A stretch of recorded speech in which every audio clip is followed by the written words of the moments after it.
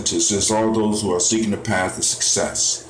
I pledge all these things first to myself, my teachers, to all my relations, and to my higher power. I am Gye-Nyame. Ashe, Ashe, Ashe. Verbal delegation. In that society, Dr. Brown, Mr. Deity.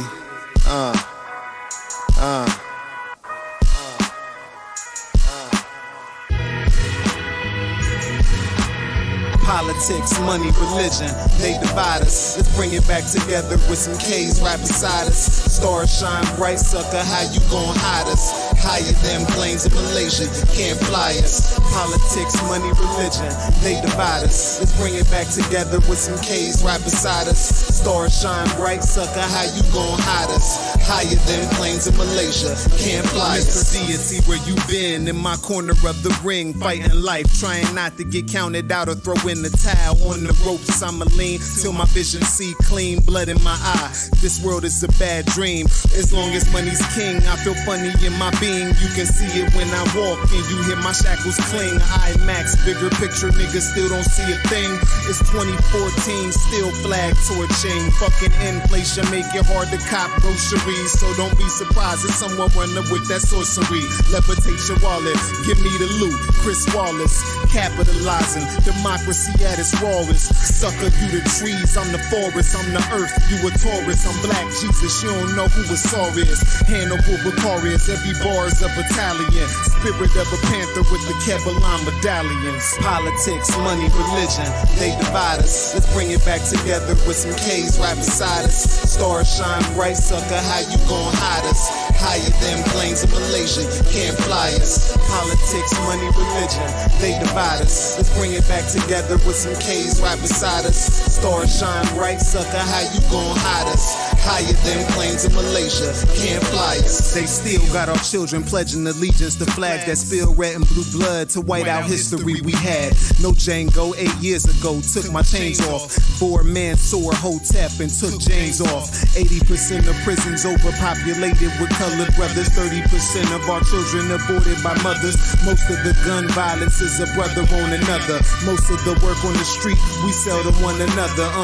What's the equation to these mathematics? When you control the minds and the economy, multiply the madness. The ghetto's an experiment created by your masters. We tried to change that shit, but they killed all the Panthers. Fred Hampton, bullet holes in a bloody mattress. This Liberation Patriot Act, terrorist action, sponsored by your local revolutionary rapper. I voted for assassination, you can cast my ballot. Politics, money, religion, they divide us. Let's bring it back together with some K's right beside us. Stars shine bright, sucker, how you gon' hide us?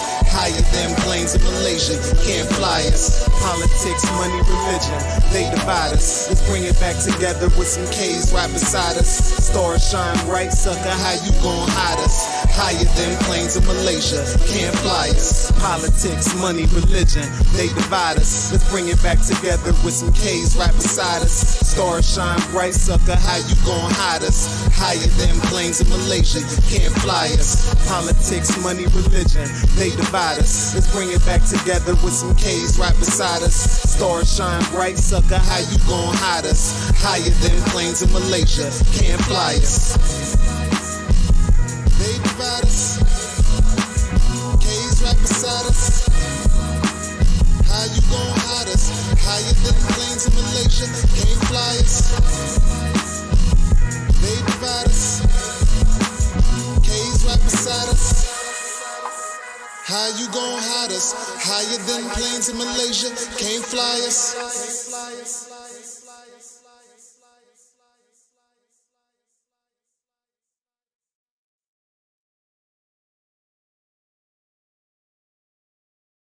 Know the difference between mobilization and organization, because the enemy will use mobilization to demobilize us.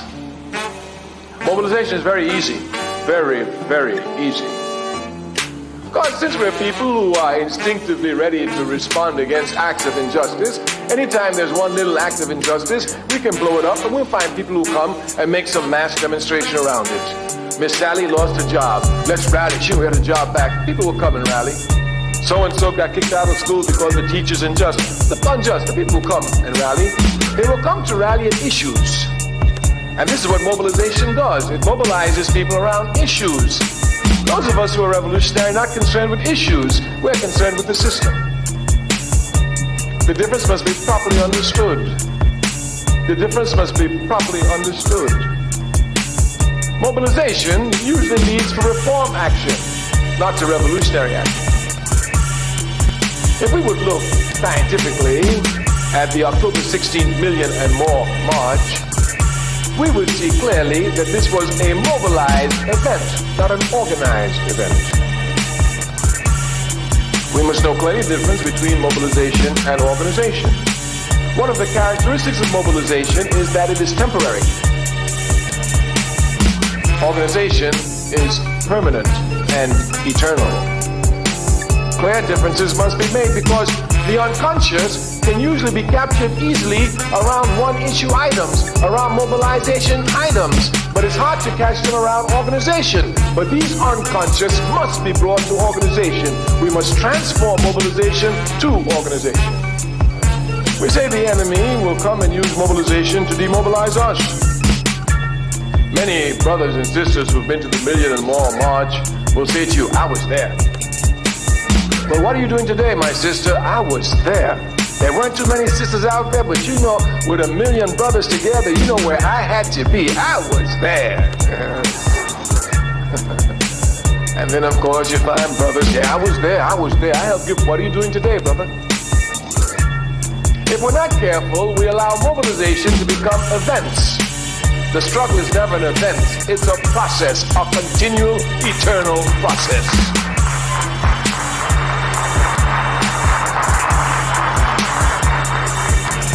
We say it's our job to use mobilization to drive us to organization. You know our theme is organization. We want power. We don't want money. We don't want fame. We don't want fortune. We don't want popularity. We want power. Power. And power comes only from the organized masses. Power comes only from the organized masses. Therefore, since this is what we're concerned with, power, and we as a Pan-Africanist, we have every right to be concerned with it. Africa, after all, is the richest continent on the face of the earth. Properly organized, should be the most powerful continent on the face of the earth. Therefore, our drive towards power is clear. We want power, and we can only have power through the organized masses. Of course, capitalism, a system which in deforming our thinking always seeks to make it appear as if the organized masses is some unattainable goal. Even the other day, when speaking to a sister who's been involved in activities over a period of years, she said, Kwame Ture, so when you say a mass party, what do you mean? I said, I mean a mass party. She said, but the APRP goes everywhere in England, they go in the Caribbean, in the United States, in Africa, and they're always saying about a mass party. What do you mean? I said, every African in the world inside our party. She said, are you going to get that? I said, that's what I'm working for. And if I don't get it, my granddaughter going to get it. But I'm working for it. Her disbelief comes from the fact that capitalism tells us that, well, you can be scientific about everything except human nature. That people are so different, they have such different tastes, such different tra-la-la-la, that you can't bring them together under the same roof. This is a lie. We will never tire of saying it. Capitalism does not lie some of the time. It lies all of the time. When it tells the truth, it's a result of a double lie. It's a logical fact. It's a logical fact. So capitalism has this belief that you can't organize all the people around the same thing. That's not true. You can organize all the people around one thing, truth.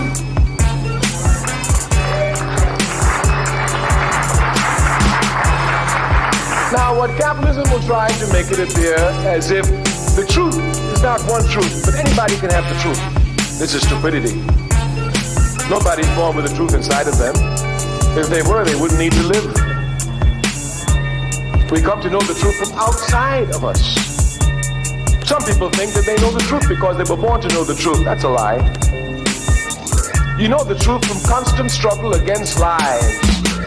That's how you know the truth. Constant struggle against lies. For example, they try to make it appear as if we Africans will not arrive at uniting ourselves even the question around our identity. Well, you may call some of them Africans, but some call themselves black, some still call themselves colored, that's fact, they do that.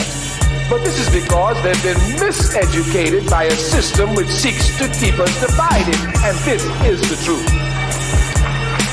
And this is it.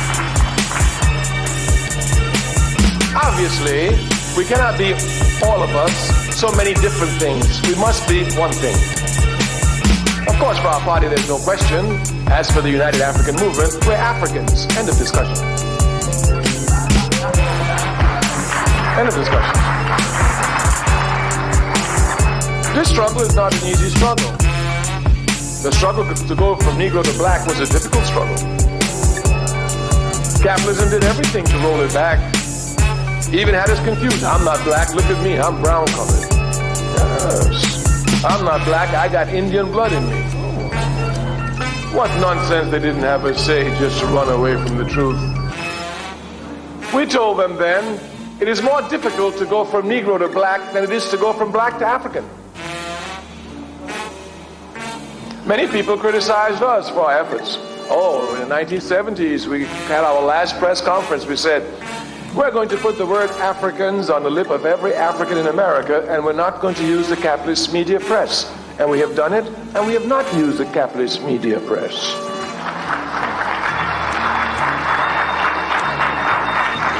As a matter of fact, the capitalist media press, in trying to stop us from going to Africans in America, tried to throw out African Americans. They did it. We saw the whole scene. It's our job. We followed it carefully. Of course, they want to say African Americans. Of course, that keeps us exactly where we are. If you're African American, you're not the same like an African Kenyan. And certainly not the same like an African Brazilian. And certainly not the same like an African Trinidadian, etc., etc., etc.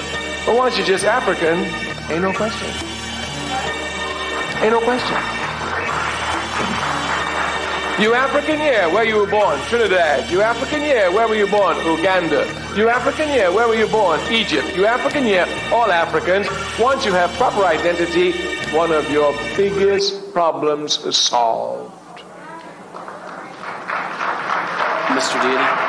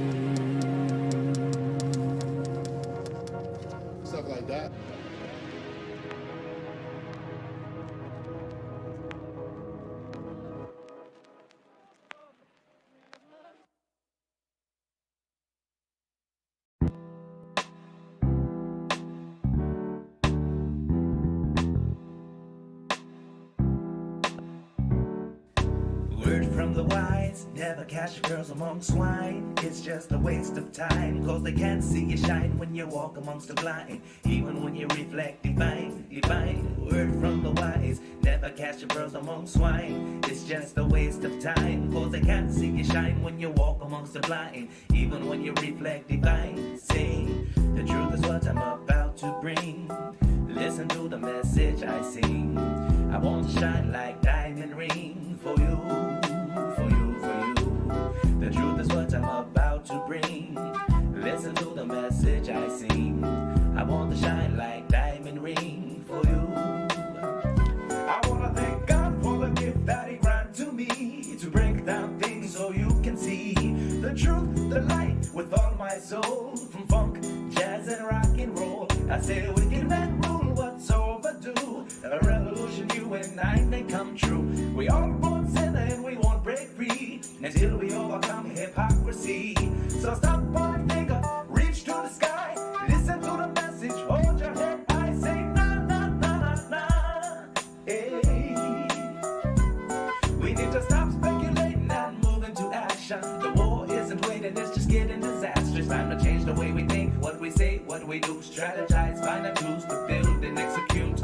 We are the ones that's chosen, chosen. The enemy is closing, closing. They got the masses hypnotized. It's time for us to open their eyes. Word from the wise, never catch girls among swine. It's just a waste of time, cause they can't see you shine when you walk amongst the blind. Even when you reflect divine, divine.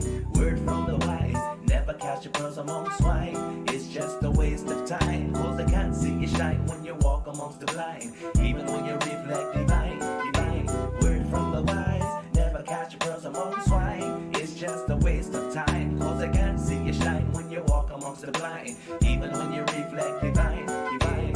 Word from the wise, never catch your girls among swine. It's just a waste of time, cause they can't see you shine when you walk amongst the blind. Even when you reflect divine. Say, word from the wise, never catch your pearls among swine. It's just a waste of time, cause they can't see you shine when you walk amongst the blind. Even when you reflect divine. Yeah, word from the wise, never catch your pearls among swine. It's just a waste of time, cause they can't see you shine when you walk amongst the blind. Even when you reflect divine. Yeah.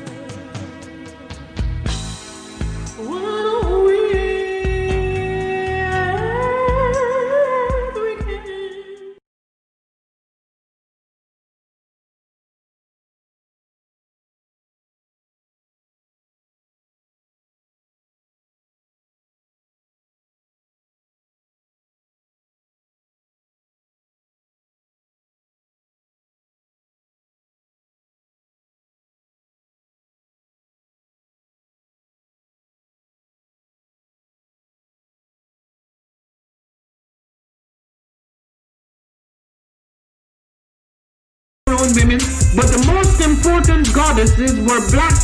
Not just for the African now, in the civilization of the Greek. The Greek was so profoundly affected by the Africans that the goddess of chastity was a black woman, Artemis. The goddess of wisdom was a black woman, Minerva. The goddess of beauty was a black woman, Diana. And many of their great mythological figures which were critical to the vision of history, the history of the Greeks in the Odyssey. The woman who draws, who has the power to draw Odysseus and all his crew into her, is Circe, who is represented as a black woman with African features on the Greek vases. The woman who helps Jason win the Golden Fleece is a black woman, Medea. The woman who marries Perseus, the Greek hero,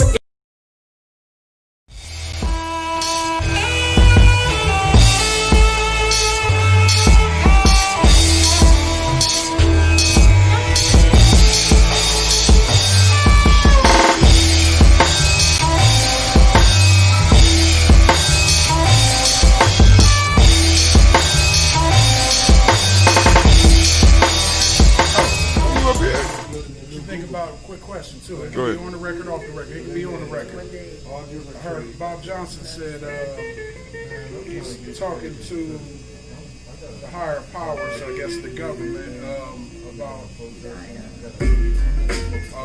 our reparations. And I guess the numbers that they come up with were about 3. His name is Saul here in Ngozi, Northern Light Shopping Center. You want more than just a nice cut? Good conversation, good vibe, good music. Come see me at 3512 Cleveland.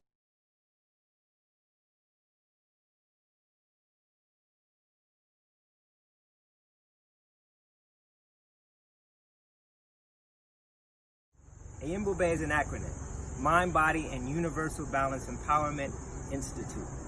It is also Zulu. It means lion, of course. With that, we're working with resiliency. We're working with trauma-informed care, with all of the mind-body connections that we need to not only address so many of our ills, but also to heal from them.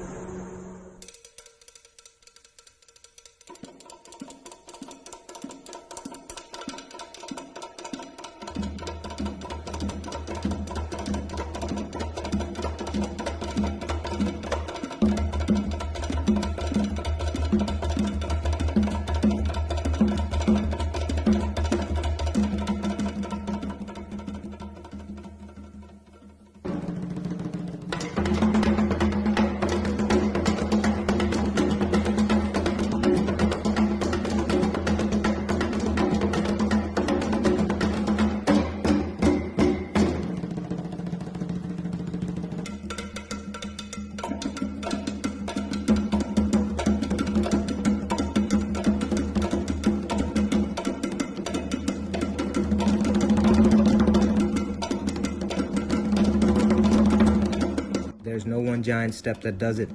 It's a lot of little steps. Author unknown. How do you regulate? Yoga, meditation, and Bube. Mind, body, universal balance, empowerment. We're waiting for you. How do you regulate?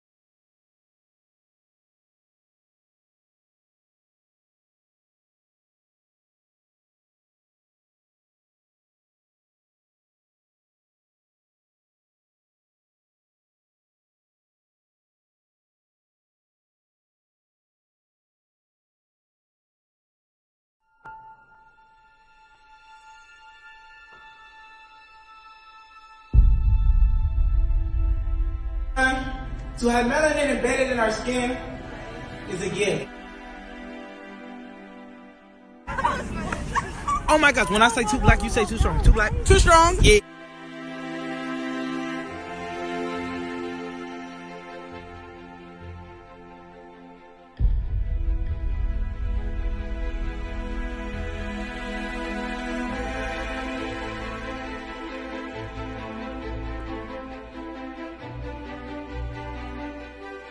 We were born to be great.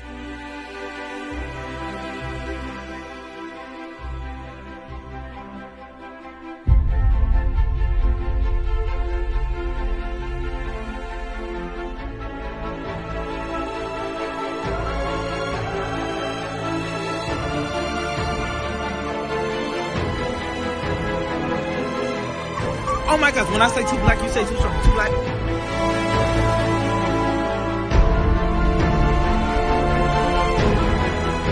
We were born to be great.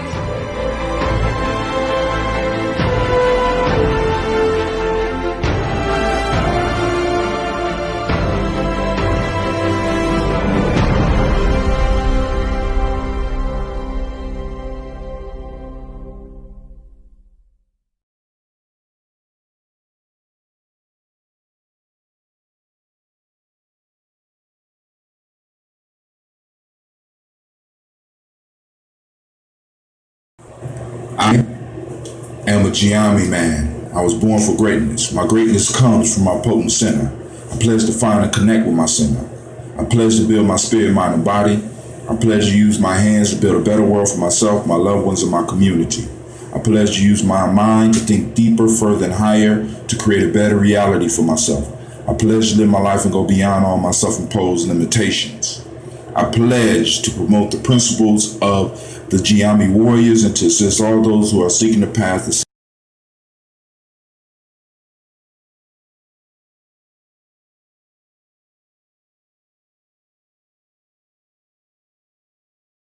Ashe. Verbal delegation. In that society, Dr. Brown, nosotros te extrañamos Mr. aún más. Deity. Pero ¿qué pasa si te decimos que tenemos una tienda abierta todo el día, todos los días?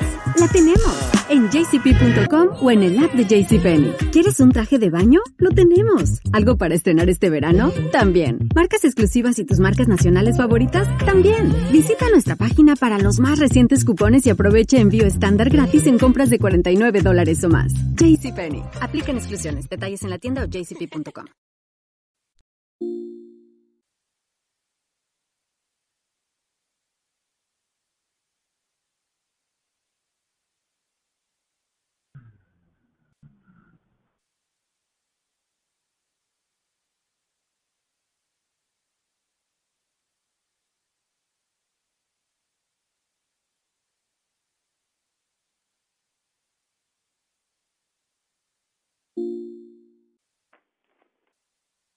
Peace.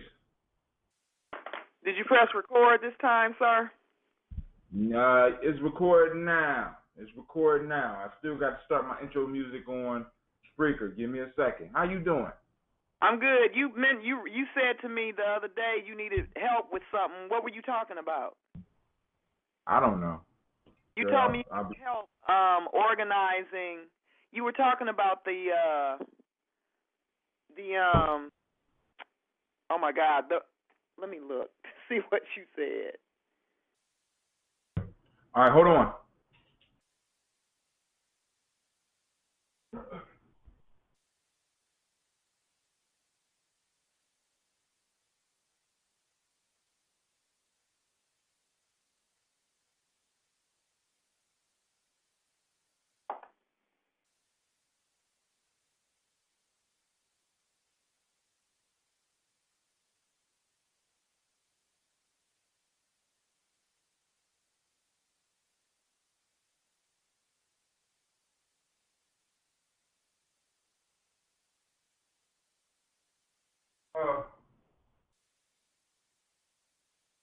Yep, I'm back. Yeah, you asked me to help you. You asked me to help you categorize the folk tales. Oh yeah. I I sent that out. That was because what I'm trying to do is I'm putting together a list. I already got 157 of them categorized up under one of the principles. I basically is a hybrid of the Nguza Saba. We use it for our school. I couldn't directly come out and use the Nguza Saba, so I had to shift the piece that I had to shift the principles, and I call it the Millennium 7. And basically, I got to categorize these principles, each one of them up under one of the principles, so that when I talk to the kids, just send me everything. All right. You have my email address, right? Yeah, I got. If not, I know how to get in touch with you. Yeah, just send me everything, and I'll help you. I'll do whatever however you need, whatever you need me to do. Yes, ma'am. Is this the same number you be calling me from, Janice? This is the house phone. Sometimes I call you from my cell phone. All right, Janice house. Yeah, this is my house phone. And usually when I call you for this is the number I'm calling. Well, no, that's not true. I think usually I might call you from my cell phone. All right. Are you on your computer, or are you on the computer? I'm on my home phone. All right, cool. Well, we're about to chop it up. Let me go and get it started on Spreaker. I was in a car accident. What? Oh yeah, girl. You ready for a story? There's a good one here. So, I'm coming down a street. I live up north in Columbus, so I'm coming down a street called Carl Road, and it's raining real bad, and right on the corner of Carl and 161, unbeknownst to me, there's a gigantic puddle it was really storming on Monday. So I make the turn thinking it wasn't that deep. I make it through the puddle, and my car starts to sputter, but I got cars. I'm in the middle lane. I'm on the left-hand side on a 4-lane street. Of course, 2 lanes going one way, 2 lanes going the other. I'm in the middle lane. I'm chugging along, and the car starts sputtering. So I try to get over, but somebody's on my right, so I can't get over. And my car stops dead in the middle of the street. Oh, my God. So me and my kids are sitting in the car, and let me make sure I'm taping this. I don't want no more faux pas, because I was kind of hurt.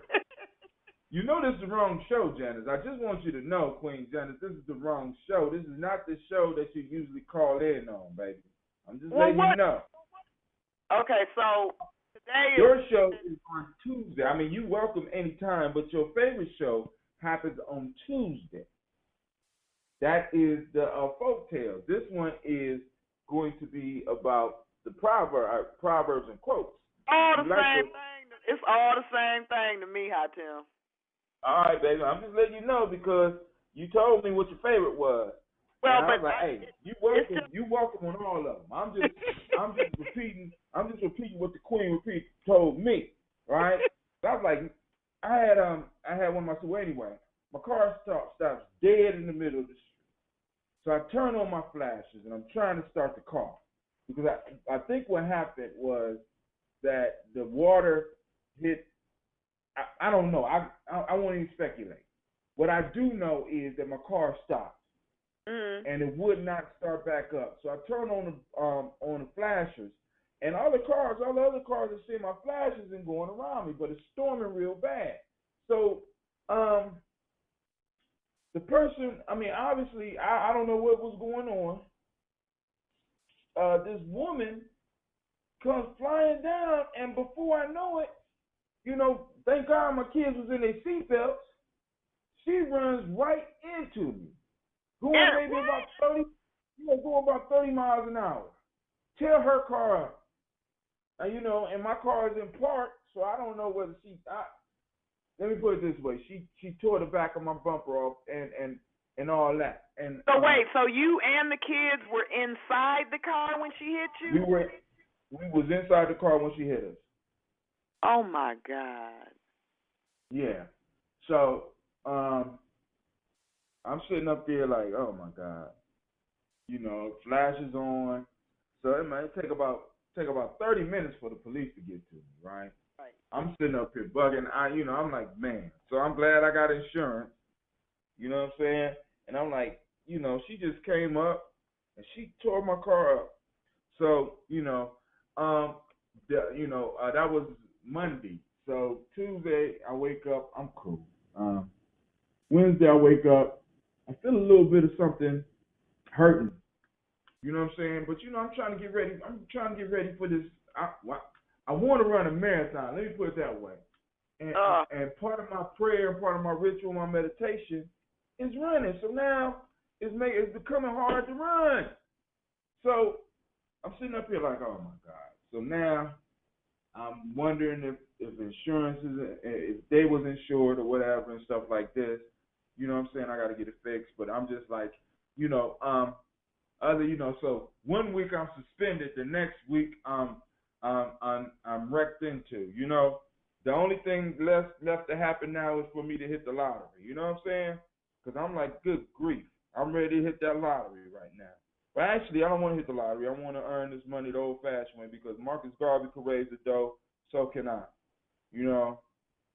So we're gonna get into this. But what I want to do is, right now, I'm trying to go to Spreaker. I got to turn on my Spreaker because being a little bit stiff, I'm moving slow, and you being a little bit older than me, you know what I'm talking about. You still playing tennis? Yep, absolutely. Everything I do, I'm still a little bit slower. Right. Wait, hold on, but are you still singing? Because I remember you were singing at one time, because I still remember your singing name. I haven't been, but I'm actually making moves to start doing that again. That's good. I still remember your singing name, Star. Mm-hmm. Yep. Ain't that wow? That's deep. Yeah, but I might be resuming you was that. One of my heroes. I don't know what you're talking about. So let's get this popping. Tribal quotes. Boom. 63. This is number 63. And we're about to kick it off, and I'm joined by my dear sister, Miss Janice. Yes, and she's a friend from way back. She's going to help us crack the code. Now, I must apologize to those that have the book, if anybody out there got the book, right? I must apologize, and let me tell you why. I must apologize. Why is it playing games with me like this? I just did this. For those that bought the book, I had to change the last proverb because for some reason I repeated the proverb from a previous time. I won't say which time, but I noticed that it was very similar. It sounded very similar. So what I want to do is I went in and I changed and I found another Ghanaian, or they say a Khan, proverb. So what I did was I exchanged this one for a new one, and actually it's better. So it's going to help our conversation a whole lot.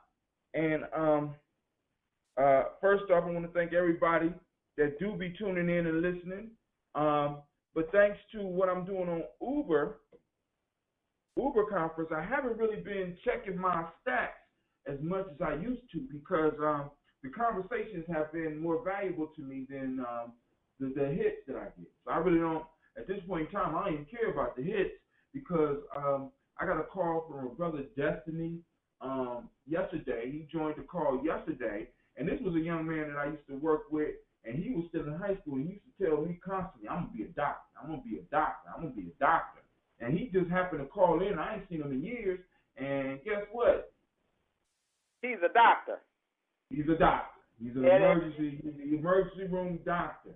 and he started giving me all types of prompts for the stuff that I taught him when he was young. So I'm more interested in the conversations that I have with my family members.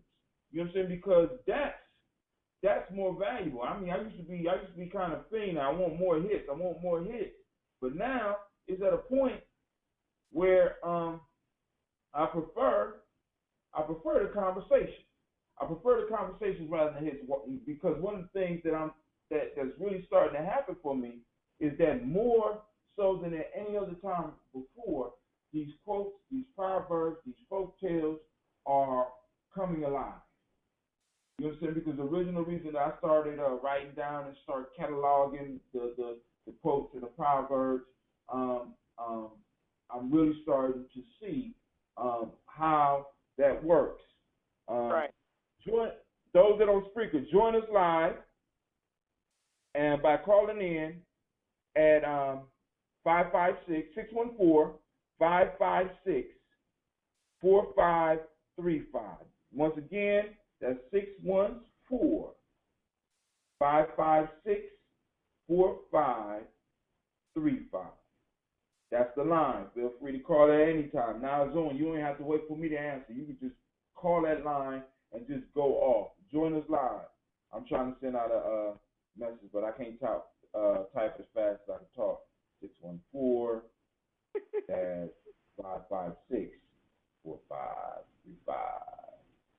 Wow. So now that's out. You ready to get busy, sister? You ready to get busy? Yeah. We got some powerful ones. I'm gonna have to go back on the computer screen in a second to pull out the third one. So I'm gonna read through these first.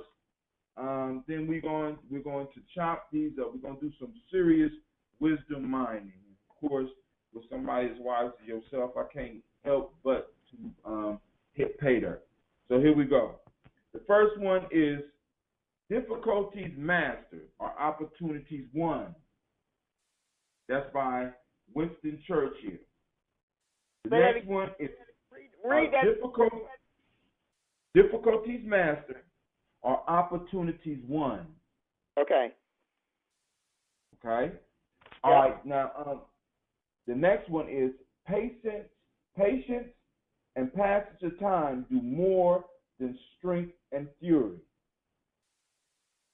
Once again, that's patience and passage of time do more than strength and fury. That's by Jean de La Fontaine.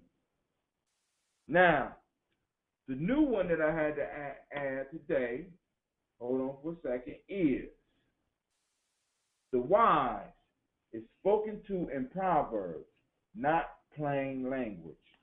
That's from Ghana. Say that again. The wise is spoken to in Proverbs, not plain language. Maybe it's supposed to be the wise are spoken to in Proverbs, not plain language. Yeah. I copied it as it was. So, there you go. Now, you choose a number between 1 and 3 so that we can start this off.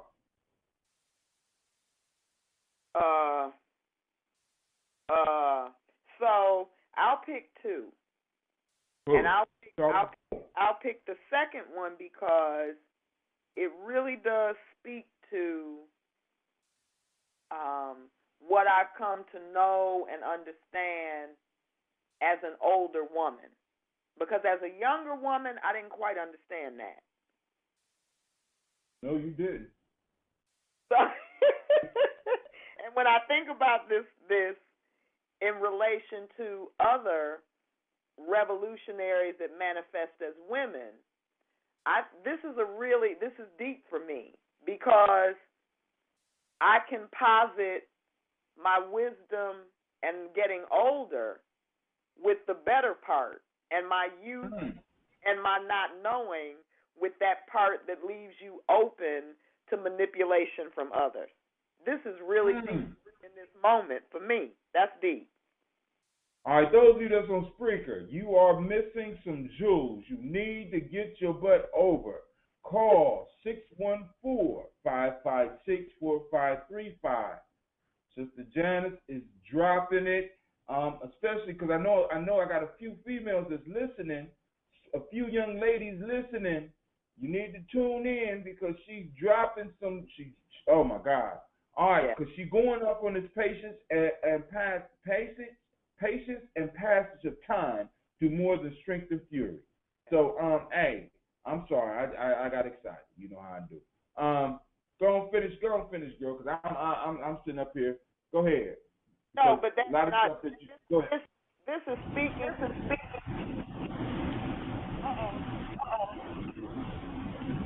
What's wrong?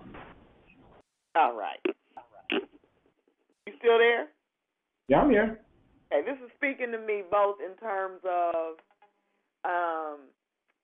the profession that I'm in, which is teaching, but it's also talking to me personally about really how complicated relationships have gotten between women. And so this particular statement is powerful on a whole lot of life levels. For young Yes, it is. Yes, it is. Yes, it is. And the younger you get this lesson, right, the faster you may be able to pursue success. You know right. what I mean? Because it's an incredible lesson to have. You know what I'm saying? It sounds crazy when you're young. You know what I'm saying? Because I remember in our discussions at Ohio State. You know what I'm saying? Somebody would have came in with something like this, we would have tore their ass up. Right. Haven't we been patient enough? Haven't been waiting around? All of us in our 20s. Haven't we been patient enough? Right. But as you get older, I remember how a lot of the older people in my life used to talk to me about sitting in the cut. And I swore I knew what that meant then. But I really have come to understand the whole notion of sitting in the cut as a grown woman for real as something that young people really don't comprehend what that means. Sometimes, when I think about history and I think about black folk and I think about revolution and I think about struggle, I can see the older, strong man or woman saying to the young person that's holding that gun, patience and passage of time. I can see them saying this, and I can interpret how the young person could not really understand, like, the power, the real meaning of that state. Sometimes doing nothing is more powerful than any move you can ever make. And I think that that's a lesson that it's a very difficult lesson for young people, but it's one that older folk really do kind of get with rather quickly. Because life teaches you that.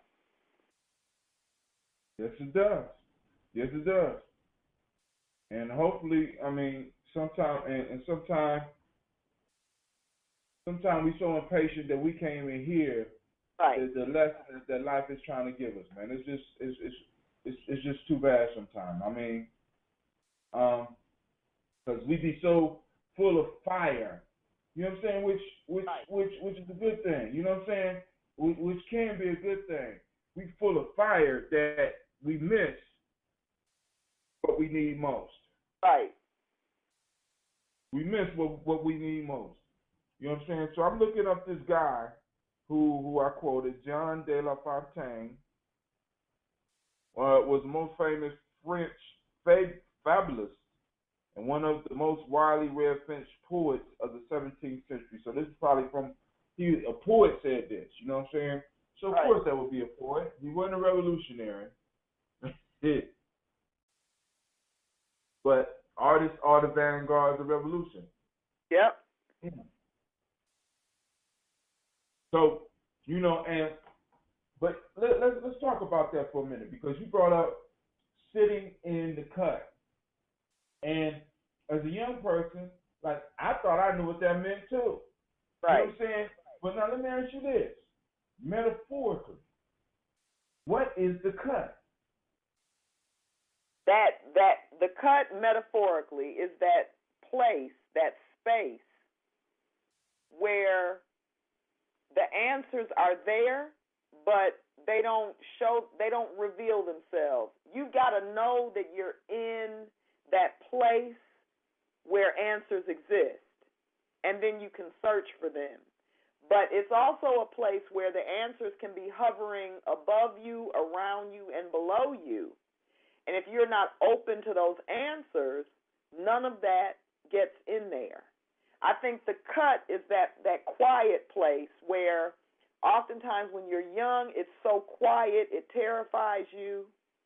I think that the cut is a place that living more years, it's that place where you take rest, where you say, I got to figure this out. I don't know what's going on.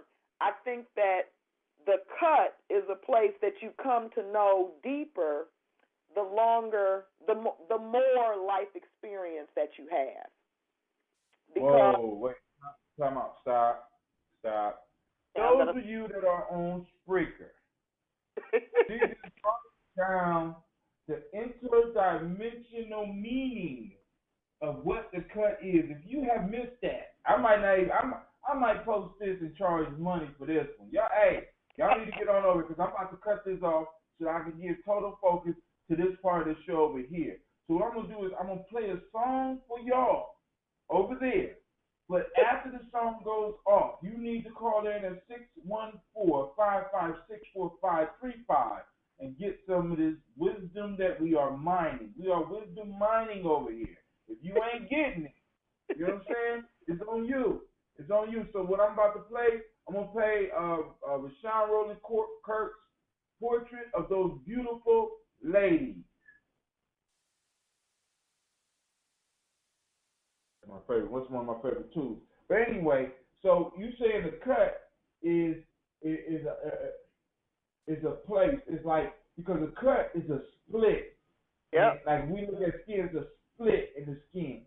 So yep. the cut is something like you said, a quiet place where the only way you find the answers is by staying still long enough for the answers to manifest. Yep. That's the cut. The cut is that place where when the person making a movie is putting something together and it's right there on the cusp of getting ready to be great, and he says cut so that he can talk to all the people involved about this is what's going to happen. And so in real life, the cut is oftentimes a scary place because unless you are ready to receive what's coming to you, you'll either do something, good by it, or you get trapped in wherever the hell you are. The cut is that place where you make a decision that can propel you, hold you where you are, or push you back. The cut is where a lot of young people make decisions that really do, I think, alter the course of the rest of their lives. Like in the movie Hatem the Untouchables, it's when you're in that place where you're asked, what are you prepared to do?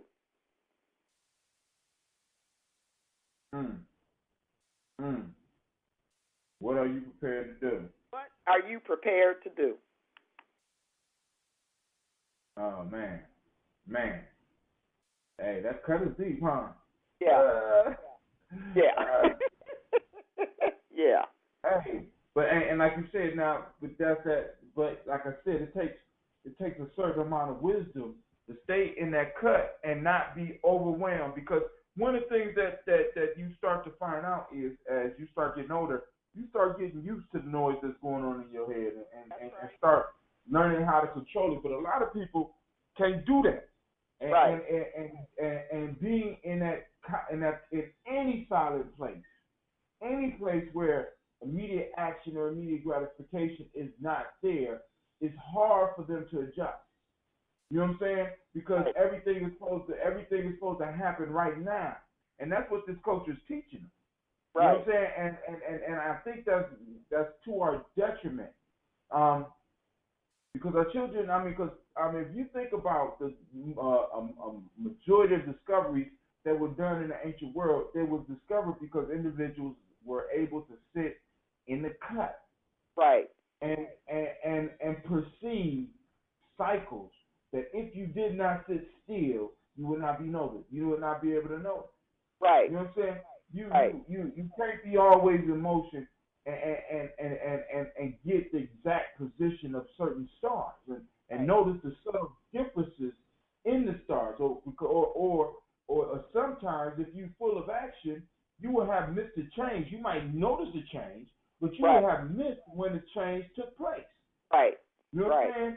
So our people had to, for thousands of years, we had to learn how to sit in the cut. Many of us haven't learned how to sit in the damn cut. And because we haven't learned to sit in the cut, we can't make healthy decisions for our lives or anybody's life that is around us. That's right. That's right. That's right. Man. That's exactly right. And to be quite honest, there's actually a lot of not a lot. Let me clarify. There is research available now that focused primarily, Hatem, on those young people that were incarcerated in juvenile detention facilities, and they did this enormous study on brain activity. And what they ascertained at the end is what we're talking about tonight. What they ascertained at the end is when young people have a lot going on emotionally and a lot going on intellectually, and perhaps intellectually and emotionally, they are developmentally not where they're supposed to be. One of the things that should be done by all parties involved with those youth in particular is to very intentionally and deliberately slow down their thinking. Intentionally, just slow it down. And I think that the connection I'm making is that many people don't understand that the cut is a place where you can reassess, you get a do-over, you can make it better. A lot of young people think that being relegated to the cut means they've lost something. No. The universe is trying to physically situate you in a place where you can recognize what has gone on, what happened, what should have happened, what could have happened to make it better, and what you can do the next time to make this work out better for you. That's the power of the cut. But when you're young people interpret the cut as an interruption of the flow. And that's their youthful naivete. Mm-hmm. Because Dr. Francis Cress Welsing talked all the time about how, black people are always trying to feel good. And what has feeling good gotten us? When you're in the cut, you're supposed to sometimes relish in that uncomfortableness, because that's what will propel you to where it is you need to be. Right. Greatness requires suffering. That's right. You know what I'm saying? Greatness requires suffering. You ask any athlete. You know what I'm saying? I mean, ask any great athlete. Ask any great mathematician. Ask any great politician. Ask anybody that's great in their field. Greatness requires suffering. Greatness requires sacrifice. Greatness requires pain. Right. And that's one of the things. See, and really, because this is what's crazy to me, man. People watch The Godfather, but they never. I mean, it's like I sit down and I look at The Godfather and I break the movie is science to me. One of the things that Don Corleone, I hear a lot of people quote, but a lot of people don't really understand the wisdom in what he's saying. He says, keep your friends close, but keep your enemies closer. Right. Right. Now, isn't that what happened to us? Isn't that what they did with us? Why would you keep your enemy closer? You gotta keep your friends close. But why?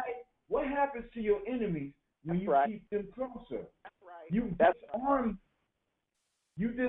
them, and you convince them that they are no longer your enemies. And in convincing them that they are no longer your enemies, you destroy them, and you destroy their means of defending themselves. Why? Because they disarm themselves against you. when you decide to strike, like Michael Corleone did in like he did in Godfather 2. See, people ain't really realize that. Right. You know what I'm saying? Realize what happened throughout the movie. The movie was about patience and the passage of time. Right. You understand what I'm saying? You had one Don passing something on to another Don. Before Don Corleone died, he told all of his kids, and he told all of the other Dons, he said, as long as I'm alive. Yep. That's right. I will not strike back for what was done to my son. I put that on the graves of my grandchildren. Yeah. Everybody knew Don Corleone was a man of his word. And as long as Don Corleone was alive, guess what happened? And as long as Michael was able to return back to America without any problems, guess what happened? That's exactly right. But then soon as they were sitting at the funeral for Don Corleone, Michael was plotting to carry through with his father. Michael sat in the cut. Mike was put in the cut. Right. So that he would be able to reap revenge on those individuals that Don Corleone convinced were his friends. Right. You know what I'm saying? I mean, people, they don't catch that. Then they don't catch it's a generational thing. They wouldn't build, Don Corleone wasn't doing all that shit so that he could go out and pop bottles and drive the best cars. In the movie, you see him. He wore a suit one time. Maybe one time in the movie at the damn funeral. I mean, at the damn wedding. Other than that, he had the old ugly sweater on. You know what I'm saying? He was dressed like an old man. Like his clothes wasn't matching. He was bummy. He was driving. He was being driven around in a basic car. Right. Nobody really noticed that. But our He people. was building for generations. That's right. And that's what I was about to say. People have been conditioned to believe that certain things look a certain way. And so you give it to them that way.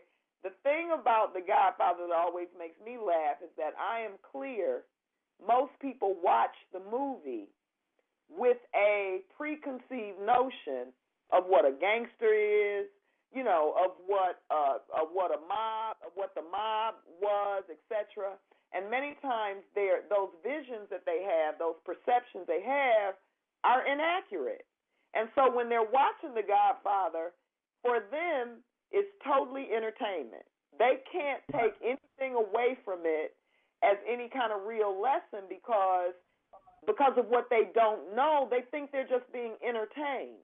I mean, it really speaks to what we're talking about, the same thing.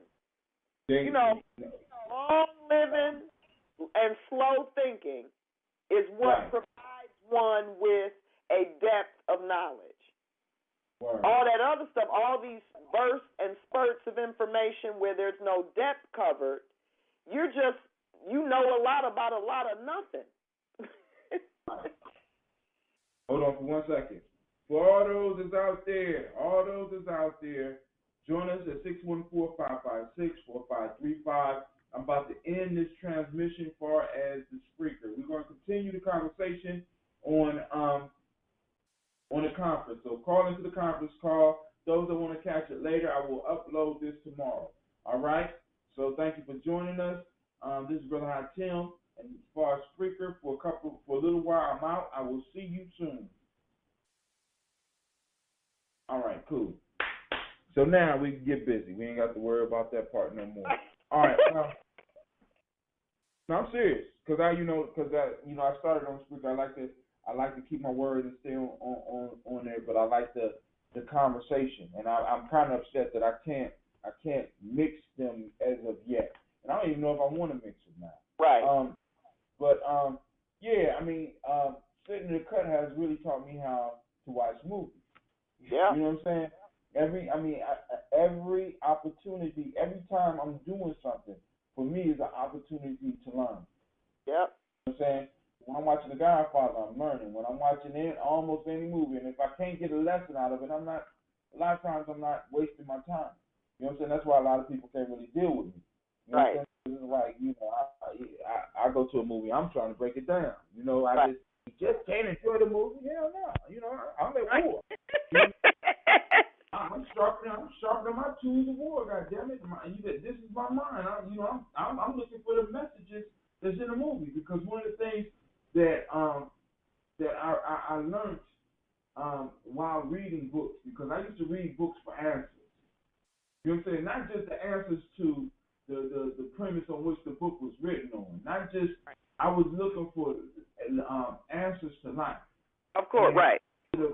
After the first 50 books, I realized that the answer wasn't coming through in no damn book. Right. All the books to do is give you some more, help you clarify the question. You know what I'm saying? Give you more questions. They give you some good facts. So if you had an argument, you know what I'm saying? You know, that's why I was never big on the whole title of scholar. You know, I never wanted to be called a scholar, because it's just motherfuckers that gather facts. I'm looking for motherfuckers that build nations. I don't have time for just deep thinkers, no actors. It's deep thinking, no acting. You know what I'm saying? Professional mental masturbators. You know what I'm saying? I'm not, you know, I like the action type, you know. But this one right here, patience and passes time is more than strength and fury. I mean, and you know, I'm quite sure both of our lives is a testament of how this simple proverb is heeded to by some younger people. Not just so that, and we're not saying this because we want you to understand that we both understand that there are some elders who are disguised as elders. You know what I'm saying? Not, you know what I'm saying? We're not saying this so that you can have to kowtow to a fool.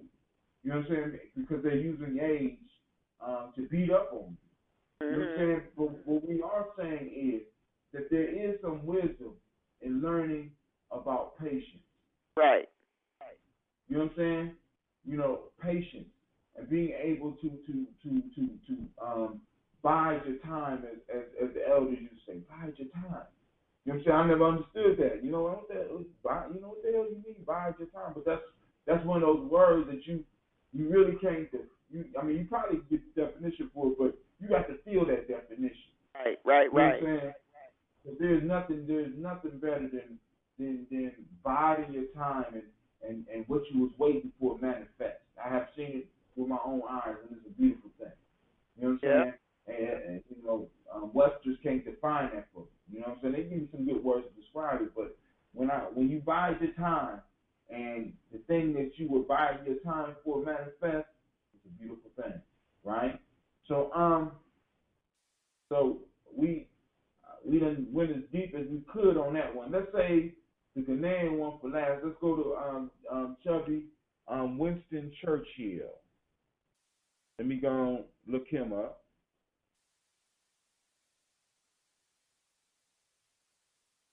Which one is?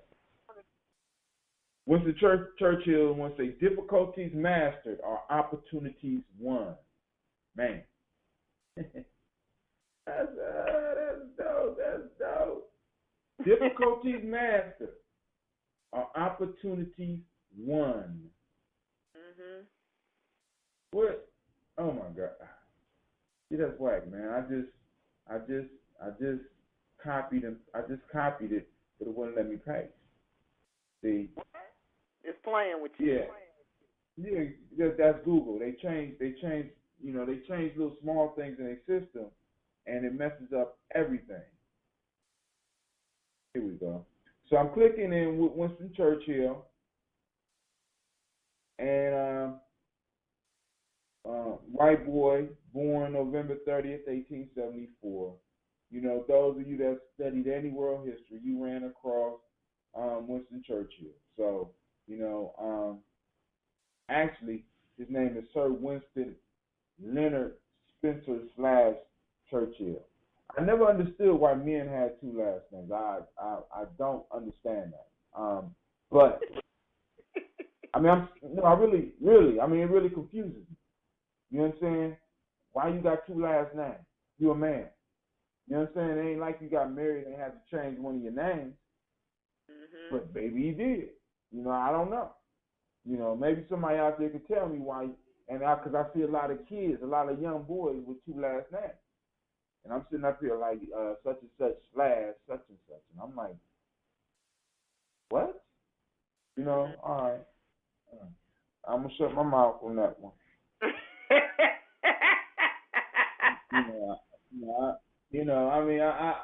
I just look at certain things that we do in our community, and I wonder how much good it really does for the individuals that we do it to. Well, I have, okay, so let me share with you. I've moved beyond that because the answer was never acceptable to me. And so I've answered by saying I was put on earth to do something, and the something I was put here to do is what I'm going to keep doing. And if I have to change who my audience is, or if my audience changes, that doesn't mean that's fine. That's fine. Because when I ask myself that question, Hatem, I'm ready to jump off the cliff. I'm sad already. And the answer hurts. Sad too. Yes, it is. I have to go to the refrigerator. See, that's the beauty of doing a show in your house. See, because if I was in the studio, I wouldn't be able to get up and get no drink or nothing. You know what I'm saying? I'll be in my house just chilling, man. I'm like, all that and be at home. Right, man. You know, so I'm gonna build it out. And when I finally get my own house, I'm definitely gonna build a studio in it with a refrigerator and everything in there. Yeah. But and I'm in agreement with you. You know, because unfortunately, I think I might have to change my audience is gonna change real soon anyway. Because I gotta do some different things. I cut my hair. I gotta do some different things. And you find a lot of times that you get people that just hang on for hanging on sake. You know what I'm saying? Because they think that I don't want to cut you off just because you might get some money. You might be right.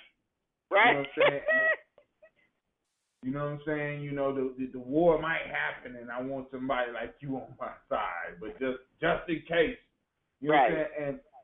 And I got to divorce myself from that type of vibe. You know what I'm saying? Because that's one of the things that hold us down. Because as black people, we don't have the luxury of being able to have. Let me put it this way: we did much better when we had fewer choices. Right. That's absolutely right. That's absolutely. I told you that I was raised by a man who, first of all, he really was not prepared to have daughters. But when I was in like the 4th grade, it was time to go to school, and I'm crying and having a fit because I can't. And my father says, "You're only upset because you have too many choices in your closet. If your closet made sense, you would get up, you would take your bath, you would put on what was in the closet, and you would go to school. The fact that you're stressed by the choices in your closet," he said, "that is my failure as your father." I'll never forget that. He said, "We need to take out a whole lot of stuff that's in your closet because going to school is not supposed to feel like this. Too many choices are overwhelming you. Daddy is going to take care of all them choices." And he did. Wait, he made your it real simple. Had all girls? Huh? Your dad had all girls? Nothing but me and my sister. That's wow. it. And it was like, seriously, in hindsight, when I look at the way these kids are raised with very few boundaries, very few limits, few people telling them no, few people. My father was amazing. As a matter of fact, telling them no is damaging to their self-esteem, sis. Yeah, I heard. You believe this shit?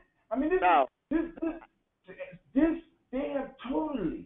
See, what I believe is that the universe knew what it was doing when it didn't give me any biological children, because clearly I'd have been raising some people that were like Martians.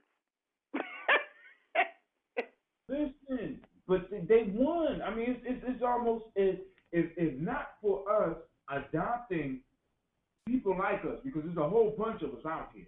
Right. That's right. For us adopting young people. Right. And being able to be firm with them. Right. They would totally wipe us out.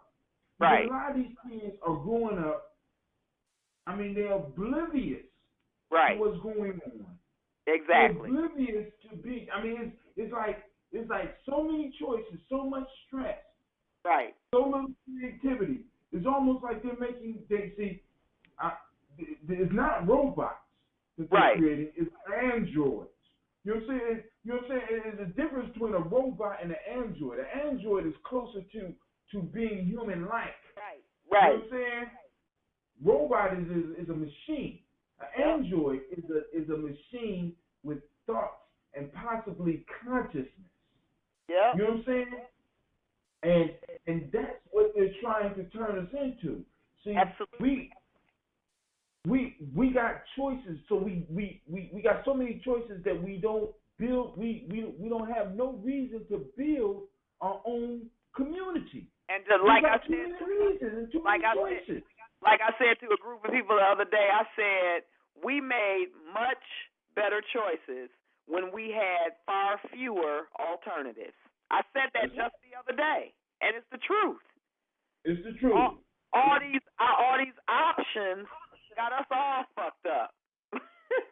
All fucked got up. Us messed up. Right.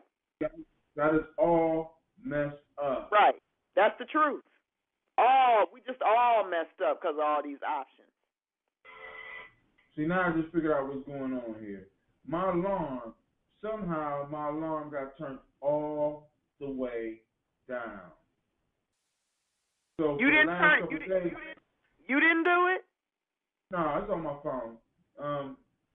The enemy got hold of my alarm. You know, they like to try to make me late. You know what I'm saying? You know, throw my whole day off. You know, I'm one of those types. You know what I'm saying? That's a difficulty master. Opportunities won. I just won an opportunity. I like to thank my enemies and my haters because y'all make me who I am. There you go. My mom told me a long time ago, she said, you know, we late bloomers.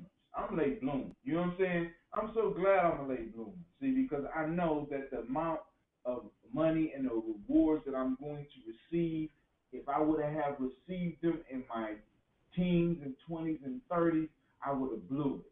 Yep.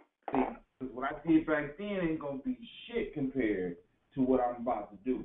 You say, or what I'm doing right now. See, so, this, you know, and this gets back, our conversation moves us into one of the pieces that he's saying here that we don't hear a lot of now. Well, actually, we hear it, but it's a pale comparison to what the word really means. And that word is master or mastery. You see what I'm saying? They have moved us away from seeking mastery to seeking, because I said it, and I said this in one of my posts. I probably said this before. I'm old, so I repeat a lot of stories. I came up with a saying. I said, or I found it, or I don't know. I steal so much and I create so much. It's just I take a lot of information in, and a lot of information come out, right? So it says you can be a jack of all trades and a master of none, or you could be the master and have all the jacks work for you. Right. You know what I'm saying? You know, but you know, and they got us thinking, and they had us even coming through school thinking, oh, it's you need to not really master, but you need all these skills. So when we go to college, we don't get to focus directly on what we came to college for, like college used to be. You know what I'm saying? Right. It's more like, you know, you got a hodgepodge of different things, and then in your last year or so, you get to focus on what you came in for. I'm wondering how much better people would be, even if it's just art, if you went to college and had an opportunity to immerse yourself from when you started to when you left, right. Immerse yourself in the skill that you chose. And the only ones that get to go on and experiment in different things are those that's looking for themselves. That's exactly right. Who made it your job to convince me that this is not what I really came here to master? Right. You know what I'm saying? Right. If I say I'm coming into engineering, you need to allow me to immerse myself into engineering until I change my mind. Right. Or I figure out this is not for me. You know what I'm saying? So, you know, and they promote all these choices, which, like, you know, like I said, man, when I got to Ohio State, it blew my mind how many majors they actually had. You know what I'm saying? I'm sitting up here like, damn, this is the worst thing that could have happened to me because, you know, I wanted to be a scientist, but, you know, I got cold feet. And then I looked at all those majors, and I was like, shit. Wow. Right. Let me try this week. You know what I'm saying? Oh, okay. I don't like, you know, like we talked about last time we spoke. You know, I'm just trying a little bit of everything. You know what I'm saying? And that's not good, especially when you're paying for it. But I wasn't paying for it. You know, when you're paying for this shit, that's not good. Right. You know what I'm saying? So, you know, so one of the issues that I'm constantly dealing with in our community is that our people and our children have entirely too many choices. And because we have so many choices, we end up making the wrong ones. I mean, but okay, so because there's a connection. People with more comprehension and knowledge and background information make better decisions than those who don't have all of that information. So what we're talking about is the difference between people that are making a lot of decisions emotionally and people that are making decisions rooted in a great deal of analysis and thought for something beyond just this moment. And I think that people who understand that are the very ones responsible for putting people that are not equipped to make good decisions in a position to make decisions. That's why I think that the only thing that's going to change the tide that is apparent right now is a divine intervention. Man has decimated any possibility of fixing any of this. I think that it's going to take divine Shakespearean intervention to make things go the direction they should go. Yeah, you talking about like a serious tragedy, right? I'm talking about something, you know, something that most people of conscience have never had to comprehend. That's what I'm talking about. I think that everybody, poor and rich, black and white, male and female, I think that everybody has become way too comfortable in their circumstance without the understanding that their circumstance is very connected to a whole host of issues that they don't have any control over. And so I think that one of the reasons why we have all of this conversation about all of these people who are running for president, and you hear all of these things that people that are following this person or the other, we have really reached the pinnacle of what happens in a nation when the vast majority of the people, regardless of their background, are not strong thinkers. That's the place I think we've reached. I think that for too long, white people can look at black folk and say they're uneducated. I think that black folk can look at Latinos and say we have more education than them. I think that Latinos look at Chaldean people and say we're more American than them. I think that all of those of us who really need to be coming together have bought into what those who are the cream of the crop intended from the very beginning. And so instead of us saying to them, you've got too much pie, give us some of yours, we're settling to fight for one slice of pie that all of those who have everything else have given us to fight over. And there's not, even if we fought, what we would end up with is far less than what I think we deserve if we would have taken the fight from those that we need to be fighting. I think we're fighting each other instead of those we need to fight. We're fighting the wrong one. Right. You know, and that comes with the whole, for me, the whole piece of emancipation, because freedom could never be given to you. That's freedom it. Freedom is something that has to be taken. So when it comes to pies, you know what I'm saying? If you want the pie, you have to take the pie from the motherfucker that's holding the pie. Excuse my language, because I'm sure. You know what I'm saying? Because you know what I'm saying? You got to give up your pie, dog. You know what I'm saying?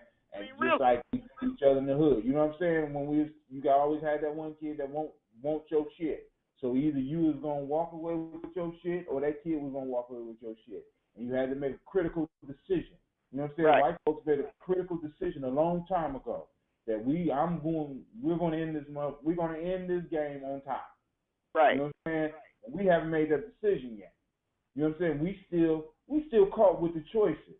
You see what I'm saying? You know, because one of the things that I knew in a fight, like I told you, I in one of my calls, I told somebody a while ago, I said one of the things that I have to be in a fight is sure. What I mean is, if there's any confusion as far as a fight for me, you know what I'm saying, I'm not going to win. Right. Because I have to be clear. I have to have the intent behind me. Right. You know what I'm saying? Nature has taught me this. You know what I'm saying? I have to be justified in whooping somebody's ass. Like, I really, you know, for some reason, the machinery just don't work right if I'm unclear about why I'm trying to take your life. Everybody's not like that. Right. You know what I'm saying? So now, you can catch somebody, like, for example, have you ever seen somebody get sucker punched? Yeah, of course, yeah. Okay. Have you ever seen the surprised look on their face? Right, yeah. And it's almost like they're trying to make sense of it, why this person is attacking them. Yeah. This is the way black folks are. We still are in a shock that somebody could be this fucking cool. I don't understand. You know what I'm saying? And because we haven't made sense of it, we have not reacted in the proper fashion. I agree. You know what I'm saying? We got stunned. We got knocked the fuck out. We've been messed up. And by the time we came through, all this shit was structured in a way to where they give us religions that teach us to forgive your enemy, even though they don't forgive theirs. That teaches, all these thought systems, and you know, you get suspended in school for fighting, but these ones are fighting all over the world. Right. Saying no violence, but all the entertainment that they have and that they produce teaches you violence. All the sports that they have encourages violence, but then they turn around and be like, yo, we're a non-violent culture. Right. You can't do that. And then they come up with something like a preemptive strike. Yeah. What in the hell? You know what I'm saying? I'm still waiting for a child to come in my office and tell me one day that I punched him in his face, Mr. Brown, because I did a preemptive strike. I feel that he was planning on hitting me, so I did a preemptive strike. Right. You know, I call their parents and let them know, look, I'm not suspending your child. Your child too damn smart. I'm gonna keep him up in school because he did a preemptive strike. You know what I'm saying? I'm just waiting for it. You know what I'm saying? Because it's crazy. You know what I'm saying? And it's like they done took the whole desire for us to master anything. So it's like, actually, we don't need to master anything. We don't need to master making our bread. You know why? Because they got factories that'll make our bread. Yep. And the white man's bread is whiter and lighter. You know what I'm saying? Than any bread that we can make as a people. That's right. You know, I don't have to worry about my transportation. You know, because I always buy a car. I mean, it's so they done took care of all of our basic needs, Sister Janice. We don't have to do anything. Right. That's right. You know, so all of our difficulties have been mastered for us. So what happens to a people when all their difficulties have been mastered for them? Right. You know, there's no opportunities won. Yeah. None. You know what I'm saying? So we sit up here stuck and shit. You know what I'm saying? And since we've been in college, we've been thinking about this shit. You know what I'm saying? This game is so tight. You know, we're supposed to be free by now, Janice. You know that, right?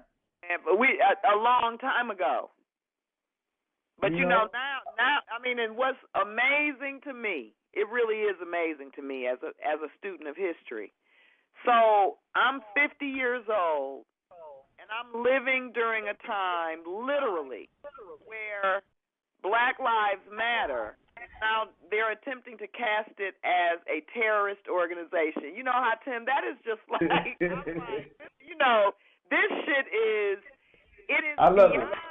It's beyond amazing in large part because I live outside of Detroit, Michigan, and 40 years ago, there would have been a huge community of people I could have had a conversation with about how ironic it is that they're trying to label Black Lives Matter as a terrorist organization, but this is 2015. And the vast majority of Black Detroiters who are left are so steeply mired in ignorance that they agree with that assertion. And they so, agree with it for real? What they say? oh my God, all lives matter. Exactly. Come on, Janice. Stop talking that. All lives matter. We know this. Yeah, of Come course. on. Right, yeah, they do. Yeah, sure. Yeah, you know. It's I don't label it as a terrorism, but I have a problem with the whole concept of Black Lives Matter. But well, no doubt, you know, a lot of what. Now, let me say this: since we're talking about what we're talking about, a lot of what we're talking about has to do with, again, young people who don't even understand there is a cut that sometimes you need to sit in.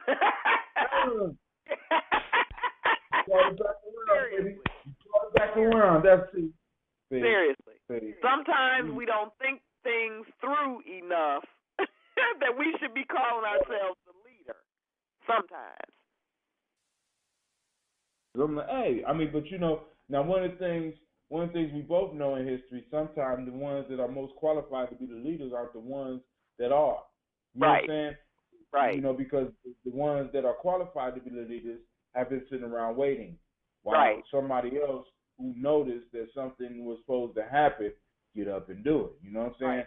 That's why. That's one of the reasons why W.E.B. Du Bois was so mad at our man Marcus Garvey. Right. You know what I'm saying? That's exactly right. That's right. Yeah, you know that's how we do. You know, so Winston Churchill said, "Difficulties mastered are opportunities won." So we done ran through that one briefly. We're gonna finish this last one up because you know I know you got to get up. You got teachers to train, and I got kids to hopefully either keep in school or to suspend. The wise are spoken to in Proverbs. Let me change that because it said is. I'm going to put are. I think R sounds right. Of all the ones you shared tonight, that to me is the most powerful because it's like a statement to me. It's like a statement of affirmation to me, for me, about what I've been experiencing the last several days, for real. What's been going on? People have just been talking to me, and when they walk away from me, I'm always left with, you don't even really have a problem. You've spent a lot of time trying to create a situation that doesn't really exist. Seriously. I'm running. That's why I know I'm at the end of what I'm doing. When teachers ultimately need support because of their disdain for the young people they're working with, I don't feel like there's anything for me to do, because if you don't have a love for young people, why are you a teacher? Seriously. Oh, hey, excellent question. You know what I'm saying? But once again, that gets into, you know what I'm saying, I couldn't become the scientist I wanted to be, or the business person I wanted to be, because, you know, so I needed to get out of school, so I went to education. But you gonna say, you know what I'm saying? We got a lot of people that are actually living in hell. You know what I'm saying? Right. Thank you, children, for making sure that these motherfuckers that really don't deserve to be in classrooms continue to give them hell. You know what I'm saying? Just like my father says all the time, he's like, you can't teach a group of kids that you don't even like. That's not even possible. And so we have a lot of people that are looking into teaching because it provides them with the ability to pay off their student loans. It provides them with something that they think is easy to do. But like I told a group of teachers today, there's no space in my profession for those who are not truly, from the heart, trying to change the lives of young people. We don't have, you know, Ford, Chrysler, GM, they can employ people to work on the lines and build trucks, and it doesn't make a fucking difference in the quality of a truck. But what we need to understand is that we're the only profession where all the professions outside of us tell us how we're fucked up, how we're doing things wrong. And what we can help people to understand is that our profession is unlike any other. We're dealing with human beings. Right. Who have their own mind, you know, have their own, you know, so too much.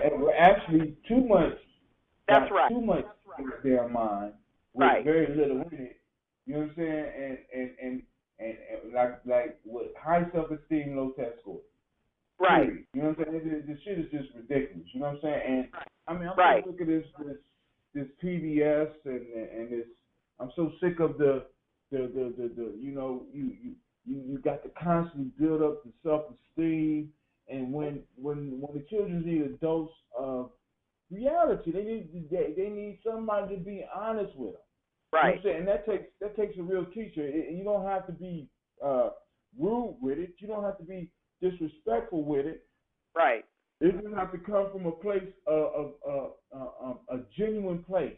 That's right. Our children need to hear the truth. If they're struggling, they need, you know, and if they're struggling and they're struggling because they're lazy, they need to hear that. That's exactly right. And you know, they might not need to hear like, oh, you're lazy. No, they might need to hear it with passion. Right. You know what I'm saying? Right. You know what I'm saying? They need to hear that. You know, right. It amazes me that I could put kids up out of school, and their parents hate my guts. They don't even want to talk to me, but their kids will come and try to sit up in my office. Yeah. You know, so won't you be in trouble? I came by to say hi, Mr. Brown. You know, I get about 100 hugs a day.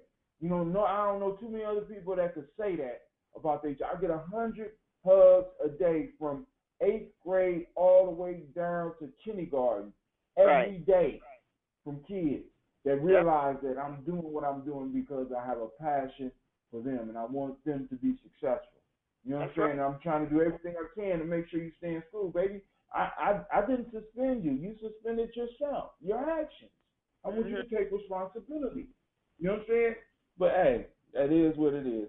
You know, but the wise are spoken to in Proverbs, not plain language. You know what I'm saying? Yep. So this also reminds me of another proverb that I read years ago that say a proverb is only defined for a fool. Yep. Or like only a fool needs a proverb defined for them. You know what I'm saying? And basically, what it was saying is, you know, I mean, we know, we best know what it's saying. Sometimes you have to sit in the cut with these proverbs.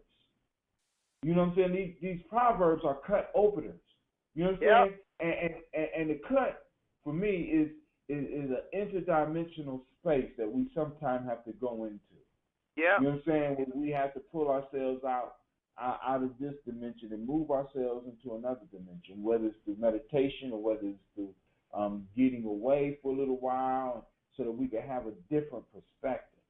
You know what I'm saying? And that's usually when that creativity flows. But you know, this world don't give us time for that. Because when I said to you the other week,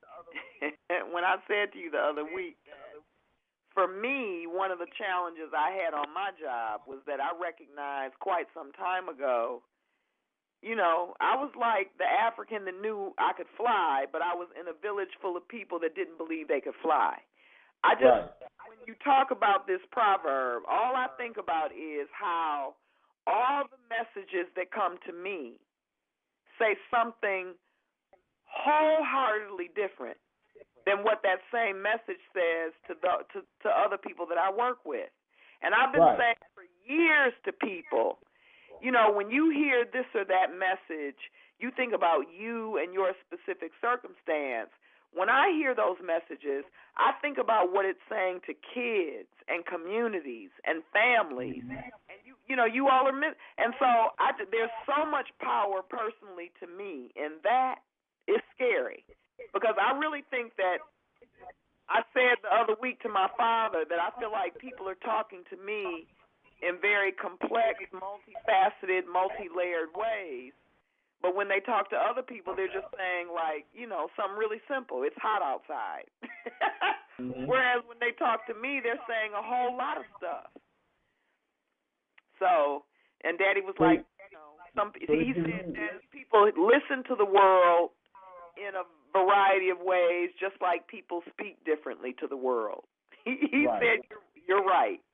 And he said you just have to find those people that hear the same things that you hear.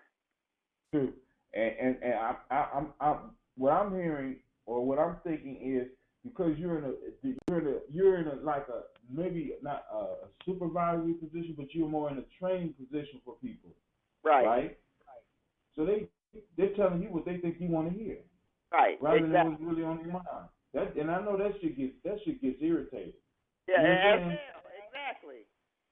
You're like, why are you playing with me? I don't want to hear that shit.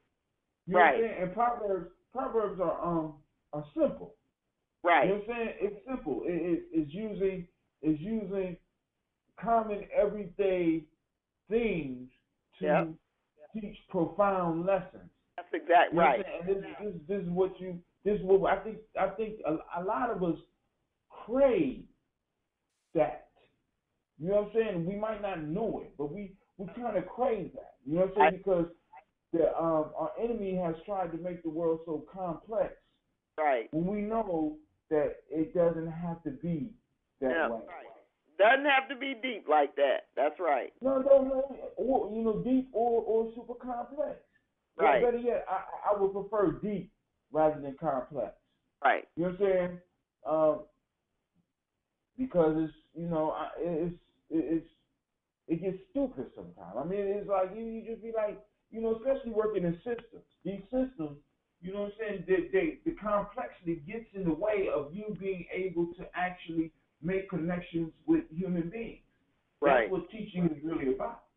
You know what I'm saying? When you throw all the other stuff on top of that, when you throw all the other stuff in front of that, including the task, you know what I'm saying, as your father say, if you don't like the kids and you don't have time to develop the relationship with the kids, what type of results are we really expecting from these children on the test? Right. If they don't what the damn teachers is giving to them. Even them just hating you is better than them not knowing you at all. Right. That's exactly right. Because for them to hate you, you would assume they know certain things about you. That's right. Oh, but we professionals, you know, they're not supposed to know anything about us. Yeah, you know what I'm saying? All our answers are supposed to be right. We're not supposed to make mistakes. You know, and our kids need to see the human side of us. All the time. You know what I'm saying? They need to know that we're human, that we make mistakes. Yo, that I struggle with some things too. Yo, you're not good at math, neither am I. You know, as a matter of fact, let me show you this quote from Einstein. Einstein says, don't worry about the math, because he wasn't good at math either. Right. That's right. I got a good imagination. You know what I'm saying? It's so many different ways that you could just reach out and let these young people know. You know what I'm saying? And then sometimes just talking in Proverbs confuses them because, this whole exercise that I'm going through, I developed this exercise working with young people. I was doing some drug counseling. So I was going through Proverbs, just finding Proverbs for myself. And I decided I was going to write a book. So what I did was, it was even before I decided to write the book. I decided, hey, I'm going to start using some of these Proverbs to start conversation with some of these kids. Because these, I don't like you, whatever, Brother Hot Tim, whatever the hell your name, blah, blah, blah. Boom, boom, let's talk. So I would write a proverb on the board to start off my conversations with people. And at first, the very first boy or the very first group that I gave it to, they looked at one of the proverbs, they looked at what was on the board, and they said, what in the hell is this? And that's what I called it. So I would post it up on Facebook, and I would call it What in the Hell, because that was the first response from the boys. But after he said What in the Hell, and we started talking about it, and I gave my perspective, then he gave his perspective, I was able to engage with them.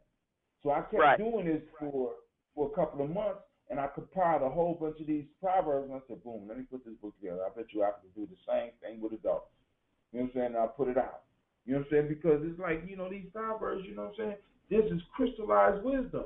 And we're walking right past them, and they got all the solutions for our problems. In these proverbs and these stories is the solution for overweight. It's the solution for depression. It's the solution for a lot of the sicknesses that we get. It's the solutions for stress. It's a solution for most problems that we're going to run into. Somebody has dealt with everything that we have dealt with before throughout time, and they have laid down words that we can use to motivate us through, give us mantras or give us thoughts that we, or give us new perspectives so that we can see through to the end.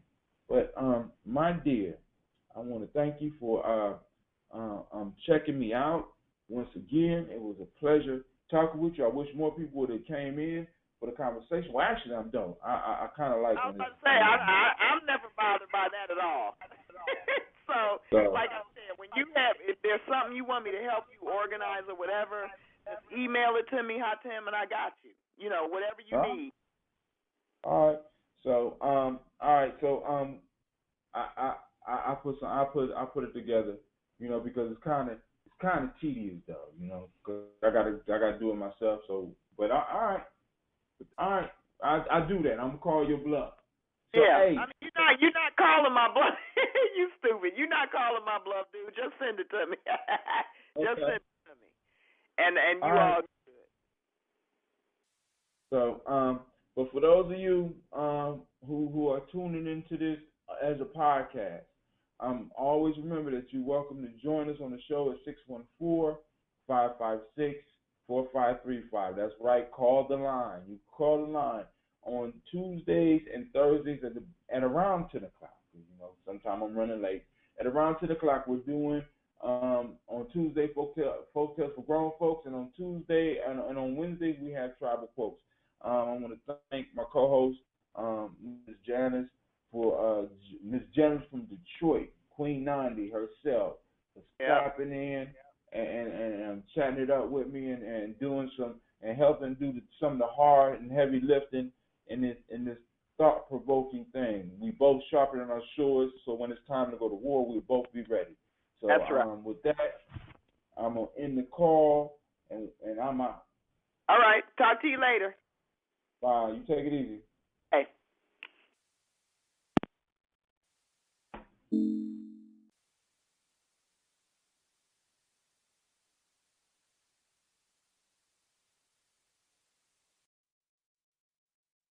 En JCPenney sabemos que nos extrañas y nosotros te extrañamos aún más. Pero ¿qué pasa si te decimos que tenemos una tienda abierta todo el día, todos los días?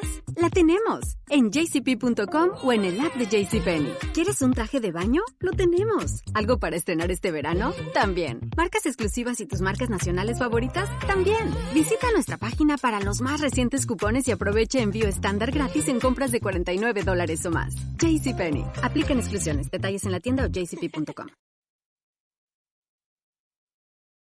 This call is being recorded.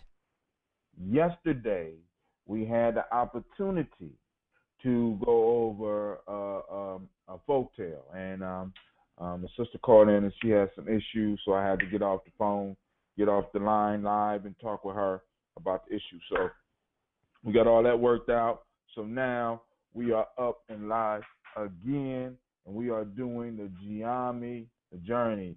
Tonight we are joined by Miss Sasha because for some reason I think she think I'm playing with her, but she ain't going to bed. She ain't going to sleep. So I don't know what's going on with that. So hey, we're gonna give her a round of applause with some effort because she really trying to work my nerves, and it takes a lot to work Brother Hatim's nerves. I'm trying this new thing with this this Bluetooth speaker over here. Maybe I could do some things with it that I couldn't do with other things. So now class is in session. All right. So now, yesterday I had an opportunity to kind of run through some of the stuff that had been going on with the camp. The camp was a lovely experience, and we are building and adding on to it. And of course, you can participate no matter where you are by joining the journey. Whether you purchase a book or whether you get a membership or however you do it, all the funds that you send here will go to support Gye-Nyame Journey and his activities because we got to keep it moving, right? Right? So now, this is what we're asking. Now, this is what I realized while I was on my run because I know y'all like, why you running so much, Brother Hatim? Well, either I could run or I could smoke.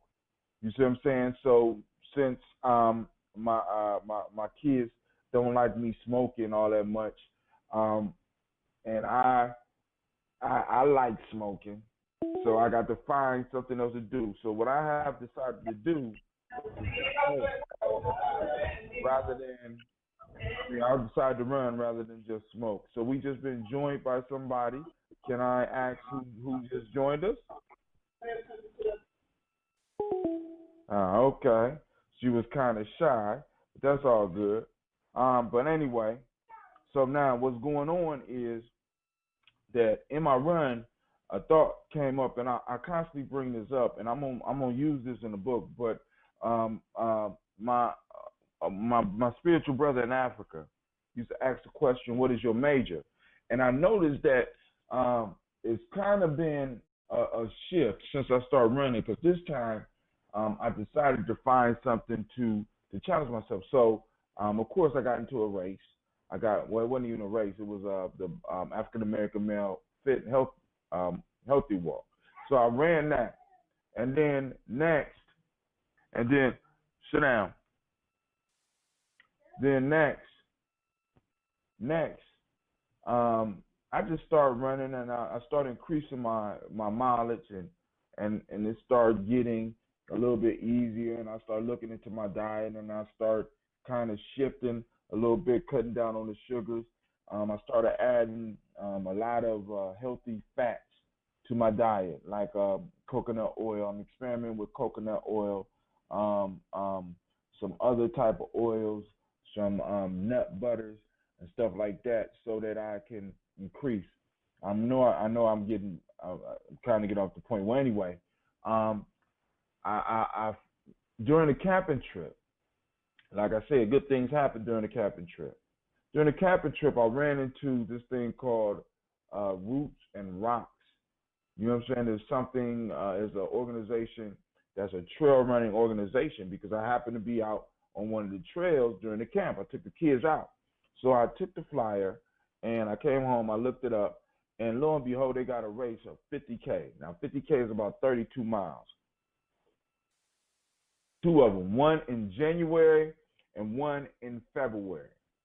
And you know I run barefoot, so I'm thinking about.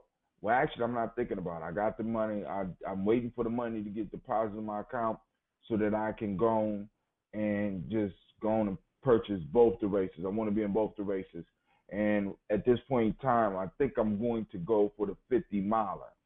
I mean, the 50 kilometers.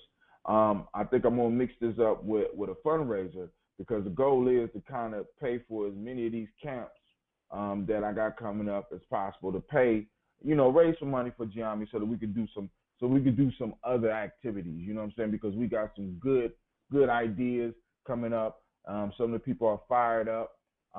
So we're going to be doing that, and we'll be talking about those things on our meeting on Saturday.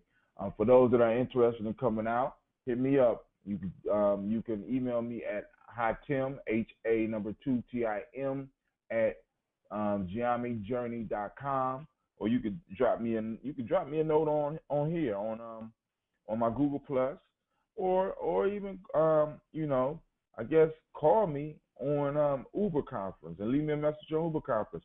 We could build, but the point that I'm trying to get to is this.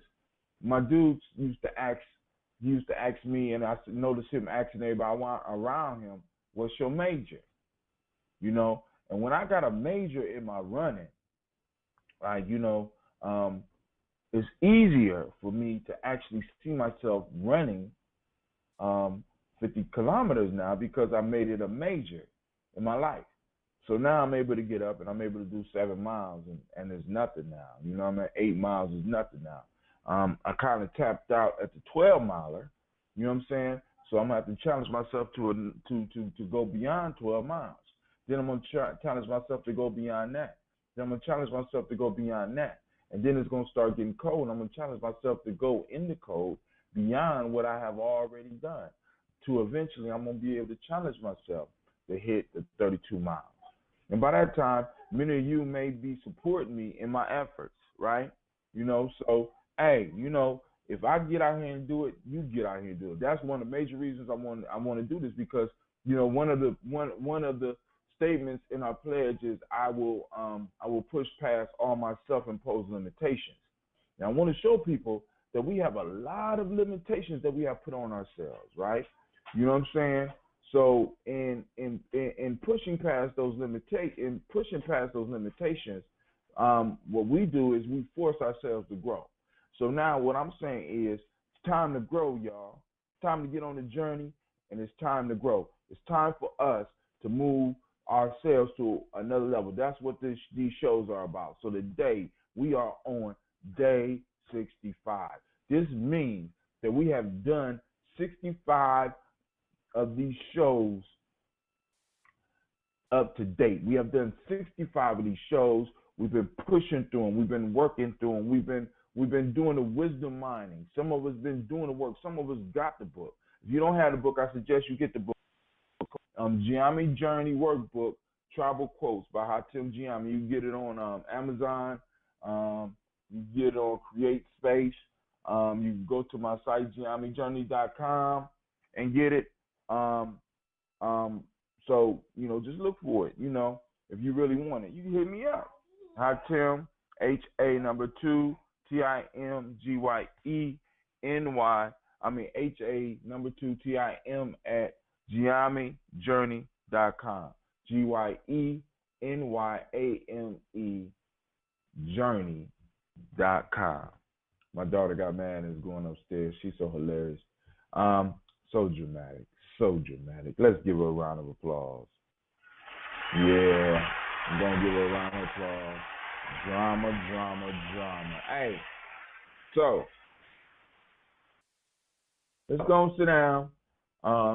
Let's drink up out of our Gye-Nyame cups. You know what I'm saying? Some of y'all got y'all Gye-Nyame cups, your Gye-Nyame mugs and stuff like that. Gye-Nyame coffee cups. We're going to sit down and we're going to sit down and we're going to chop up this folk tale. No, my fault. This proverb. We're on tribal quotes. We're going to look at these quotes real quick, run through them. So here we go. Day 65. Once again, I'm coming from Gye-Nyame Journey Workbook Tribal Quotes by Hatem Gye-Nyame. That's myself. Those of you that are on Spreaker, if you have comments, if you want to join the show, feel free. Call in at 614-556-4535. If you shy, you don't have to answer me when I ask who it is. I just want to acknowledge everybody that calls here. Hey, just realized that I just came off some road work. I'm still struggling a little bit because I'm still a little bit sore from the accident. But hey, it's all good because I got to push through. Because I got to show you that we can push through our self-imposed limits. Most of the limits you have on yourself are self-imposed.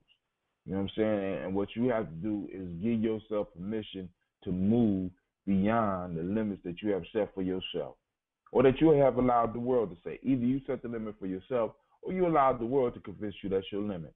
And you're stuck right now because the world is telling you that you're stuck and that you shouldn't be able to do the things that you want to do, that you shouldn't be able to enjoy your life. How dare they? How dare you allow them to do that, right? So here we go. Sasha, I need you to quiet down, please. Dig the well before you are thirsty. That's a Chinese proverb. Let's read that one again because that's a good one. Dig the well before you are thirsty. Chinese proverb. A man's true wealth hereafter is the good that he does in the world to his fellows. That's from Muhammad.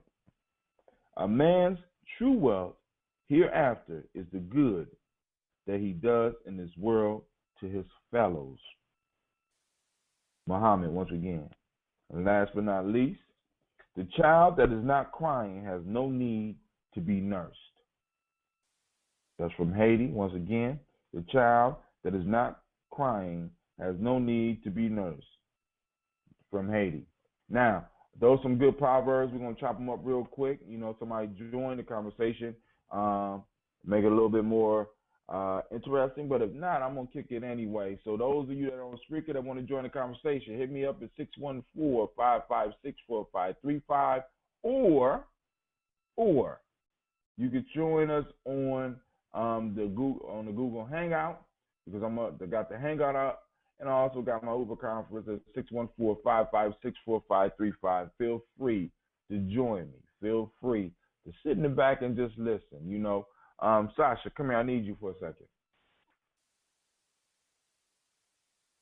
I need you to pick a number, 1, 2, or 3. Which one? Pick one. 1, 2, or 3. 1, 2, 3. Which one you want to pick? 1, 2, or 3? Pick one of these fingers. You won? Okay. So I should say we're going to do number 1. All right, dig the well before you are thirsty. Man, this right here is some simple wisdom. But, many of us overlook this simplicity, right?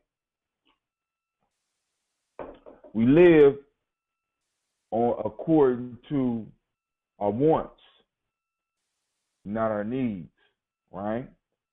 Many of us are doing everything to fulfill our wants. You know what I'm saying? And we're not striving to fulfill our needs until it's absolutely necessary. You know what I'm saying? It's like instead of digging a well for the water, we spending more time putting the bucket together. Instead of digging the well for the water, we're spending more time looking for cups. Instead of getting the well ready and digging the well, we're getting all of the implements to make the drinking of the water a bigger and better experience. You know what I'm saying? Many of us are dying of thirst in our lives because we have not took the time to dig the well. Many of us are are starving to death in our old age because we did not prepare for the old age. This is just basically a proverb telling you to do the things that you can do to get prepared. We know old age is coming. What are you doing to prepare for that? We know death is coming. What are you doing to prepare for that? We know Some form of struggle is coming. Some form of suffering is coming. What are you doing to prepare for that? You see what I'm saying? For those of you that are on Gye-Nyame, those of you that are Gye-Nyame on Gye-Nyame journey, we have to start doing things to get ourselves prepared. Once again, this goes back to the wisdom that my older brother dropped on me. What is your major? Many of us are focusing on the minors in our life rather than looking at the majors. You know what I'm saying? What is major in your life? What is a need? You see what I'm saying? Many of us are pursuing our minors. Our minors are those wants, are things that we could actually do without. You know what I'm saying? But we're not really focused in on the majors. You know what I'm saying? Many of us fail for the minor, and this is some of the ways that they got my generation to fall for the minors. You don't go to college you don't really go to college to do what you want to do. You go to college so that you can get a good job, so you can get paid. College is about making more money. Boy, that is laughable now, isn't it? For many of us, that's very laughable. We pursued the minor, which was the money, rather than the passion, which should have been our majors. You know what I'm saying? Many of us are suffering in our life right now because we did not go for our major, the thing that made life worth living. You know what I'm saying? Those things that we really enjoy. Why are you writing on the wall? Get your butt up there and sit on that couch. Don't make me turn this off. Put the pencil down on the table. Excuse me. Many of us are focusing on our minors rather than focusing on our majors. Many of us are thirsty, and now we want to get busy digging a well. But now, because of the thirst, we may die in the process of getting the free water. You understand what I'm saying? So some of y'all out there are thirsty. So I mean, it's like y'all thirsty, and you really don't have to be thirsty. You're thirsty, and your ancestors have left you all that you need. You're thirsty. It's like, I mean, some people are in the midst of a giant fresh water reservoir, and you're floating in the middle of it, and you're dying of thirst because you're so concerned about your wants rather than your actual needs. You understand what I'm saying? Many of you are dying of thirst surrounded by water. You know what I'm saying? Because you can't see the water because you're pursuing your wants rather than dealing with those things that are necessary. Dig the well before you are thirsty, my friend. Take the time now to start getting yourself prepared. Don't build your shield on the battlefield. Don't do that. That's foolishness. That's stupidness. That's unwise. You know what I'm saying? That's unwise. And our people have strove to cultivate wisdom. And we need to start, that's a tradition that we need to bring back. We need to start really, really, really waking up and start learning to use wisdom. We are the oldest people on the planet. And it seems like we acting like we got absolutely no sense in some situations. Right? You know what I'm saying? So, hey, let's start digging our wells. Like, for example, I was listening to, and I posted it up on my Facebook page. Dr. Boyce Watkins did a discussion for free from his Blackwell boot camp about how to start a business. I think Miss Tracy trying to get on, but she's trying to get on the wrong way. Let me send her the number so she can call in.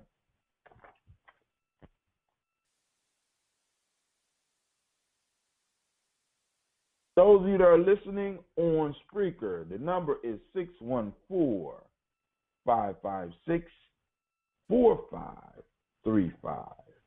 Once again, that's 614-556-4535. Call in and share your wisdom from these proverbs. Share what you think about these proverbs. You never know whose life you may affect. All right? This is Brother High Tim coming at you live with tribal quotes. Now, let's move to number 2. We're just going to do it in order since Sasha picked number 1.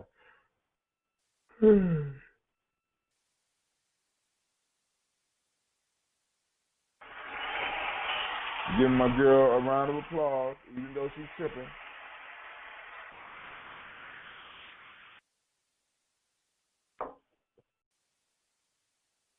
It kind of blew my mind that my little girl was scribbling on the wall. I'm like, hey, I haven't had any kids do that.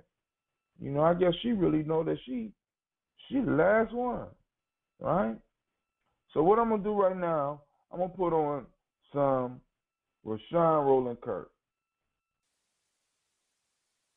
Right? Nah. We're gonna keep this. I'm gonna put on some Scheme real quick. Y'all check out some old Scheme. Alright? This is called Atlas. Why I handle some business real quick. This is Gye-Nyame Journey. This is Brother Hatim. Tribal quotes.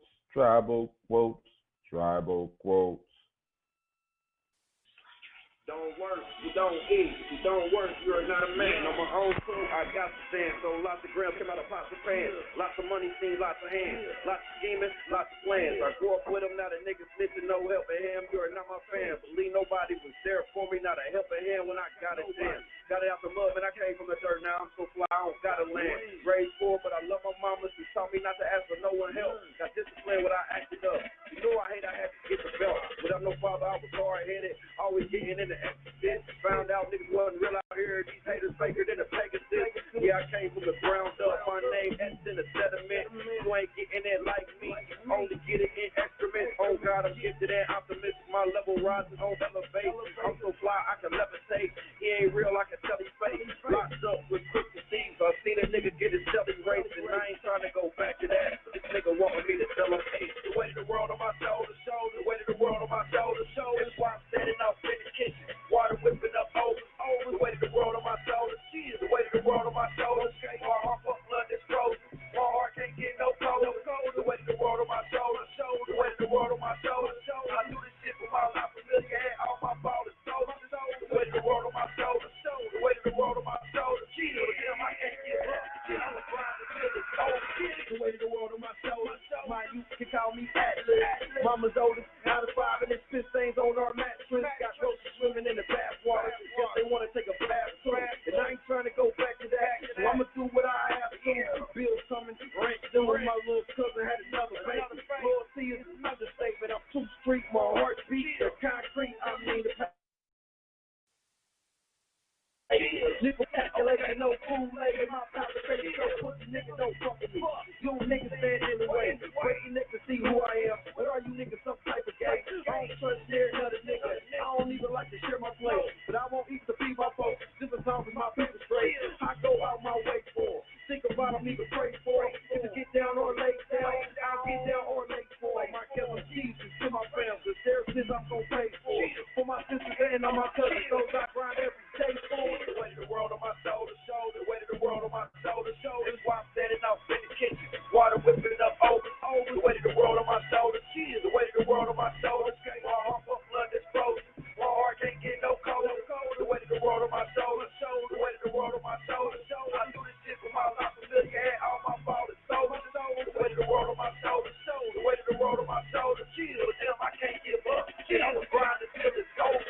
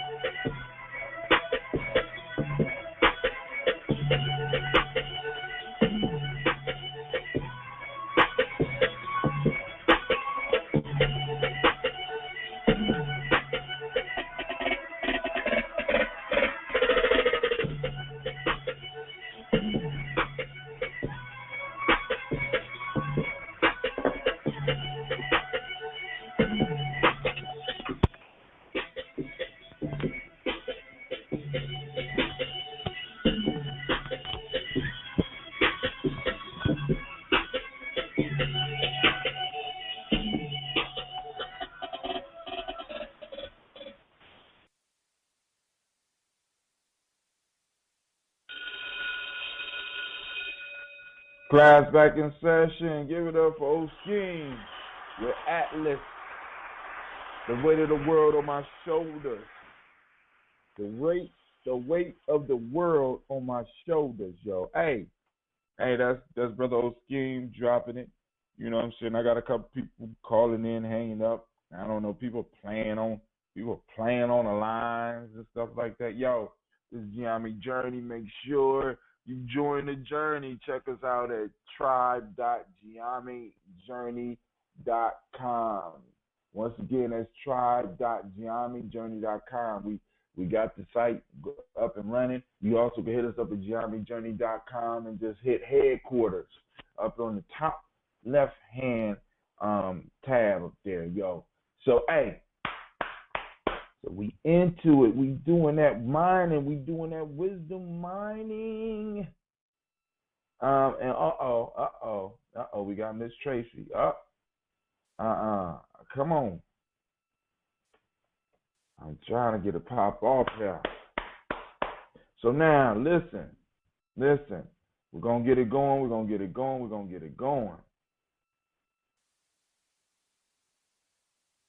4535. For those of you that are on Spreaker, you want to join, hit me up at 614-556-4535. That's 614-556-4535. This is Brother High Tim, and this is Gye-Nyame Journey, and we are on. Guess what? No, Miss Tracy. No.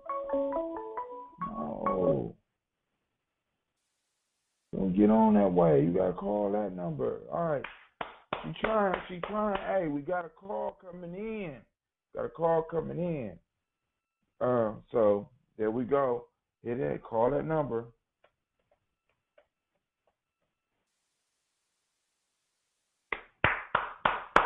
So now we're about to get it popped off. We're about to drop some wisdom. I'm about to see what's going on with these other callers that's calling in and hanging up. I don't know what's going on. You all right, Sashmash? All right.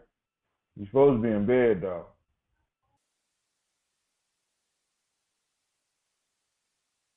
Okay. Let's see what's going on.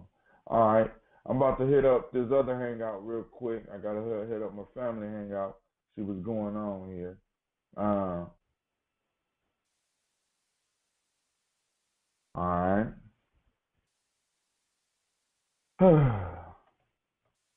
Cause you know these gonna be some good folk tales. I don't want to just go through. I can go through them alone, but hey, you know what I'm saying? It's so much better when we share together. I mean that I like that. That was a rhyme. It's so much better when you share together. You know, it's so much better when we got two people on. So who we got? Somebody introduce themselves. Shekel Mac 10. What's up? Shekel Mac 10 and Sister Tracy. What's going on?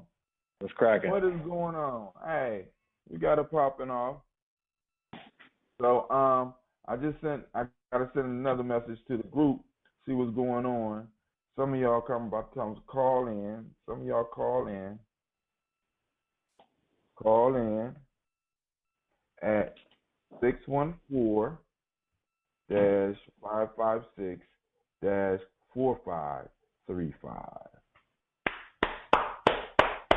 It's about to go down. Now look, I went through the first folktale. So now let's go and smash these other two because it's kind of late. Brother Tim is old. I'm getting kind of sleepy, you know. And since Shekel Mac is on, I'm going to play one of his tunes after we do this next one. I got one on my phone. If I was doing my show from the computer, we got Miss Dr. So Lovely on the line too. We got Miss Tracy. We got Shekel Mac 10. So when we finish this next one, yeah, I know that's Miss Dr. So Lovely because I hear all like in the back. So we're gonna play Judgment Day after we make it through this next proverb. Sasha picked number one. I already did number one, so I'm gonna read it for y'all. If anybody want to drop some wisdom on number one. Yes, you didn't. Sure, you didn't mean to call. You called right on the show. Whatever. All right. Somebody's talking about they was at the comedy club. You know, they could have let us hear some comedy. Whatever. You know. All right, here we go. So now check this out, y'all. Here we go. Dig the well before you're thirsty. That's the first proverb I went over. Dig the well before you're thirsty. That's a Chinese proverb. Anybody want to drop some insight on that proverb? Or y'all just ready to move on? Dig the well before you're thirsty. Thirsty is that like being prepared for your thirst. You gotta be prepared. You know what I'm saying? Don't wait. Don't wait till you're hungry to go shopping. You know what I'm saying? Don't wait till you're hungry. You know what I'm saying? In life, a lot of people is waiting around for permission. They're waiting. You know what I'm saying? Rather than doing the things that's necessary to get to where they want. Everybody know that you're gonna have to drink some water. You're gonna have, like, life is. If you was to look at your goal, everybody's gonna have to drink the wine that they squeeze from life. You know what I'm saying? But a lot of people is living somebody else's life and filling somebody else's cup up, and wonder how they got cheated as they get older and turn around and find out that their damn cup is empty. You know what I'm saying? That's what a lot of people do. So yeah, you need to be prepared. But it's also saying, like, for example, if you know that old age is gonna come upon you one day, you need to prepare for it today. If you know that you want to be in the music business, you need to prepare for it today. If you know, you know what I'm saying? Study before you do. Huh? Study before you do. Study before you do, prepare. Yeah. So let's go and look at this next one. All right, those of you in the speaker that you want to join in the show, hit me up at 55614-556-4535. I'm right now I'm joined by Ms. Darker So Lovely, Shekel, Matt, and Miss Tracy. You know what I'm saying? Y'all ain't gonna be able to hear him on this side. You know what I'm saying? But if you call in, you will be able to hear him. All right? So now, here we go. So I'm going to upload this show, just like I got to upload the other show from last night with me and Miss Darker So Lovely. I have to go on and upload that part of the show. I haven't uploaded yet because I'm tired and I'm finished my run. So the second one is, a man's true wealth hereafter is the good that he does in this world to his fellows. That's what the Prophet Muhammad. All right, who at the club? I do my fashion wall. They come behind me. Circle, where you at? I'm at the flat. Who in the background yelling? Somebody back there yelling. Ain't nobody. Somebody talking, but ain't nobody yelling. Okay. Your phone is good. Your phone is good. All right, here we go. So a man's true wealth hereafter is the good that he does in this world to his fellows. Anybody want to take a shot at that one? A man is his weight is of his work. Say again. His weight is of his work. His weight is in his work. His weight is up his work. A man is as he do it. A man is as he do it. Anybody else? I was gonna say it speaks to legacy. It speaks to legacy sometimes. Yeah, it speaks to this idea of legacy, how you will be remembered, right? So a lot of times we think in the now, you know, and we're not thinking in it's related to the first proverb that you read, but we think in the now, and sometimes we don't think in the later.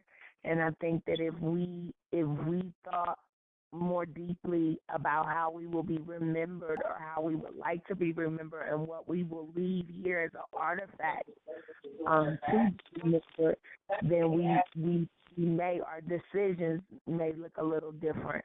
The choices we make may look a little different. The service that we provide, the types of professions that we choose, those things will look a little different when you start thinking more deeply about your legacy.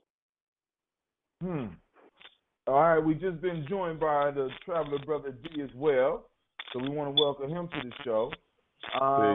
Ms. Tracy, you want to take a shot at it? No, whatever background I was, I didn't hear the proverb, so I don't. All right, cool. Once again, the proverb says, "A man's true wealth hereafter is the good that he does in this world to his fellows." Hold on, I'm gonna silence these so I can make sure. All right, it says, "A man's true wealth hereafter is the good that he does in this world to his fellows." Can anybody hear that? Did you hear that? Yeah. Okay. So I just want to make sure you hear it so that we can make sure. All right. So now, man, see, and I'm thinking that this one is talking about people putting their wealth or thinking their wealth is somewhere where it's not. This one is stating that, I mean, basically what Muhammad pointing out here is where the real world economy is. It's about bringing value to others, not just bringing value to things. Not just bringing value to things. You have to deny yourself. You say who? You got to deny yourself. Sometimes the proverb that you just mentioned is in the restricted law. Break it down. The proverb that you just mentioned is in the restricted law. You got to deny yourself. Your wealth determines your weight in the hereafter. With the good that you do on the good that you do in this world determines your weight in the hereafter, and it depends on what hereafter you're talking about.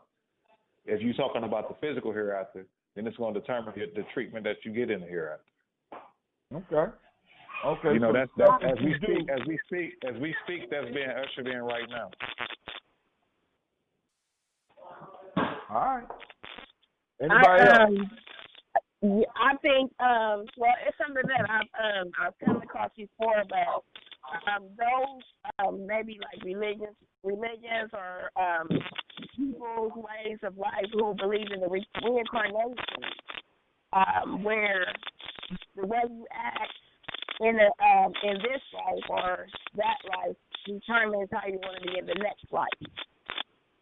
You know, like, okay, well, since you were so mean, you're going to come back as a snake, or, you know, and such that, like, you know, like, or just to get to come in as to come in as something bad, you know, say that, you know, well, your last life you must have did something bad, you know.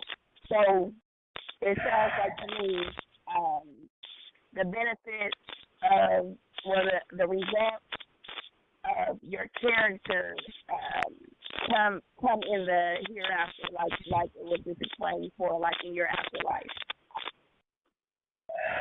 All right, now I want to stress this. Let me read this again because I think y'all might be hearing hereafter a little bit different because this is not the heaven or this. It says a man's true wealth hereafter. From here on is the good that he does in this world to his fellows. Not in the hereafter. Not a man's wealth in the hereafter. It's a man's wealth hereafter. From now until is the good that he does in this world to his fellows. So I just I'm sorry, like how it's the benefit of how you treat others, kind of like that sounds more like that sounds more like what goes around comes around, like you treat the way you treat others, you know, a respect, again, not so much as death. We're not talking about death now, but a respect on your life later, you know. My dad is he's always he had always been a really helpful person. Like, he's not gonna see a woman like broke down on the road, needing her tire change, he'll stop, he'll help her. You know what I'm saying? He's always been like that. And I noticed that, but I've also noticed too that he's like just having stuff given to him. Like he had a Lincoln, the car, a Lincoln given to him. He's had a band given to him, just give it to him, you know. And the way I look at that, I reflect back to the what goes around comes around. Like, you know, the good that he put out came back to him. Good came back to him. So that's how it sounds to me. I have something to add on that. Go ahead. All right, so I agree exactly. I believe that's Miss Tracy speaking. I believe wholeheartedly what she's saying. And though I am not well versed in the Bible, I do believe, like, where she talks about, where the Bible, like, every book has a theme, right? Has a message that is wanting to give you, or a reoccurring kind of message, right, all throughout it. And my interpretation, one thing that I get from the Bible is you reap what you sow, or this whole idea of what you give out comes back to you, or, you know, what's done in the dark comes in the light. You know, things like this, it just keeps coming up in the Bible, and I think that it goes back to this idea of energy and of God being energy, or this being, or not even this being, this spirit that we refer to that is actually this energy. And that's why this whole you reap what you sow is so major. It's so major. So anytime you're putting out, that comes back because it's energy. And that's how we are even able to be here in the here and now, is through this energy. The fact that we walk and we're spinning, Earth is constantly rotating, and we don't feel all of that is because of energy. So energy is key in everything we do, and that's why we have to be mindful about that. But I also want to say that when you're saying hereafter, those people who, if we interpret it that way, I don't see why that would be wrong either. Because for me, in my experience with death, I've had so much experience with death. And when I think about my guardian ancestors and the fact that they're gone, but I still feel their guidance and hear their whispers guiding me, I think that that's because in their afterlife, if they did more good, I'm trying to, and this is my own interpretation about how it's going to be determined on how you will spend your eternity. But I feel like if you do more good, more harm than you do good, if you have more positive, you know what I'm saying, that you become you become godlike. You know, that is what happens with your soul. But I believe that there's some people who wreak havoc here on earth, and I don't believe that they get the same response that those other people get. And it's just very simple. Did your good outweigh your bad? Like, did your good outweigh your bad? I've experienced death so many times, but there was one particular time that I experienced death where I was haunted. And it wasn't like this I could feel this negative energy. I could feel it. You know what I'm saying? Like, it was real. And the only thing I could think was that this person's bad outweighed it. And because of that, something else had to happen to their soul in the afterlife that wasn't so pleasant. And this is why they're haunting me. I've lost my mother, my grandparents, foster parents, and none of them haunted me. I could feel their presence, but it was always pleasant. You know what I'm saying? It was right. That extra, that spirit looking over me, you know, that whisper, that voice, you know what I'm saying? It was pleasant. But this particular instance, I was haunted, you know, and that's when I realized that if your good does not outweigh your bad, there is a way that you too will suffer. in this afterlife, whatever it's because our soul is the spirit anyways. Once our flesh is gone, something has to happen with our soul. You know what I'm saying? Something has to happen with our soul. Is it going to is it going to elevate and be that God-like spirit, or is it going to be grounded here? I got a question. I'm gonna bring it back real quick, but the reason I'm saying, because when I'm reading it, because you got to look on the screen or you got to follow the link to so that you can see it on your phone. It says a man's true wealth hereafter. It don't say a man's true wealth in the hereafter. It says a man's true wealth hereafter. From here on is the good that he does in this world to his fellows. So it sounds as if there's a different standard of wealth being declared. You know what I'm saying? Which goes, I agree with you, which goes to energy, towards energy or that essence, you know what I'm saying? Because if I'm spreading this good energy, I'm going to reap this good energy. See, because I for one, is just only my opinion. I don't like the whole. I'm gonna quiet your mic for a minute, baby. Hold on. I'll put you back on in a second. I, for one, don't like the whole idea of focusing on doing things to get in the hereafter or into the hereafter. You know what I'm saying? I believe that we need to live to the fullness here. You know what I'm saying? We need to live by our principles. We need to pull out and exchange that energy, that true economy, that energy between ourselves. Part of the reason our community is not doing good is because we are spreading our wealth to others. A man's true wealth hereafter is the good that he does in the world to his fellows. We're not. To me, it sounds like we're not doing like a legacy. You say, huh? To me, it sounds like a legacy. Right. We're not doing good to our fellows. We're doing good to others. You know what I'm saying? We decide that we're going to do good to others rather than do good to our fellows. And by doing that, we rob ourselves of our wealth. But now, getting back to what sister said, Dark So Lovely, what she said as far as are we going to rise to God's Spirit? I have this question. What if we were never separated from the God's Spirit? What if we are operating in God's Spirit already?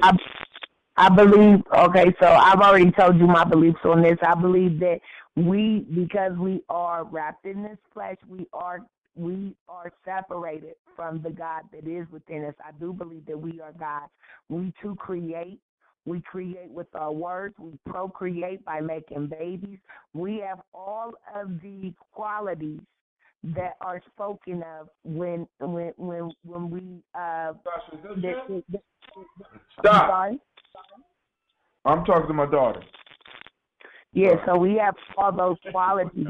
But I will say that I just had a talk with my son, and his thing was, he wants to do the right thing, and I told him something very simple, a guiding principle. Something just to keep in your mind. If you aspire to be righteous,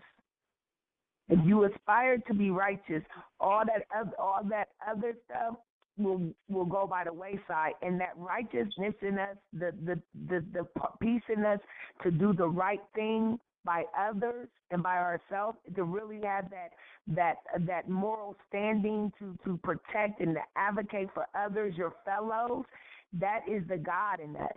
That is what is naturally dwelling in us. But however, because of all these other things that are impressed upon us, we get separated from the God in us. We get separated from now, because this is why I love having you on the show. Listen, if God is omnipotent, which means all-knowing, omnipresent in all places at all times, omnipotent, which means all-powerful, how can you be separated from that? How are you? You are separated from that. The way so many of us are separated from this is because our pineal glands have been calcified with foolishness and fuckery. Wait, stop. Hold on, stop. I can say the first three. Hold on. Now, that gland that you're talking about is a physical part of the human body. You just said that we can't connect with God or connect necessarily with the spirit because we wrapped in flesh. But now you're talking about a part of the flesh.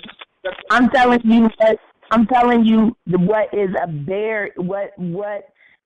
I'm telling you what causes us. The flesh is what causes us to give in to certain things that are not righteous, that are not innately in us. Right? There are certain things that are innately in us, and there are things that have been impressed upon us, that have been used against us, that have been done to us to disconnect us with our God. That is why there's socialization. That is why Europeans are mass manipulators, because they do what they have to do to make sure that we are disconnected with our God, with ourselves, with our higher being. They make sure, and how do they have all kinds of tactics that they use. They keep us, and this is what keeps us from our greatness a lot of times, because we can't even recognize or relate with or be in touch with our inner self, our God, our spiritual side, our spirituality. We're out of touch with that. Maybe we out of touch with it because we don't believe that it's possible to get it in the flesh. Because a lot of these current religions basically tell you that the flesh is all wrong and you need to destroy the flesh in order to get to it. And if we were to follow a lot of the philosophies that come from a lot of these books and a lot of things that we're being told, you wouldn't be here, I wouldn't be here, Brother Devin wouldn't be here, Shaka wouldn't be here, Tracy wouldn't be here, the other people that's listening to us online at this point in time. Speaking of that, those that want to join the conversation, please hit us up at 614-556-4535. Miss Darky So Lovely is dropping it. You know what I'm saying? And we're having a good conversation. Now, I'm about to turn off the speaker in a second. You know what I'm saying? But I hear you, Miss Darky So Lovely, but it's like I'm not all the way there. You know what I'm saying? I'm not all the way there because I'm thinking that like like when you told me not to call it white supremacy but call it hegemony. You know what I'm saying? And it's perspective. Hold on. I'm saying that what you're saying is one, it gives the enemy too much power. Because the issue is that we have never been separated from God. Okay, so let me tell you this. The problem, you said that I'm giving the enemy too much power, and I believe that the problem with us is that we don't give the enemy enough recognition. We can't even see their plan, and that's how we fall into it. So if we don't know to keep us from operating on a higher frequency, that we can't operate on the frequency that we were designed to operate on. That this melanin, I mean, we all have down to every blade of grass has melanin. I know this, but I believe that we operate on a different frequency. We grass, every living thing has melanin. The melanin is the source of all life. It is found in the universe. It is found in us. It is the source of all life. So what is chlorophyll? Chlorophyll is something that the grass has that helps it turn sunlight to energy. But it's the chlorophyll. There's no living thing that doesn't have melanin in it. They even found melanin in the universe. So everything. Wait, time out. See now this is what we get now. What do you mean they found melanin in the universe? I mean, of course they found it in the universe. They got it in our skin. But what do you mean they found it in the universe? Melanin was found. Melanin was found in some particles. some particles that they found in the universe. So I guess when they're going excavating, going to the moon, and they're studying, what they found was melanin exists in the universe. So and that is in us. And that's how I know. That's where I come up with some of my feelings. So, but what I'm thinking about is this frequency that we are designed, that we could possibly, and we have in the past operated on, and that so many of us operate on. So many of us operate on this frequency, and that is why we are the creators. That's why you wouldn't have the things that you have even in America if it wasn't for a creation of a black person, because that's what is naturally. That's natural. We have high doses of this. We operate on a different frequency. Wait. Time out. We got an abundance of this magic element in our skin and in our body. We have a darker quality that absorbs the sun rays, and you telling me that we can't vibrate at a certain level to we don't.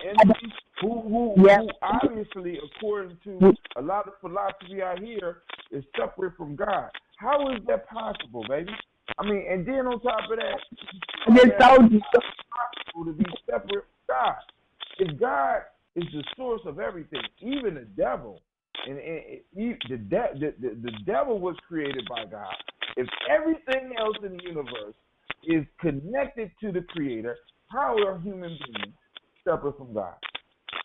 I'm telling you, I'm going to tell you one more time. And this may not be for you, this may be for those listening and on the internet and elsewhere. I'm speaking to us 3 years from now. I'm speaking to those people who you still in my lines now? You heard us still in line, right? Go ahead. I'm speaking to us 3 years from now, right? I'm speaking to us 3 years from now, and I am saying that the reason my people are operating on frequencies and doing things that are not of us, that are not the demonstrative of our God, our God-like, our God in us. The reason why we are doing things that just are counterproductive to our progression as a people, part of the reason is because we are not able to operate on the frequency that we were designed and we innately operate on, because there are so many people who seek to control. And the one thing that they know, they have majored and perfected in the art of providing the disconnection amongst us.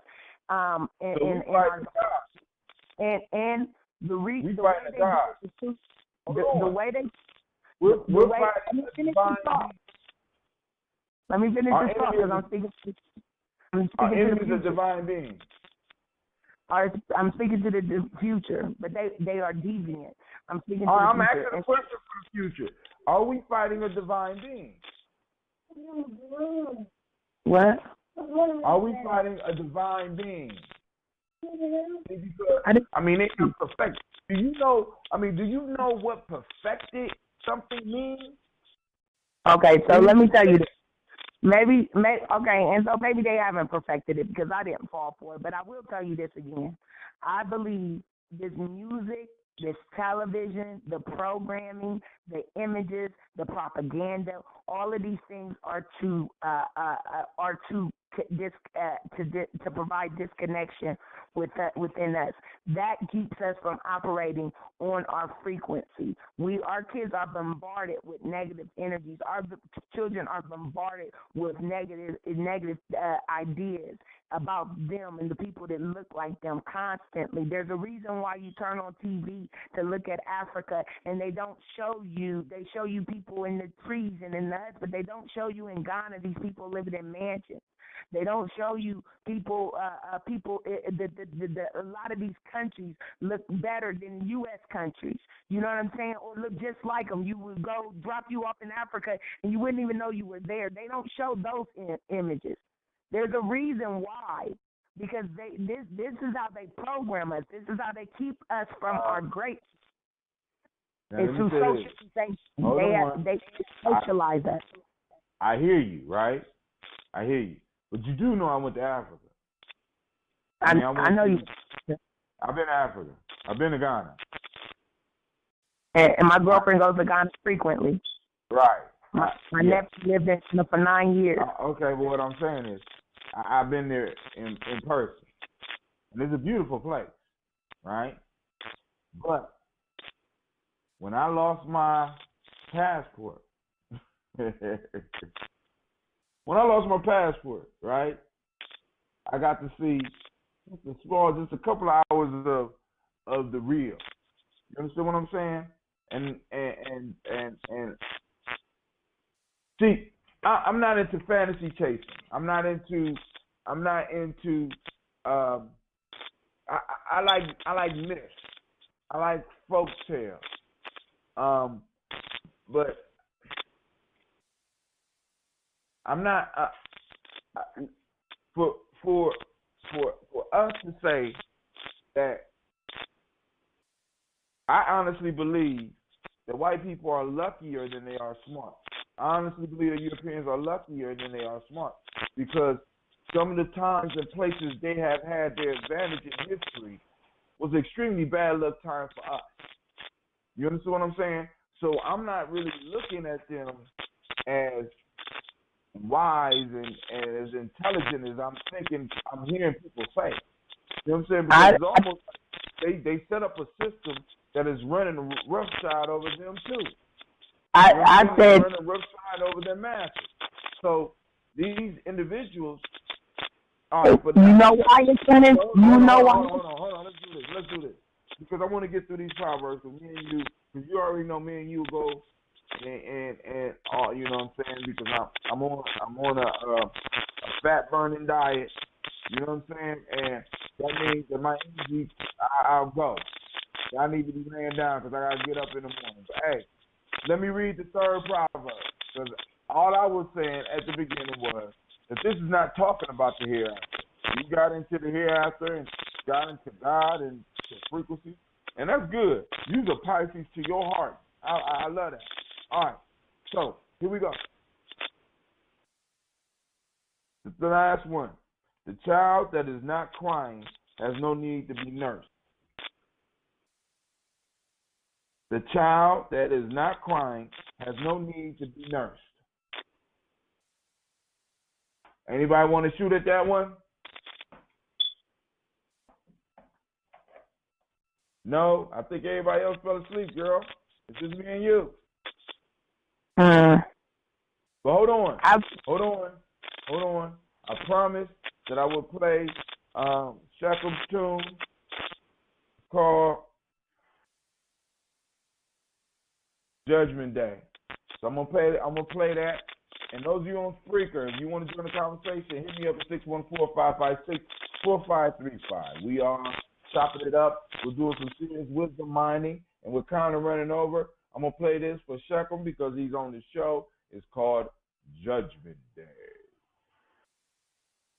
With no further delay, let's give him our undivided attention, and let's receive Brother Minister Nuri Muhammad with a warm round of applause. Come here. I need you to go to bed. Good night. Go upstairs. Thank you, family. The merciful, I bear witness, there is no God but Allah, and I bear witness that Muhammad is indeed his messenger. I'd like to greet my brothers and my sisters in the greeting words of peace of Assalamu alaikum. How's everybody today? All praises are due to Allah. I'm doing well myself, striving in Allah's name to make my word my bond. Thanking Allah to be able to celebrate a Savior's Day. To actually have met a Lord and a Redeemer for the black man and woman in the whole world if they only but understood. And I'm talking about the greatest black man that has ever lived other than God himself, the most honorable Elijah Muhammad. All praise is due to Allah for the most honorable Elijah Muhammad. Yeah, Columbus most dangerous up in here for the year 2014. Yeah, Grime Life Entertainment. It's got you calling on your teeth. Stomach full of pork chops. Wake up on the streets is getting beat up by my wreck shop. The enemy keeps me switching from the scripture. Blood to any scripture. He put you with devilish way. He got you straight. You see the picture. Vision it clearly. Maybe you near me, not to hear me. Just prophets of body coming from my lot so severely. Rain, snow, hail, and earthquakes. The world will shake. Let's watch these white devils fall. That is your fate. Vanilla killer, cause it's judgment day. Ain't no mistake, ain't burning hot. It's our time you pay for slavery.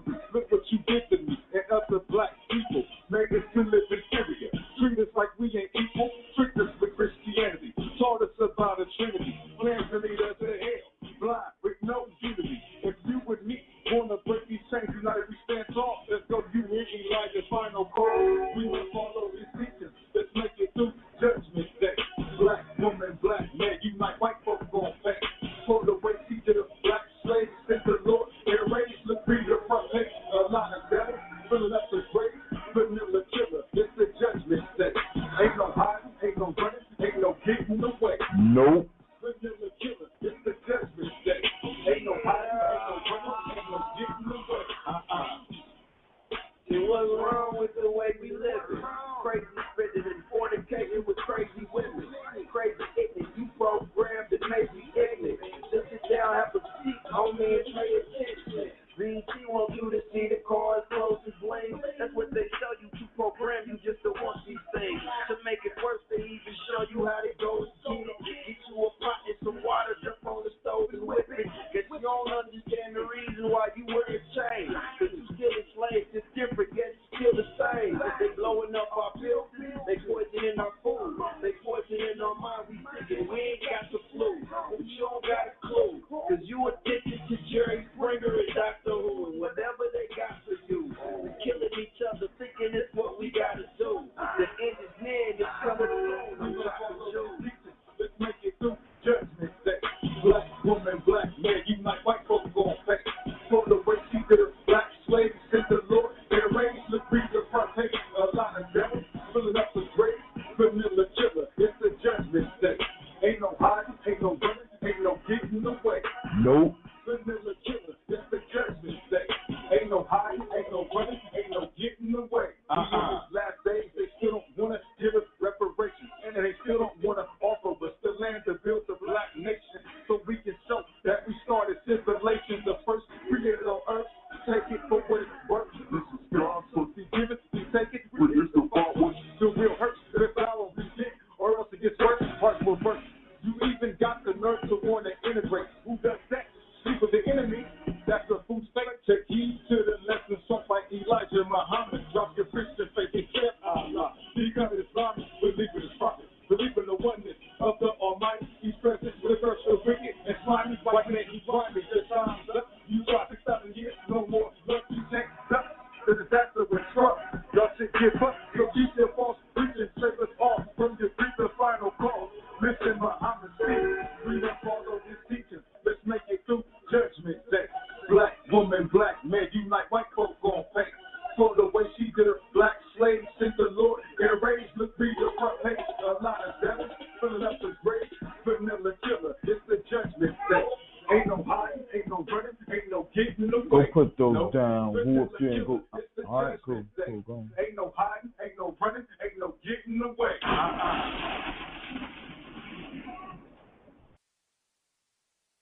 Of course, y'all know that's Judgment Day by my brother Shekel Mac 10. I don't know how y'all heard it on y'all end, but it's playing clear on Spreaker, but I don't know how y'all heard it yet because I ain't get a chance to go back and listen to it. Could you hear it? It's talking so lovely. I can hear it. You heard it clear, or was it? Yeah, it was clear. It wasn't as clear. It wasn't as clear as it was the other day when you played the song, but I could hear the words. All right, cool. So, I got me a little message that worked. So here we go. The last proverb is called wisdom mining. Get your mind warmed up. I hope you got your mental picks together so that you can go on and find the jewels that's laying in these proverbs for you. Those of you that are listening on Spreaker, and those of you that are listening in the future, I want you to take time to go through these. Listen to our discussion, but I want you to look at the proverb and see what you can see. That's a gift to you from the Creator, the ability to define for yourself. You know what I'm saying? I have always stressed everybody that's been with me that you need to be able to think on your own. You know what I'm saying? Because I got an opinion, and I'm flawed. I got flaws. You know what I'm saying? I don't want to be perfect, because if I was perfect, life would be boring. You know what I'm saying? So I strive for certain things. I build. You know what I'm saying? And sometimes it's right, sometimes it's wrong, but I'm always trying to pursue I'm always pursuing my major, as I talked to y'all earlier in this podcast. So we're on to the last one. The child that is not crying has no need to be nursed. So the way I look at it is those things that you have already mastered and perfected, you don't need to put as much emphasis on them. It's the things that you need to strengthen and get better at. And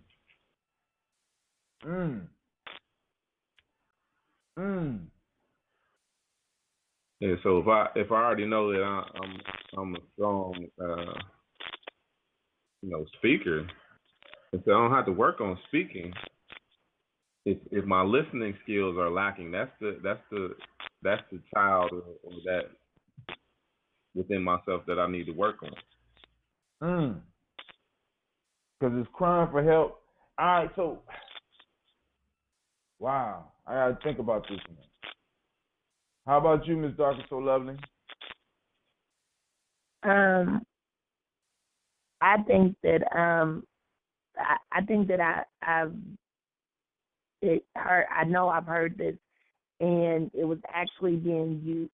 It was actually being used to when I was raising my oldest son, and I can't remember who it was, but they were giving me examples of how I was ruining him, i.e. spoiling him.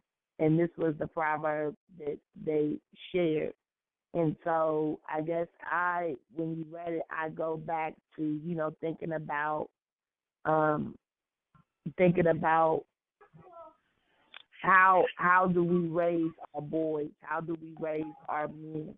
And this whole idea, we often hear this criticism of single mothers and how they are blamed for a lot that is going on with our males today. And when we think of, and I'm not trying to offend, but when we think of the homosexual agenda, or what some people might call the epidemic that's going on now with this whole thing with the boys and the feminine, them effeminizing. And they, like I said, they often blame the single mother.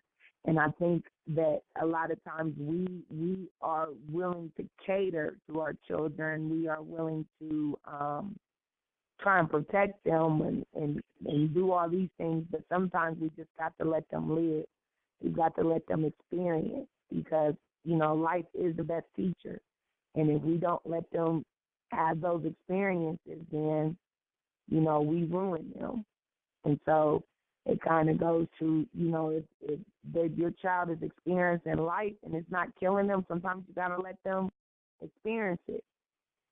And know that when they're screaming out, when they can't take no more, then maybe you step in. But other than that, if it's not killing them, chances are it's helping them.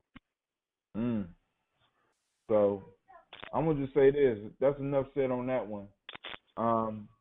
So what I'm going to do is I'm going to close the show. For those of you on Spreaker, you know what I'm saying, you still can leave your opinions by calling the line at 614-556-4535. Understand that as soon as the line come on, it will start recording. I want to thank my guest. I want to thank Brother Keely Traveler. Excuse me. I want to thank Ms. Dark and So Lovely. I want to thank Shekel Maxine. I want to thank Sister Tracy. I want to encourage everybody to join the journey. Get yourself a Gye-Nyame Journey cup. Get yourself a Gye-Nyame Journey scroll. You know what I'm saying? So you keep notes in class, coming out with pencils and all that. You know what I'm saying? Just little stuff. And then also be looking out for the sponsorship page that I'm going to create, because I'm looking for sponsors as I embark on hitting this 50 kilometer the 50 kilometer run. I'm doing it.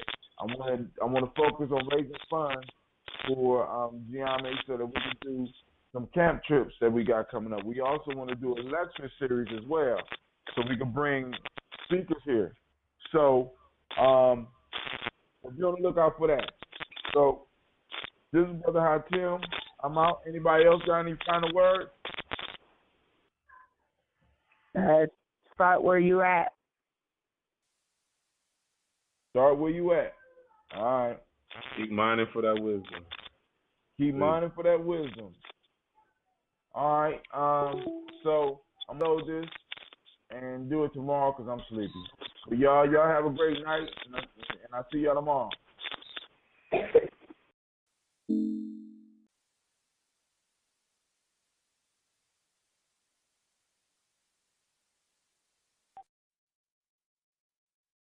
Ace is the place with the helpful hardware, folks. The world's best dads deserve the best Father's Day gifts, and Ace is the best place to find them. We have a great collection of brands dads trust, like outdoor power equipment from Steel and Ego, power tools from Milwaukee, grills from Big Green Egg, Traeger and Weber, and coolers from Yeti. Find them at your neighborhood Ace or order online for curbside pickup or delivery, and make this Father's Day one dad will always remember with gifts he'll love from Ace. At participating stores, see store for details.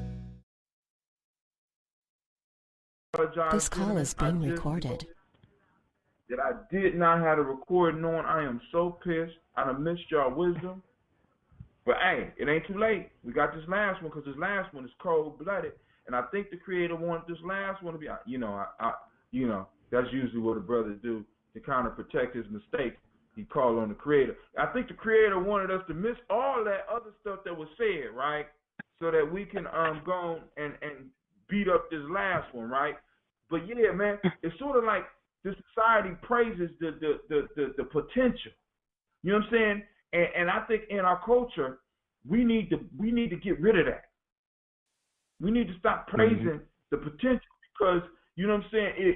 It's like many of us are resting on our potential into the later years in our lives. This is why we got so many, and elders that are listening, please forgive me. This is why we got so many late year elders.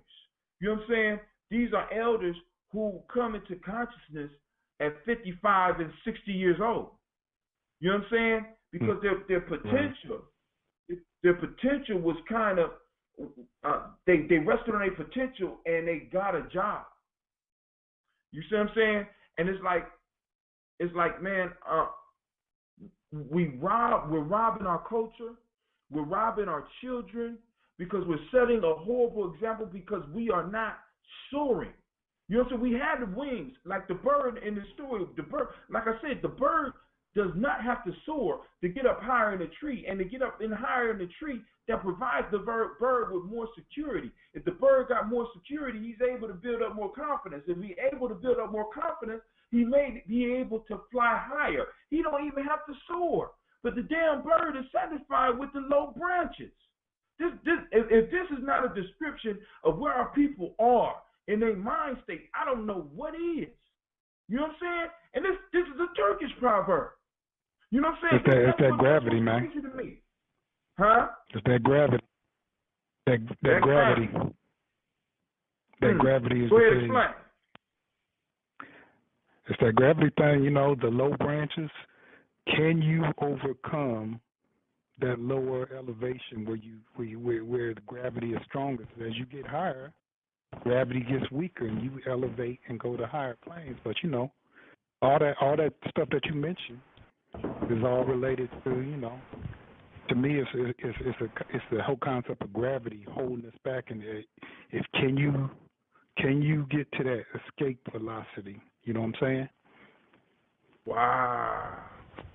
See, those of you out there on Spreaker, y'all just missed that. My brother, listen, Brother Shamsu just dropped it. Hey, He said, excuse me, because I got people on that might be listening out here on Spreaker. Well, I ain't even gonna tell y'all. Y'all got to call in at 614-556-4535. Maybe he might repeat it. Give him a round of applause. Dude. Hey. Dude. But you have just cracked my head open because you said that the higher you go, the weaker gravity becomes. So that means that many people, far as the mental state, their mental state are so low that the gravity pull is so strong, so it's hard for them to get the simple things. But if they were to try to get that escape velocity by doing the things to push their mind, they will start rising up to eventually the thinking and the ideas will come to them easy. My goodness. Check this out, Hacha. And say, but if we really realize who we are, just think of our hair as a people and what it does when it's in its natural state. It actually defies gravity. You look at everybody else on the planet's hair, it falls back towards the earth because gravity is pull on it. But ours, in its natural state, defies gravity. It does the exact opposite. But yet, there you go. Here we are having individuals that are wanting to try to change the structure of what's within them so that it can be like everybody else's who's being pulled back down. Because it looks so good to be down, huh? There you go. And I keep on going back to Dr. Amos. I think it's Dr. Amos Wilson. He says that the idea of white supremacy was to turn the whole world upside down so that we would see something down and think it was up. You know what I'm saying? And we would start striving for the lower states. It's almost as if we have been. It's almost like there's a curse on our community to get our children and to get us to start striving to see how low we can go. How you know what I'm saying? Seth Gooding described it as racing towards the bottom. We do it in business. I'm looking for the cheapest prices that I could get, and by doing that, I'm looking for the less I could pay people the less. I'm racing towards the bottom. And as a culture, we're racing towards the bottom. Now we're so close to the bottom that we can no longer create like we used to. I mean, the music sounds totally different. You know what I'm saying? Because I love the fact that hip hop practiced Sankofa, going back and fetching it, but it's almost as if we'd have practiced that so long that now a lot of our musicians, or a lot of the people that are stated to be our musicians, no longer can even play music. They can only take something from somebody else and dice and slice it up to come up with a beat, rather than being able to create a beat themselves. Hell with the beat, being able to create music. You know what I'm saying? I think about the Love Supremes, the Love Supremes from back in the day. I think about Duke Ellington and his band. You know what I'm saying? I love hip hop. I have always loved hip hop. I still love hip hop. But the piece is, you know what I'm saying? We have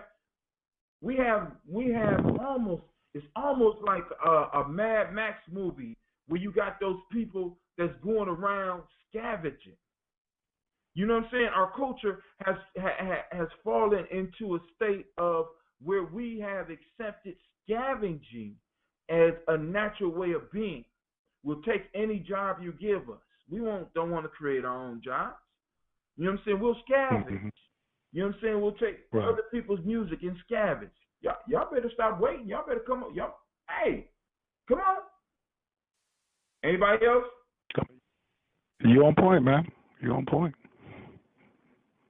So now, let's move to this last one, because we at 10:41, and I don't want to hold nobody too long. I just got done running. For those that don't know, I'm going to be, I ain't racing, but I'm going to be in a 12-mile run, a 13-mile, a half marathon on Sunday. Now, I think I might be able to do it just at 2 hours. I'm trying to go sub 2 hours. You know what I'm saying?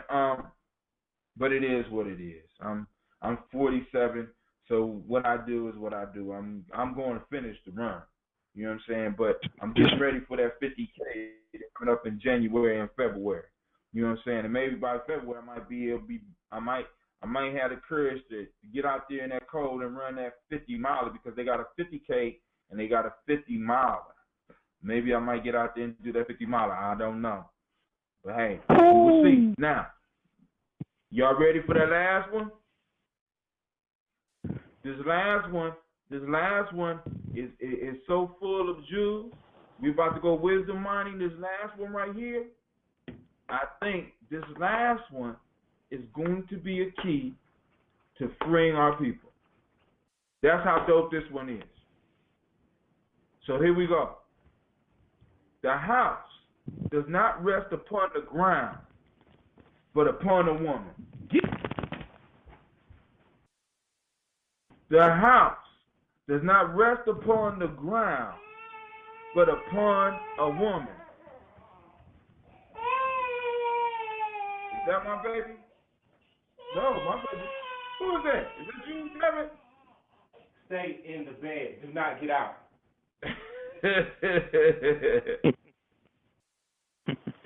Turn your mic off when we call children's services. Turn your mic off when we call children's services. Hey. Get out the bed, come on. Anybody want to hit that one? The house does not rest upon the ground, but upon a woman. Well, the woman is the foundation of humanity. She's the foundation of the household. She's the foundation of the care of children, and therefore the future of humanity. And therefore, it's not upon the ground the house rests. It rests upon the foundation of womanhood. Man. Well, you know, huh? I said, well, she is the earth. Hey, and I have always heard of as Mother Earth. Hey, but then let's go back to the third one. No wonder can ever know the full meaning of a home. No wanderer can ever know the full meaning of a home. And then we go to this one. It says, the house does not rest upon the ground, but upon a woman. A wanderer could never really know. I mean, because when we use the word know, I know in the scriptures when it says, and he knew her, it ain't talking about just her phone number. There's a certain level of intimacy when you know something or you know someone, right? So no wonder could ever know the full meaning of home. Knowing requires intimacy. If you are a wanderer, you cannot be intimate. And in a sense, and it says the house does not rest upon the ground, but upon a woman. You cannot know a home, right? You cannot know a home if you don't know the woman in the home. And I'm not just talking about in a sexual way. I'm talking about in intimacy. And if you don't understand, and if you don't know the role of the woman intimately, right, you can never truly build a home. You can never truly build a culture. You know what I'm saying? And I keep telling people, the foundation of all of our cultures have always been based on the woman. And when the woman is off course, our cultures are off course. This is why you notice that within the last 30 years, and even now, they still trying to throw this up, the plight of the black male. They throw this up in our face, right? It's the plight of the black male. We need to fund programs to help the black male, but it's not the black male that needs the help. It's the black woman that we need to focus on. It's the black young girls, because we all know as men sitting on this call that everything we do is to impress the woman. If women are accepting gang banging and pants hanging off your ass, this is what men will do. You know what I'm saying? If they accept jerry curls, this is what we gonna get. You know what I'm saying? If they accept gold teeth, this is what's gonna happen. If they want a gun toter, this is what's going to happen.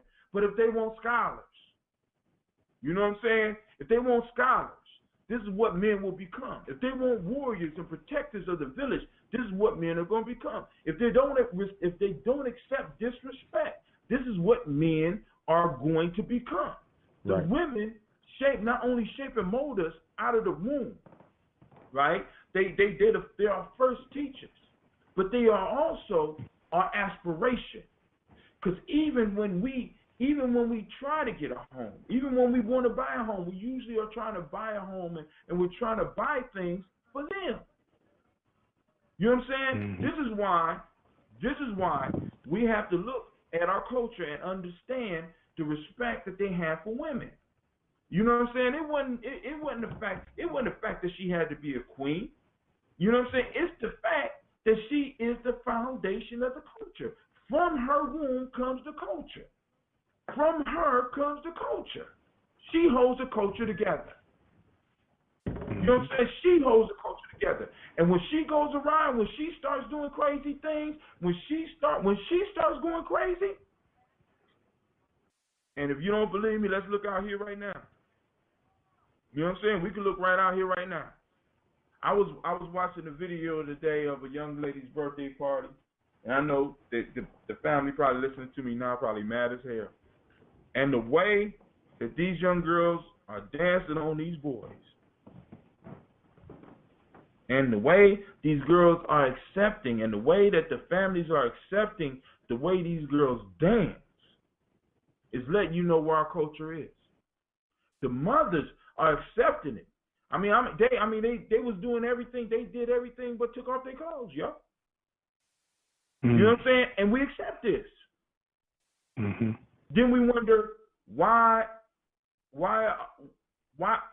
can't we start businesses in our community?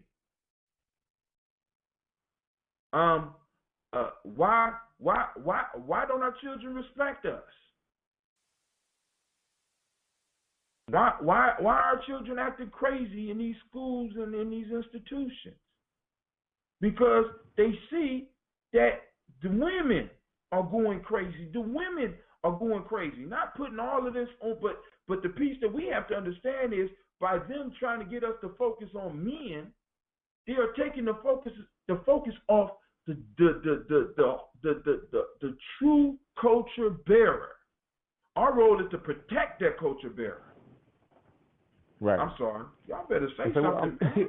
And so, I've even heard, that the way that our ancestors also will portray the Creator, if they had to give the Creator a human-like form, it was in that of a female. And so it's the woman who creates, and we as males, we donate. So it's our job to protect the Creator. To protect and surround and, man, dude, go ahead. Somebody else is about to say something. No? No, that's on point. Now, and since we talking about this, because me and Daoud talked about this, and I spoke about this before, and when we look at our cultures, we know, regardless of what culture we're looking at, single motherhood is nothing new. We want to act like this is something new. We want to act like this is something that's been happening since slavery. But if we go all the way back to Kemet, you know what I'm saying? I can name two prominent single mothers right now that the culture of Kemet is based on.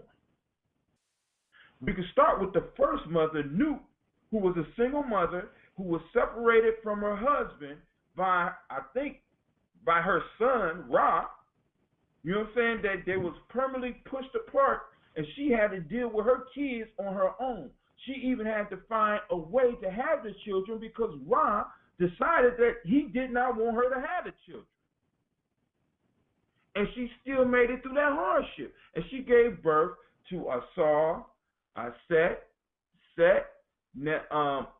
also Nephtet, also known as Heru, and Heru the elder. Now, Aset eventually became the next single mother. And that is the foundation of all the myths of the ancient Kemites. Single mother, single mother. Single mother gave birth to a single mother, and that single mother gave birth to the hero that took over the kingdom. And now, where did he learn to do what he did from? Who did he learn it from? Where did it come from? Because his father was in the afterlife. And he didn't have contact with his father until he was almost grown. When we look at the myth. So our culture is based on single mothers. Our culture is based on women. Now, what did these women do as single mothers? These women had a certain principle system that they lived and died by. Maya. You know what I'm saying? Maya. Right? But now, anything goes now, right? And we let them get close to our woman with that bullshit. Now anything goes. So now our children are coming out instead of coming out here rules, they're coming out sets. I'm seeing them. I see set running through my goddamn school building every day. And I got to play Heru on them every day. You know what I'm saying? Come here, boy. You know what I'm saying? And I don't sit down. Let me talk to you. See, but I'm done. Y'all better. Come on now. But thank you for calling in. No, you're right. The feminization of the black male. That's big, man. The feminization of the black male, but even worse than that is, I think it is the deprincipalization of the black woman. Mm-hmm. The lowering of the values of the black woman was the detriment of our people. See, because if black women did not accept black men acting feminine, black men would not act feminine. Mm-hmm. Mm-hmm. Yeah, I see that. If there's some disagreement, those people out there that want to join this conversation, 614-556-4535. Because this is only Brother Hatim's opinion. I'm just speaking my opinion. I speak my truth. And I need you to speak your truth. Devin's son then beat him up and took him offline. See, these kids is getting out of hand.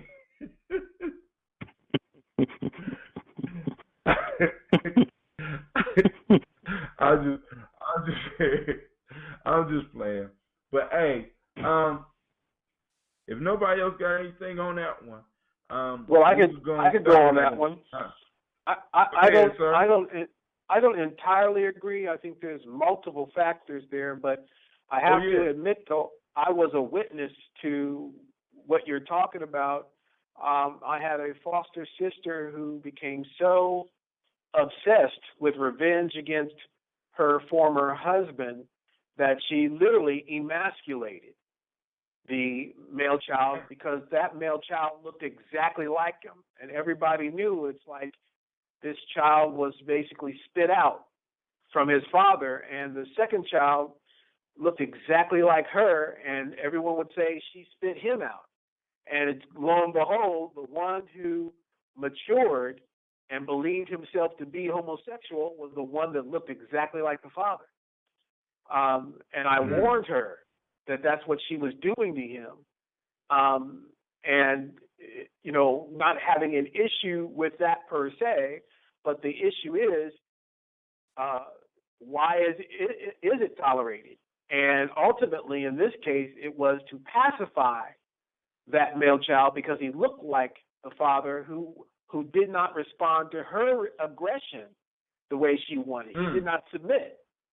And so her goal ultimately was to get the child to submit. So in line with what you were saying, the idea that women who have had bad relationships with men or their fathers, at times they feel more comfortable if the male is effeminate or submits to their rule, despite their masculine needs. And that, I agree, would be a problem. Oh, man. Dude, So yeah, I'm like, yo, but like I said, the show is not for us to agree. The show is for us to do wisdom mining. So we come with our tools and we ready to break through these codes that our ancestors left us. Because we know we traveled all over the world. So whether Proverbs say Turkish or Mexican, we know in some form of fashion we had something to do with these words of wisdom. Our ancestors left us these codes. So let's break them. And we don't have to agree to break them. You know what I'm saying? We could sit up here, we could argue, I don't even care. My piece is, let's get this wisdom out. You know what I'm saying? So, if we want to, I honestly believe if we want to rescue the black community or what's left of the black areas and turn them into communities and turn those communities into tribes and those tribes into clans and them clans and into cities and those cities into states and those states into nations and those nations working together to rule the world. If we want to do that, we got to start with our women. We got to start with our women. I mean, well, two other factors, and why I mentioned that there are multiple factors on the issue of a feminization of the black male, is that a couple of years ago, a black scientist finally came out with a big article about how he, as a scientist, was finding chemical sprays to eradicate weeds and additives in foods caused frogs and other amphibious creatures to change sexes. He found this out almost 17 years ago. And he attempted to get that word out, and he was blocked at every turn. Company, either it was Monsanto or Cargill, had even paid other scientists to refute his work and make it legitimate to confuse the issue. And he finally, after being sabotaged, death threats, was able to get court orders to both protect himself and to protect his work. And it did get some publicity. It didn't get as much as it should have, but it got publicity. So that's another factor of the feminization of males, period, but definitely black males, because all too often those chemicals end up disproportionately in our people. Right. And then the last one is entertainment industry, which we do not control. We have some influence, but we do not control. The entertainment industry for the past 30 years has slowly crept in the feminization of black men, whether it be in terms of getting more comfortable in watching them in dresses or having them act in effeminate ways or having them be portrayed as characters who are effeminate versus the aggressive masculine white male. And those are two areas black females have absolutely no control over what to do of. But they do have an impact on the feminization of black men. Well, I'm going to tell you what got to me. The other night, I think it was Viola Davis that won the Emmy Award for Best Actress. And now, I think it was the very next day, because my wife watches one of her, How to Get Away with Murder, How to Kill Your Husband, like that. Yeah, basically How to Kill Your Husband and Get Away with It. You better watch that, man. Don't be lazy. That very next night, she got her tongue down the throat of this woman on this. I'm like, after the powerful message that you said on that stage, and then the next night, you put that image out there to millions and millions of people. Right. That in her time of hurt and pain, she goes to the white woman's house and they have an intimate moment, and I'm like, man, this warfare is just on another level. It's a whole but what's crazy is that it's not complicated. All of us, if we was in their position, would you not do the same thing? You see what I'm saying? It's not complicated to figure out what their strategy is. Simple. You know what I'm saying? Get rid of the warriors. How do you get rid of the warriors? Like he said, it's multi-pronged. Now, my piece is, I'm like this, man. They can almost put as many chemicals as they want, but it's something in us that no matter how much they try to poison us, it's something in us that allow us still to push through. And we still, on the majority, are pursuing black women. We're pursuing black women. So I believe that if black women raise their standards for what's acceptable, I think we'll turn around. We'll turn this whole damn thing around in a matter in no time. But I mean, that's hard because we're talking about. But actually, it's not really that hard because I was thinking. I just learned about the 20-80 rule, where 20% of the people do 80% of the work, and it only takes about 20% of the people. So we get 20% of black folks conscious and 20% of the women that are black folks, which is half of 40 million, which is actually a little bit more than 20 million. What's 20% of 20 million? 4 million? Mm-hmm. 4 million, I think. We need 4 million women changing their value system. You know what I'm saying? Don't even have to be the same value system, but just kind of up the standards. Stop it. Oh, my fault. Here we go. Stop soaring birds that can't soar. Stop accepting birds that can't soar and that are satisfied with low branches. That's it. Oh, my God. Stop accepting men that sit on low branches. Really. You know what I'm saying? Stop accepting those individuals that have no vision. Stop accepting, you know what I'm saying? Stop, that is no longer, I mean, we got to, you know what I'm saying? So my piece is, it's kind of like lights out for my generation and maybe down to about 30, maybe the early 20s. You know what I'm saying? But I can sure make a change with those ones that are below 25. You know what I'm saying? So if we start getting the message out now, and I mean, just like they crept this shit on us over the last 30 years, if we were to at least have an agenda to kind of reverse some of this, because because rap is so, hip hop, well, what they call hip hop now is so unfamiliar to me now that I can't even listen to the radio. You know what I'm saying? You got young people with the name of Young Thug that's wearing dresses and getting his fingernails done and calling other men lovers and guns dicks and shit. I mean, the level of depravity that has become acceptable by us. Right. You know what I'm saying? It's just incredible, and it's all accepted. It's all okay. You could be bisexual and still have 3 women.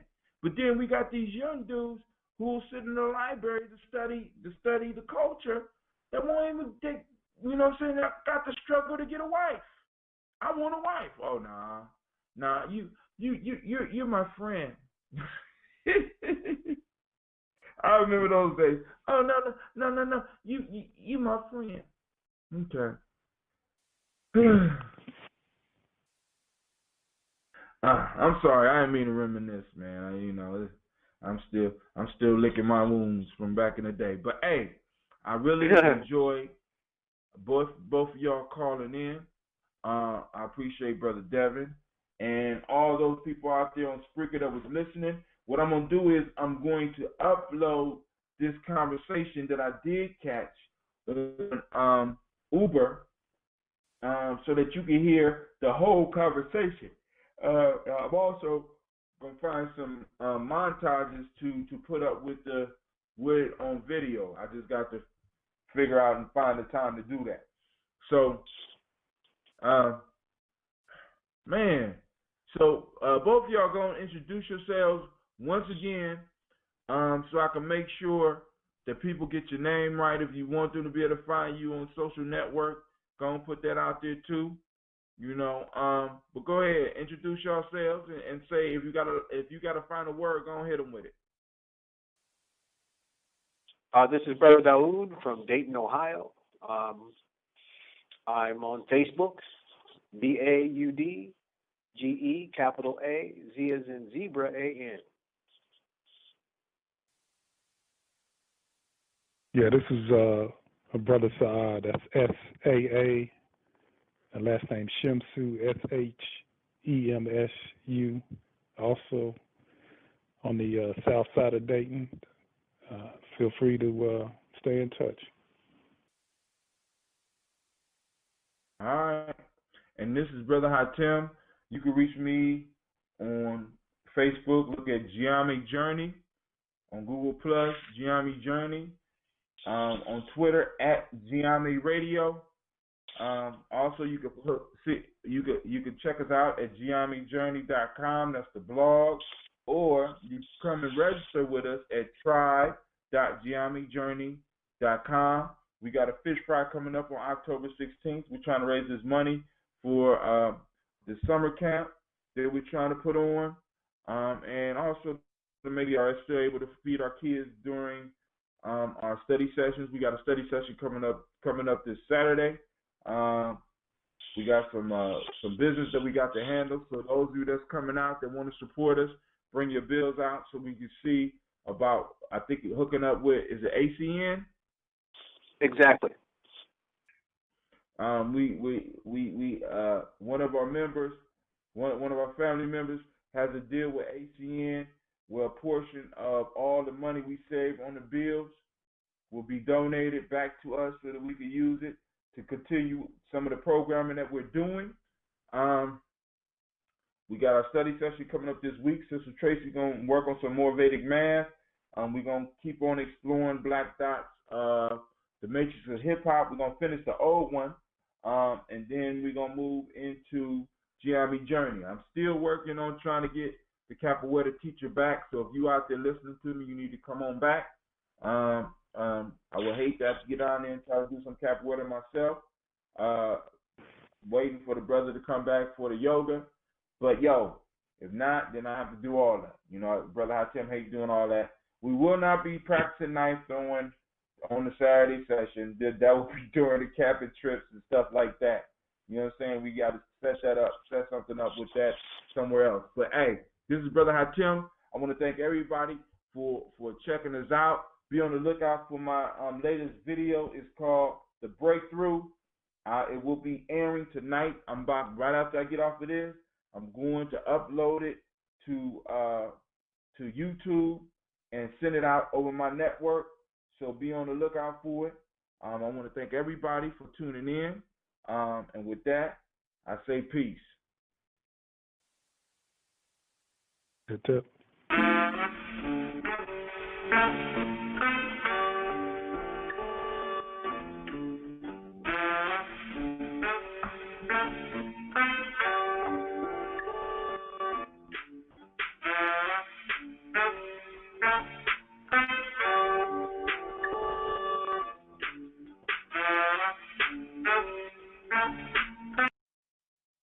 You've been camping in your backyard, cycling in your living room. You've been enjoying rain showers in your bathroom, campfires on your TV screen. You've been counting stars and birds from your window and holding family cookouts in the kitchen. Now, get ready to go. Go on a real vacation. Take the wheel at your nearest RV dealer or at GoRVing.com. You've been camping in your backyard, cycling in your living room. You've been enjoying rain showers in your bathroom, campfires on your TV screen. You've been counting stars and birds from your window and holding family cookouts in the kitchen. Now, get ready to go. Go on a real vacation. Take the wheel at your nearest RV dealer or at GoRVing.com.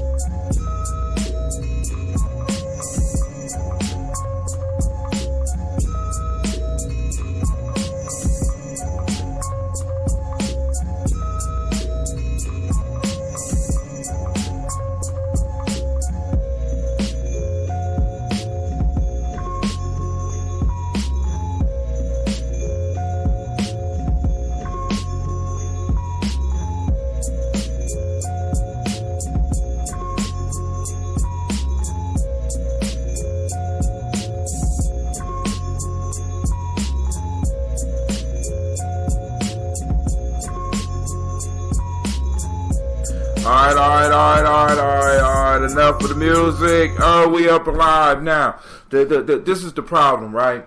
When you a tribal man, right? When you a tribal man, you know, you got company men, you got family men, you got tribal men, right? So somebody in the tribe calls you, and you got to get your ass up and get out there and help. So I'm out helping, right? I'm first off, I said I'm going to start working a little bit, learning a little bit more about these videos. I'm posting up another video as we speak. Right? It's called Reboot and Reprogram. It's an old Give Yourself Permission one, and it's being uploaded and formatted right now. I will make that available before the end of the show, right? But those of you that want to join me, right? We still got the conversation going on Uber Conference for those that want the in-depth conversation between me and Brother D. Feel free to call us at 614-556-4535. Once again, that's 614-556-4535. Also, want to send shouts out to all the tribal members, those that are free and those that are not free. I just need all of y'all to know. I just need all y'all to know that my love is still there for you, right?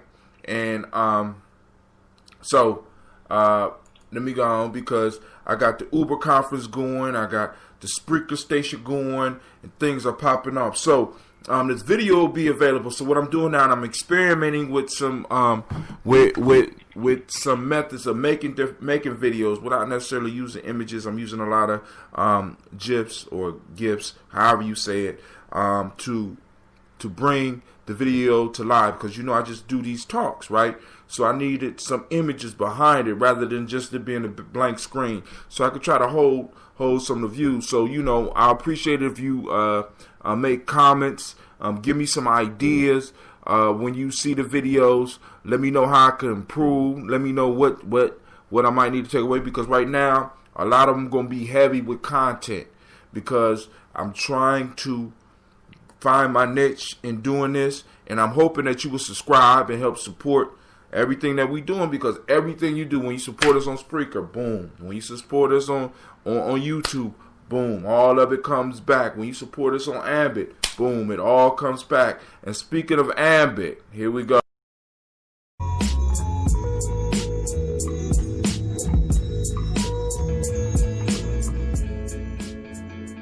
The word is spreading. More and more people are switching to Ambit Energy. Well, one of my neighbors switched, and then I switched. Now the whole neighborhood has Ambit. Who doesn't want to save money? The word is spreading. Switching to Ambit Energy is rewarding in more ways than one. I signed up and got a travel reward. That's nice. Oh, I get to save on energy and on travel? There's a cruise for two out there just a few thousand kilowatts away. I can almost smell the sunscreen. The word is spreading.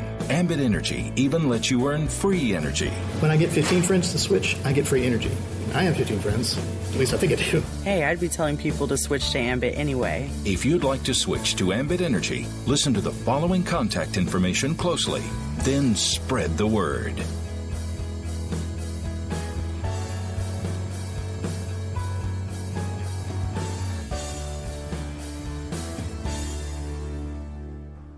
Man, my Spreaker froze on me. Hey, so for those want more information, you want to save money with an Ambit, with Gye-Nyame Journey Energy, feel free to hit us up at gyenyame.energy526.com.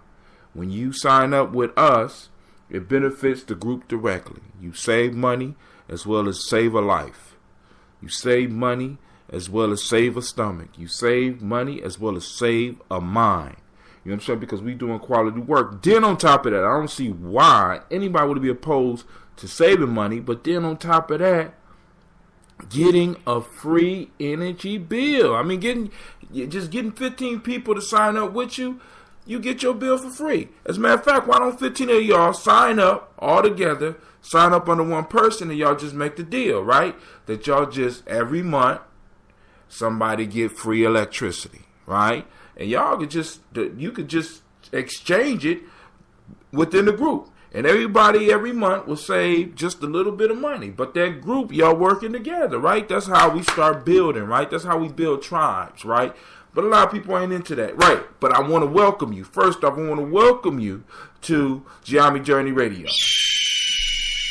I'm your host, Brother Hatim. If you want to also speak with Brother D, feel free to hit us up at 614-556-4535 so that you join the conversation so I can upload this whole conversation up on here, right? Because I'm thinking about, because Brother D be trying to drop some stuff sometime, so I be holding his stuff hostage sometimes. So you want that, you got to sign up. You know what I'm saying? You got to donate. You got to do something, you know. But right now, it's free for you to come and to talk with us. So come on out. Hit us up at 614-556-4535. You know what I'm saying? Drop your wisdom. Also, for those that are interested in the Ambit Energy, hit us up at Gye-Nyame Journey Energy. Go to Facebook. It's facebook.com/GNJ for Gye-Nyame Journey Energy. GNJ Energy / and it'll bring you straight to our site. Like us, click that like button and sign up. All right, now let's get into what else we need to talk about here. Hold on, I got one more thing for y'all. Keep up with the journey.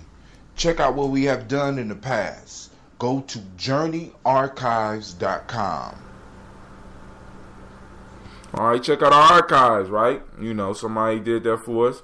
I'm hurt. I didn't even share this over Facebook yet. You know, I'm up and I'm live, and people need to come out. I need to share that on Gye-Nyame Journey.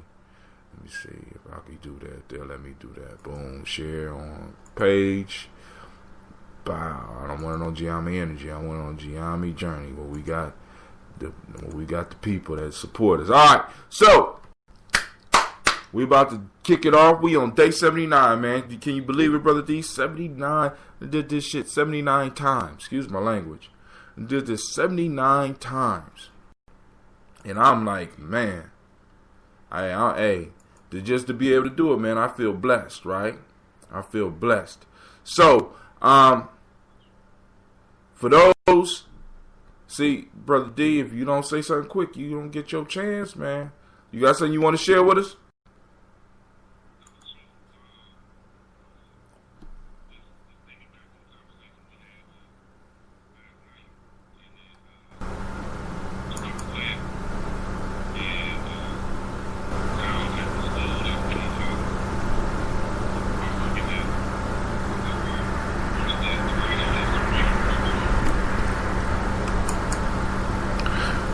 Word. A whole bunch of wisdom mining. I mean, shit. That's in a minute. That's how we gonna make our living. What they say? What y'all do for a living? Oh, we wisdom mine. What you mean? Well, you gotta come check it out and see what we talking about. Latest video creation. For those that I'm posting up my latest video creation. Look at it. Let me know what you think. It'll be up on Gye-Nyame Journey timeline as well. Well, I may just be up. It'll be up. It'll be up. Posting it now. I'm also gonna post it through. Got a lot going on. Boom. Posting it all over. So, hey, here we go. So now we about to hit this discussion. All right, here we go. Day 79. First one is by Napoleon Bonaparte. It says, men take only their needs into consideration, never their abilities.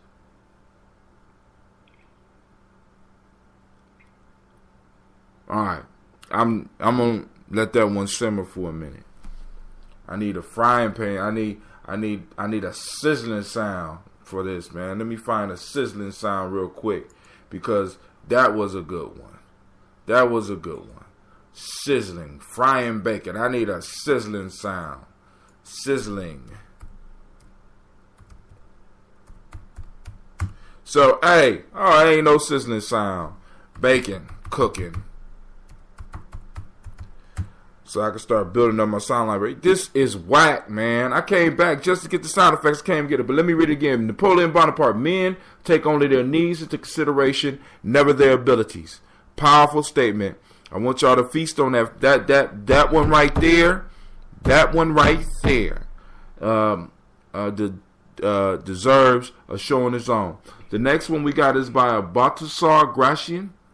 A wise man gets more use from his enemies than a fool from his friends.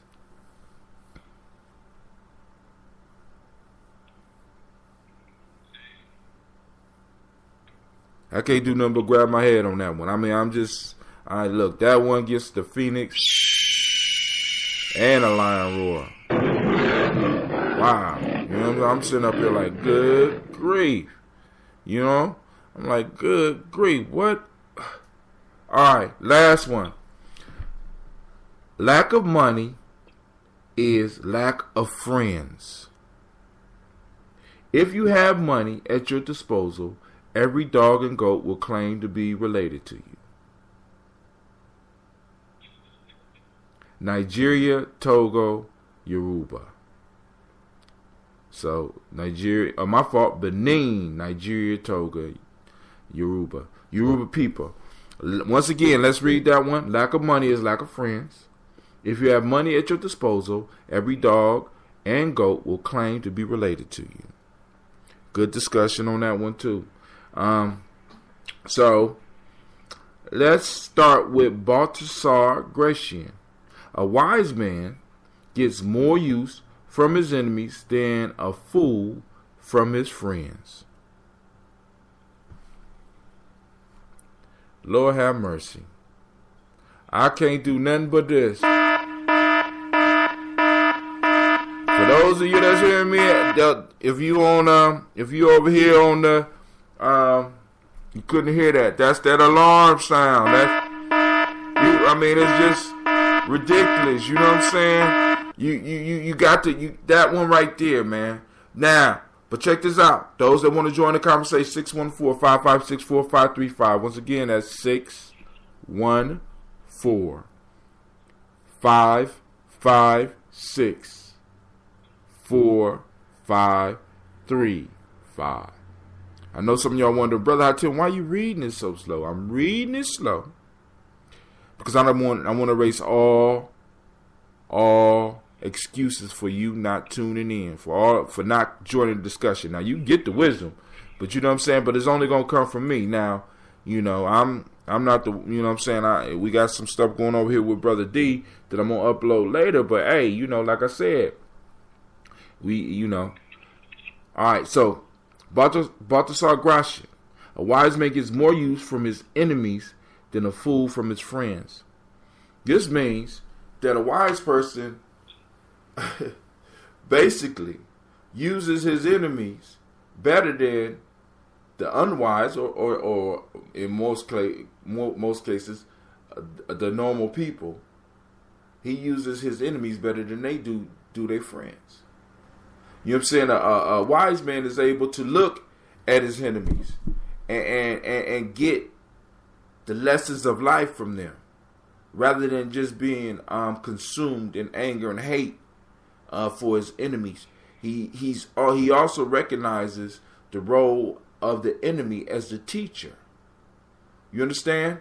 You know what I'm saying? You got something you want to drop on that one, Brother D?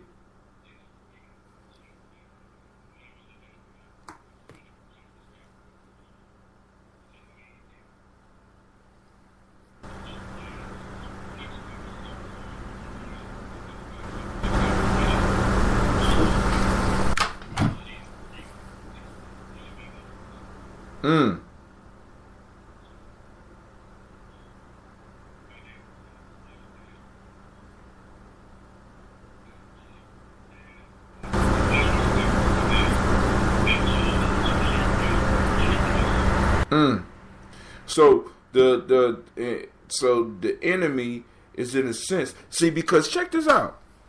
In order to sharpen a blade, you have to rub it against a rough stone. You see what I'm saying? So the enemy is what we, like you said, is what we sharpen ourselves upon.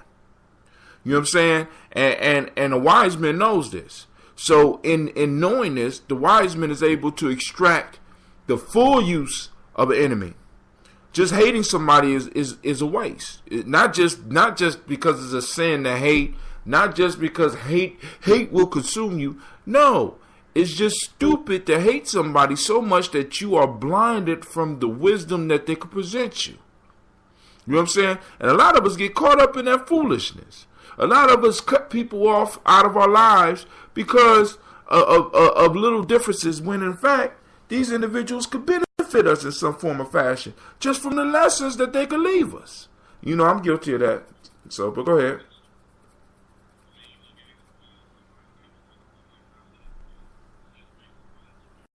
Right. Right. Elevate his game.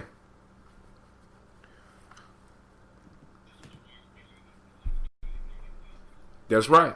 And, you know, part of our pledge is that we, as adults in Gye-Nyame, and as well as the young people in Gye-Nyame, we pledge to push past our self-imposed limitations. Most of our limitations are self-imposed, but the thing that helps us realize that they're self-imposed is the opposition. Because the opposition forces us to rise above who we thought we were. You know what I'm saying? And in doing that, what that does, that forces us to pull that greatness out. You know what I'm saying? So our opponents are enemies. At least for those that are wise, our enemies are the source of our success. You know what I'm saying? As they say in the book, in the 48 Laws of Power, if you don't have enemies, make some. Damn.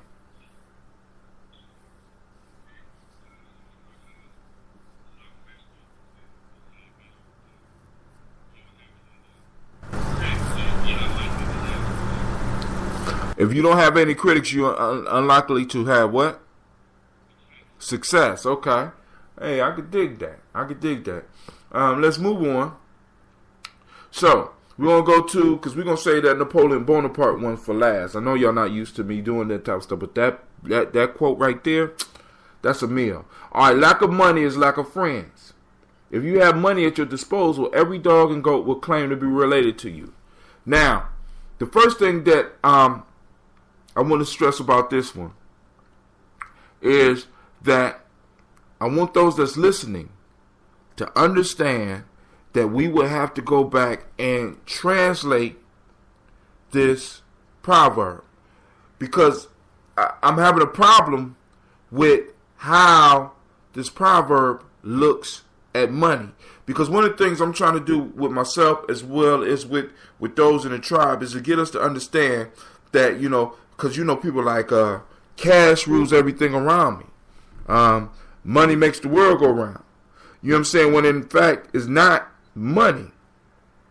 You know what I'm saying? It's the resources at your disposal.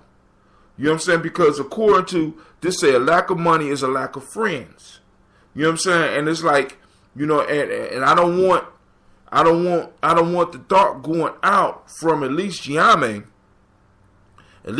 that we believe. I mean, because my issue is I understand what this proverb is getting at, but I'm understanding that the translation is based in more than likely a Western mind state, because and the Western mind state always brings us around to their God. See, because we got to understand that whether you call it white supremacy or Eurocentricity or the Western mind state, all those things have at their heart the religious system that worships their God. You know what I'm saying? And their God is money. Right? So when you speak of anything of value, they automatically want to tell you how much of their God it will take to get that thing. Right? And they got you worshiping it through your work, your workship. You know what I'm saying? They got you working to maintain yourself and in a sense to purchase a higher status by the use of their God. You know what I'm saying?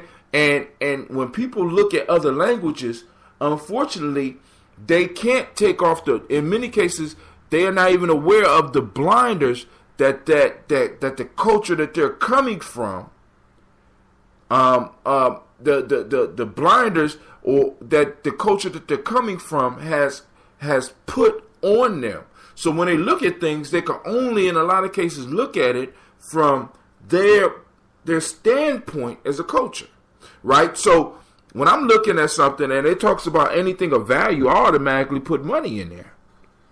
Gold, silver, that value.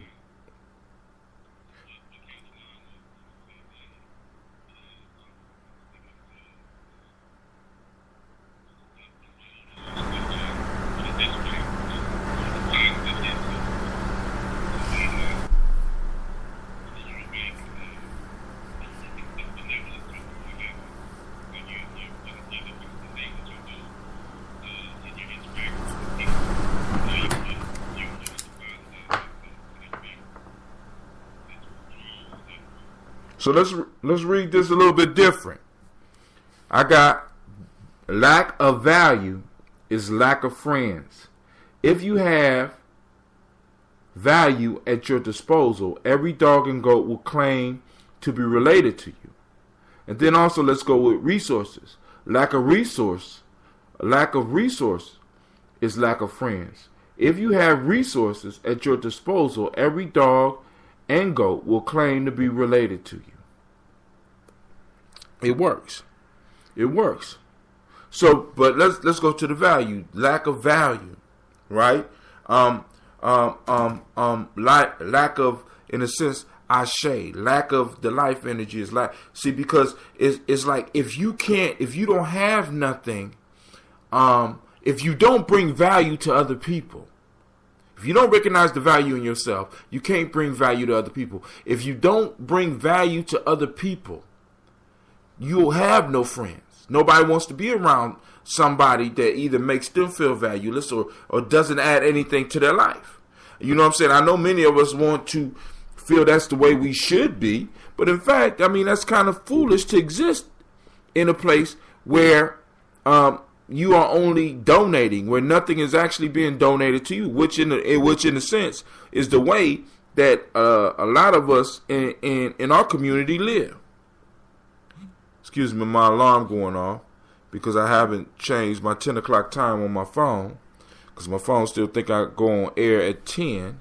So I want to make sure that I'm still up on the show. Okay, we still up. All right.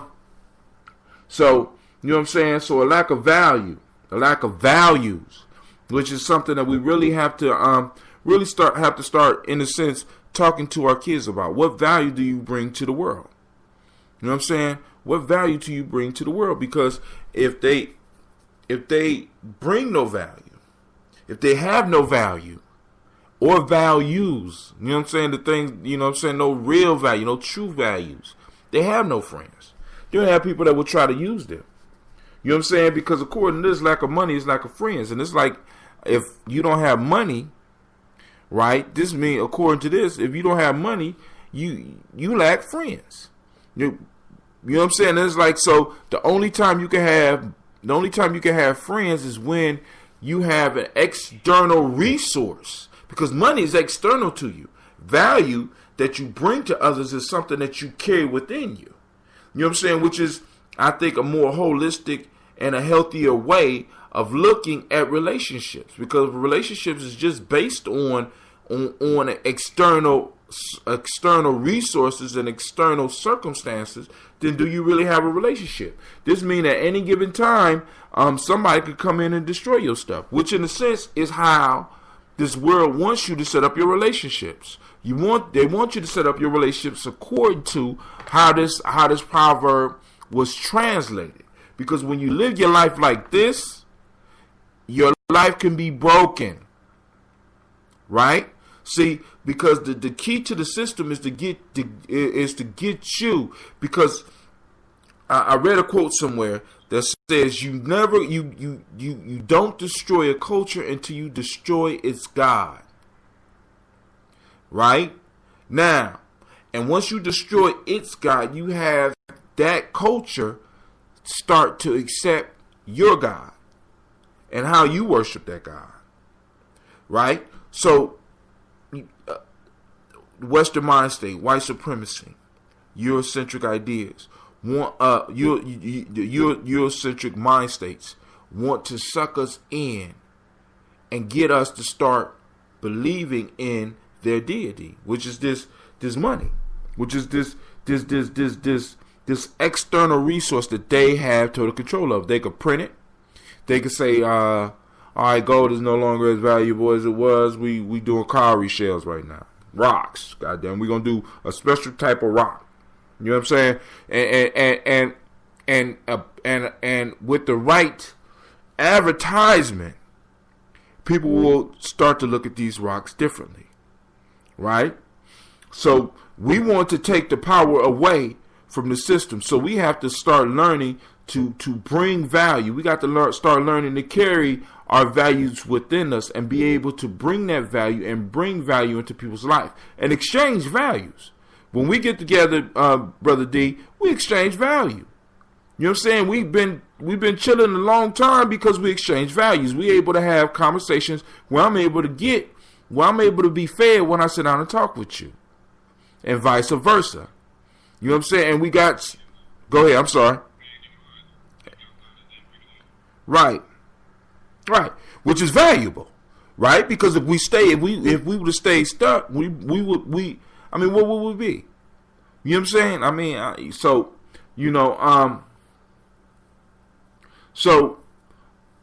oh man, I was going somewhere, but I lost it. All right. So now we're gonna bring it home right now. We're moving up to Napoleon Bonaparte. Napoleon says, men take only their needs into consideration, never their abilities. Ooh, wait. Alarm. Oh my God. Oh my God. I gotta do that one. That one also gets the phoenix cry and the lion roar. Hey, listen. Men take only their needs into consideration, never their abilities. And I want you to think about this. We all need to think about this. Now, this world, man, oh my God. Because it gets us, like I said, when we look at the definition of self, according at least to Gye-Nyame, the self is the absolute, complete, and perfect qualities of a being that are not subject to external circumstances, that is not controlled by external circumstances, right? And this culture gets us totally dependent on external circumstances to define who we are. So now I'm hollow, and all my value is external to me. Right, I only value things external to me. I don't care the values. I'm able to show the values when I go to my bank. I'm able to show the values when I go to the cars, and I get the rewards that come with that because those other people that worship at the altar of this money, the altars of this mind state, are also worshiping. And when they see me flashing, they plug into, or they join in upon my worship, because it brings people close to me. And of course, according to that proverb, I have friends. So then it comes to this. It makes us weak, because Napoleon, when we look at Napoleon totally shifted the way the world looked at war. Why? Because his mind state was just a little bit different than other Europeans, right? He men take only their needs into consideration. Think about that. We take only our needs into consideration. And because a lot of our stuff is externally based, you know what I'm saying? We are always in need of something. And because we're always in need, and because we are never enough, right? We don't take our abilities into consideration. We're scared to use our abilities to to do what we need to do so that we can supply our needs. This is the point at which most people are stuck. I mean, what we are at on this one, we are at 32 minutes, 03 seconds, because I am going to pull this out and oh my God, because that was 32:03. Oh my God. Session 79? Yeah. Oh my God. You know what I'm saying? I don't even know what I said. But I'm putting that out. I'm doing a whole video on that.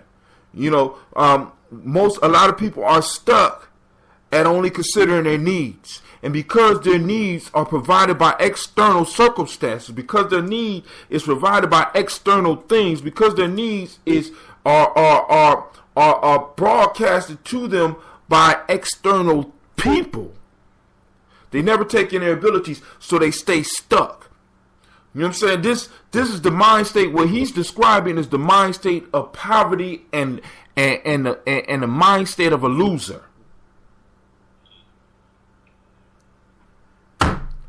Damn it, I'm gonna end the show. Are you got something you want to drop on this, man?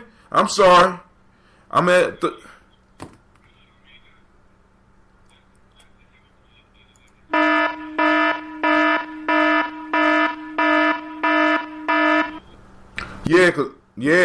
Yeah, man. Because hey, that one right there, oh my God, that's a life changer. Now, I want to thank everybody for joining us. One more again, y'all got to hear this.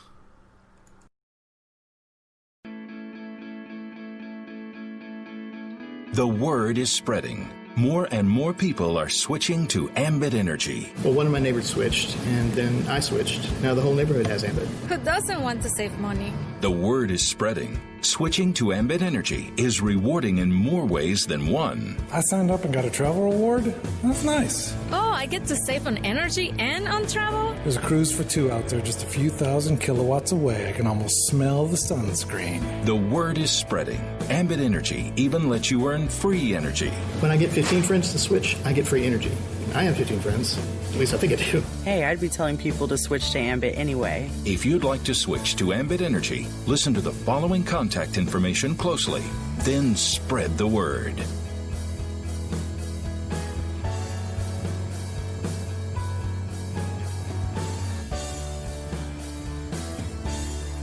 Alright, so those that are interested, hit us up at Gye-Nyame Journey Energy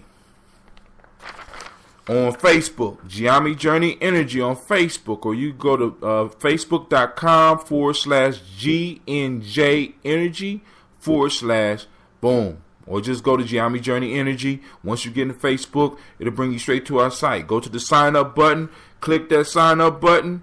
You know what I'm saying? And it will allow you to go and see and put in your zip code, and it will allow you to see how much money we could save you, right? And we would greatly appreciate it if you just become a customer. You know what I'm saying? Come on, let's build, let's nation build. All right. So now I'm about to get up off of here. This is me and Brother D, and what I'm thinking about doing with me and Brother D's part of the conversation is for those people that start registering. I think what I'm going to do with the whole Uber conference is I'm able to email those out. So those people that want to get the whole conversation, even after I hang up from y'all, because sometime we're going to stick around and we're going to talk. You know what I'm saying? By you registering on our site, this would be part of the gift that I give you. I should have thought about this before, because sometimes we get Brother D, other times we got Sister Janice, and they be dropping some jewels. And I think it's more important for y'all to get those up close and personal, because y'all can basically get the podcast. You get the podcast and just basically listen to it as you drive in your car. You know what I'm saying? But hey, actually, I'm just up. I don't know. We work it out. But hey, this is Brother Hatim. I was joined by Brother D. I want to send shouts out to him. And with that, I want to say peace out, y'all. We are out. And with that, peace. All right, peace, bro.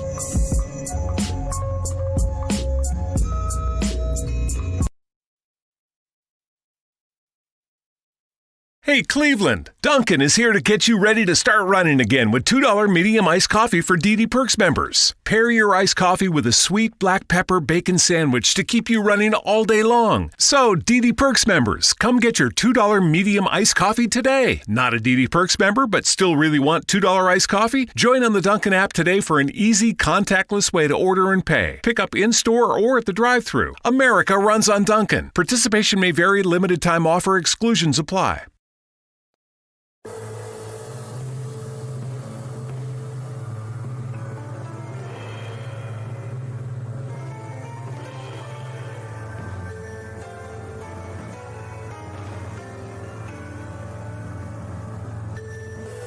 Mr. Deity.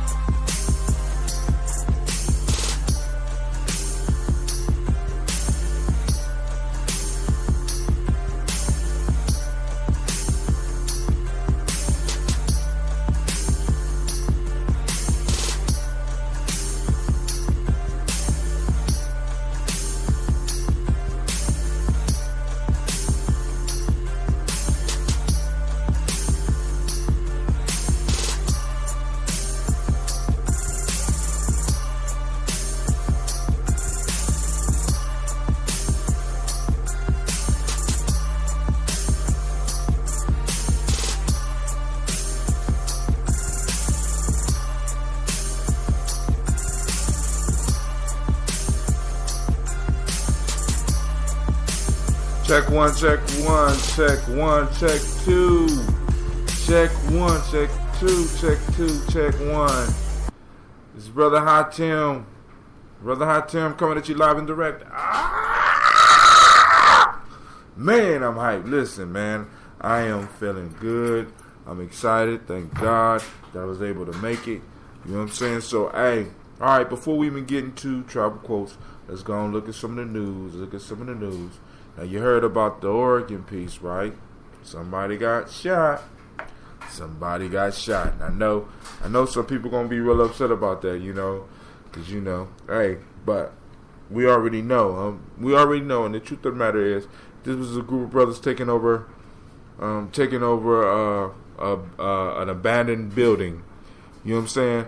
They would have been shot day one. You know what I'm saying? These white boys had more than enough time to run for the hills. But hey, you know, you play crazy games, you get crazy prizes, right? You win, you know. Sometimes you win when you play crazy games. So certain things happen.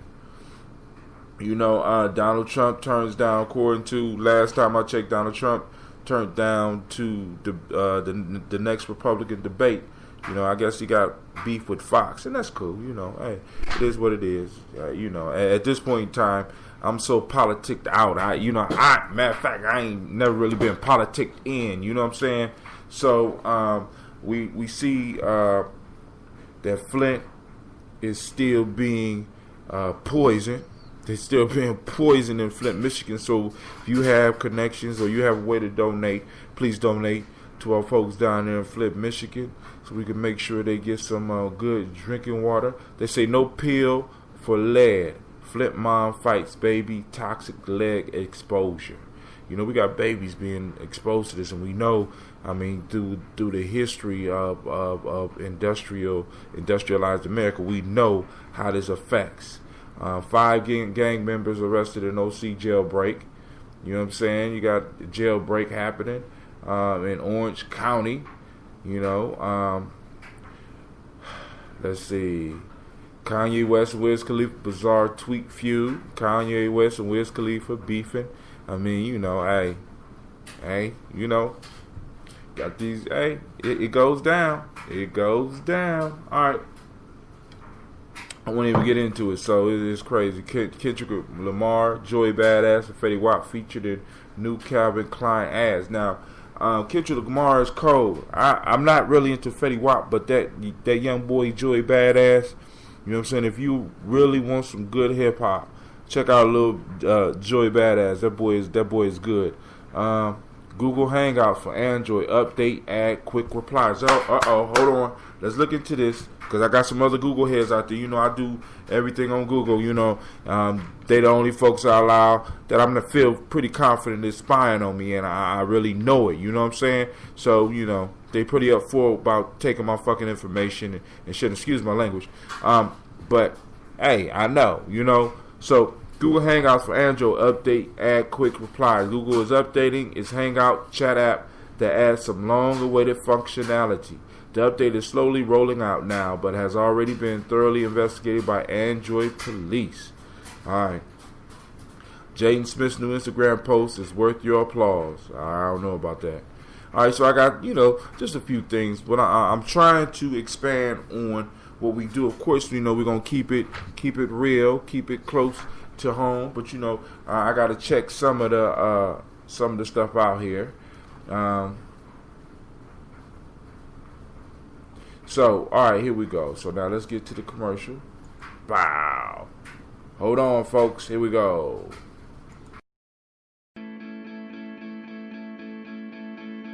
The word is spreading. More and more people are switching to Ambit Energy. Well, one of my neighbors switched, and then I switched. Now the whole neighborhood has Ambit. Who doesn't want to save money? The word is spreading. Switching to Ambit Energy is rewarding in more ways than one. I signed up and got a travel reward. That's nice. Oh, I get to save on energy and on travel? There's a cruise for 2 out there just a few thousand kilowatts away. I can almost smell the sunscreen. The word is spreading. Ambit Energy even lets you earn free energy. When I get 15 friends to switch, I get free energy. I have 15 friends. At least I think I do. Hey, I'd be telling people to switch to Ambit anyway. If you'd like to switch to Ambit Energy, listen to the following contact information closely. Then spread the word. Alright, this is Brother High Tim coming at you live. We're coming at you from Gye-Nyame Journey Energy, right? We're sponsored by Gye-Nyame Journey Energy, right? And we are an Ambit consultant. And we're asking all of our listeners and all our supporters to back us up by signing up and allowing us to serve you. And when I mean serve you, I mean provide you with your energy, right? Now, for those of you that's interested in the free energy program, all you have to do is when you come on, if you come up with 15 friends, 15 people that sign up under you, you get your energy for free. And we will help you. I'll help you get the 15 people. All you got to do is give me the names. I'll make the calls for you. I have no problem with that. You know what I'm saying? Hit us up at facebook.com/GNJ Energy. All one word. G, the letter G, N, J Energy. Alright? Check us out on Facebook, right? Or you can hit us up at Gye-Nyame Journey, GYENYAME JOURNEY .energy 5 26.com. Check it out, see how much we can save you. And then some of you might be interested in the business because, hey, it's moving slowly but surely. I know some of y'all mad at me because I'm not moving as fast, but hey, I believe that if it comes fast, it don't last, but if it comes slow, it's good to go. You know what I'm saying? I'm not in this for the short haul. I'm in it for the long haul.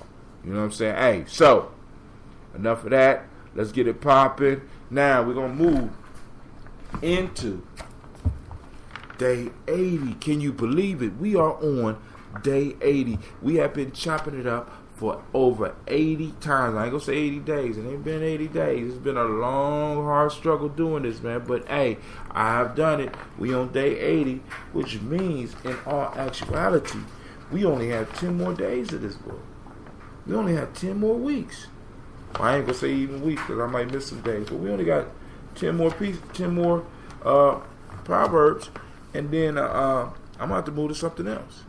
More than likely, I'll probably move to the African Openness to the Tree of Life, but I don't know how I'm going to cover that because that is my book. Listen, that is a life changer. When I break down African, when we start breaking, because I don't want to say but when we start breaking down the African Tree of Life, it's going to be hot. Now, for those that want to join this show, those that want to join the conversation, because I'm about to go in on this one, right?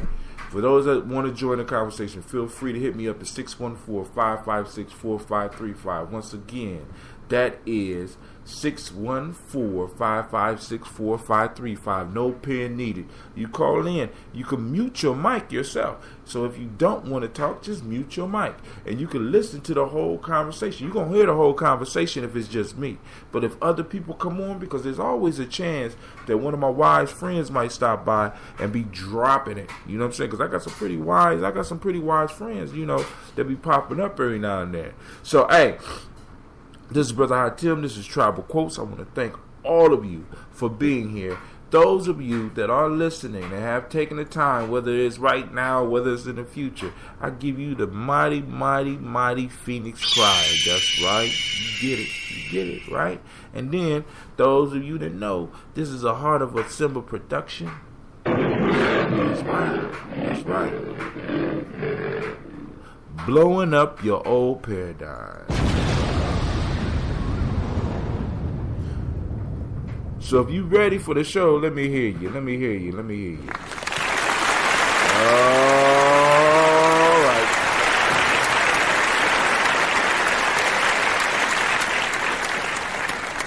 Coming to the mic, Brother High Tim.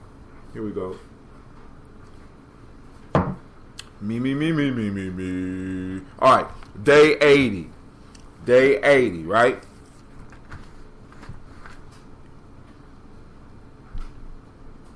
First quote, Mohere Yeshiba, this is the father of Aikido.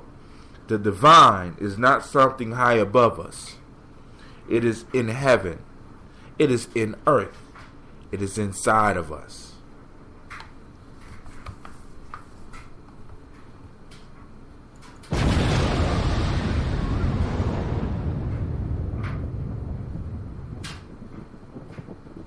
What else can I say?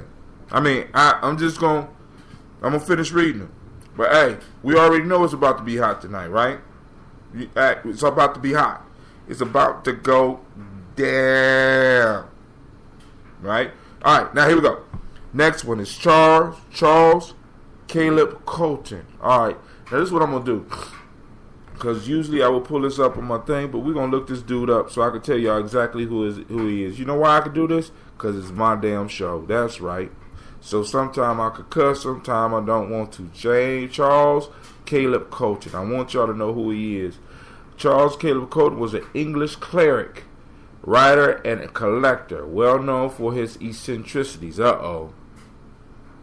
Colton was educated at Eton and King's College, graduating with a BA in 1801 and a MA in 1804. Quotes. He the one that came up with imitation is the sincerest form of flattery.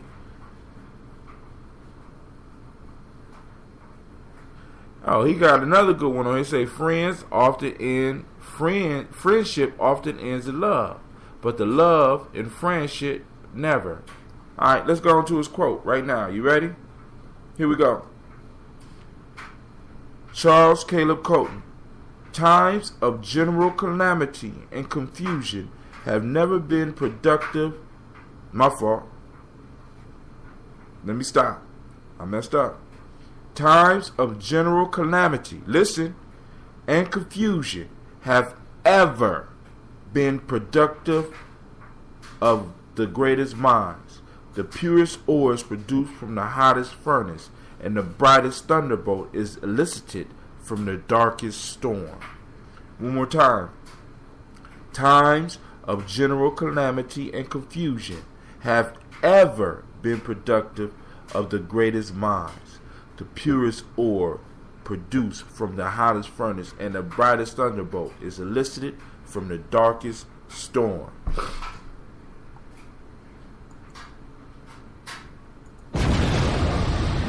Two in a row. I mean, you know, sometimes I have one good one, but two good ones? Oh my God. It's about to go down tonight. Last. This one's from Guyana. You cannot throw away your fingers because it hurts.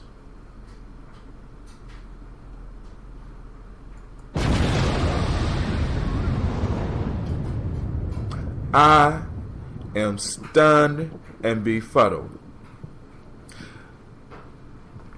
We got 3 bomb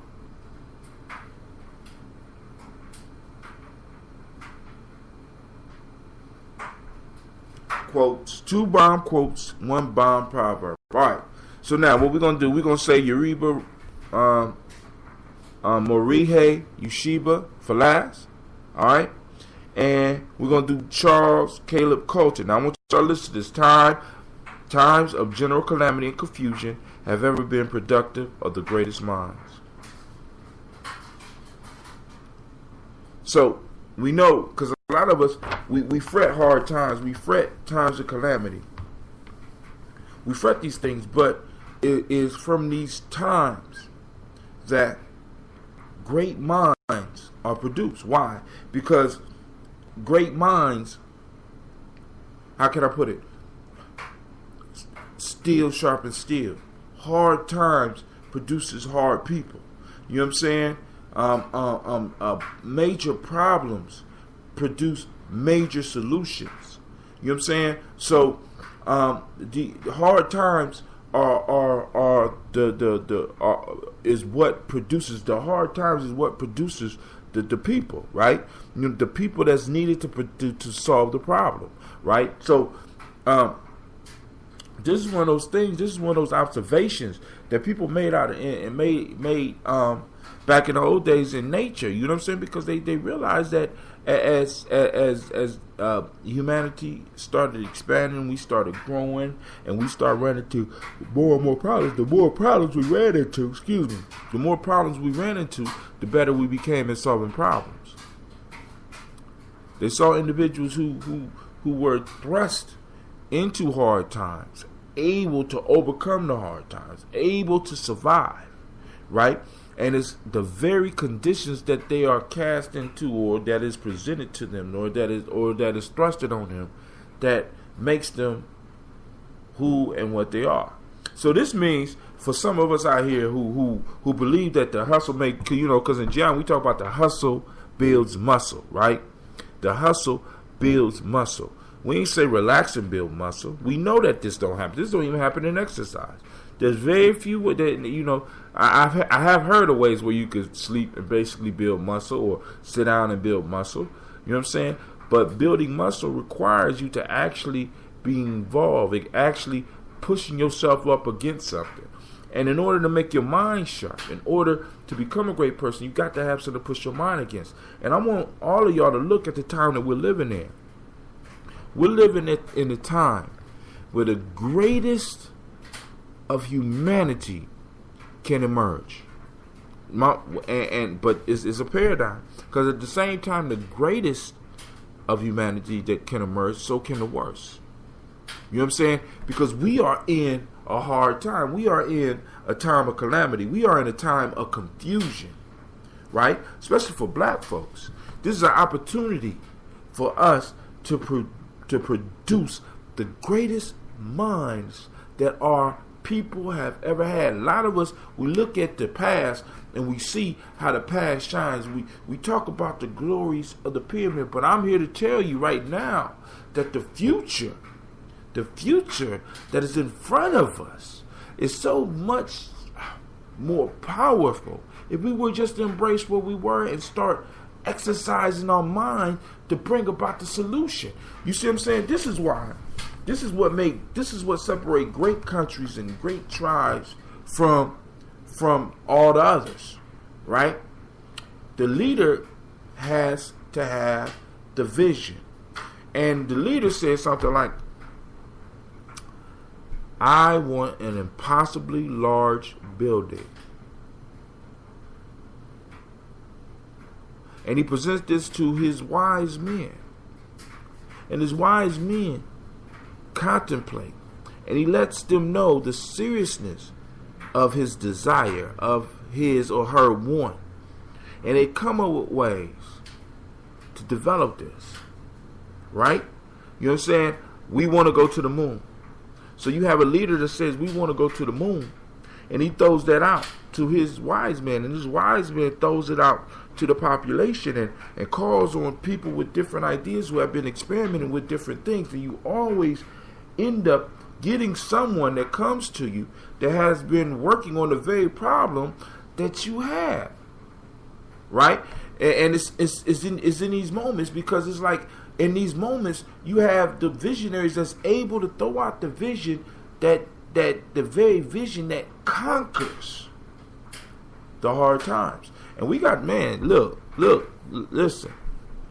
The very solution for our problems as a people in America, for our economic problems, for our emotional and mental problems, for our physical problems, for our defense problems, laying in the hearts and the minds of our children.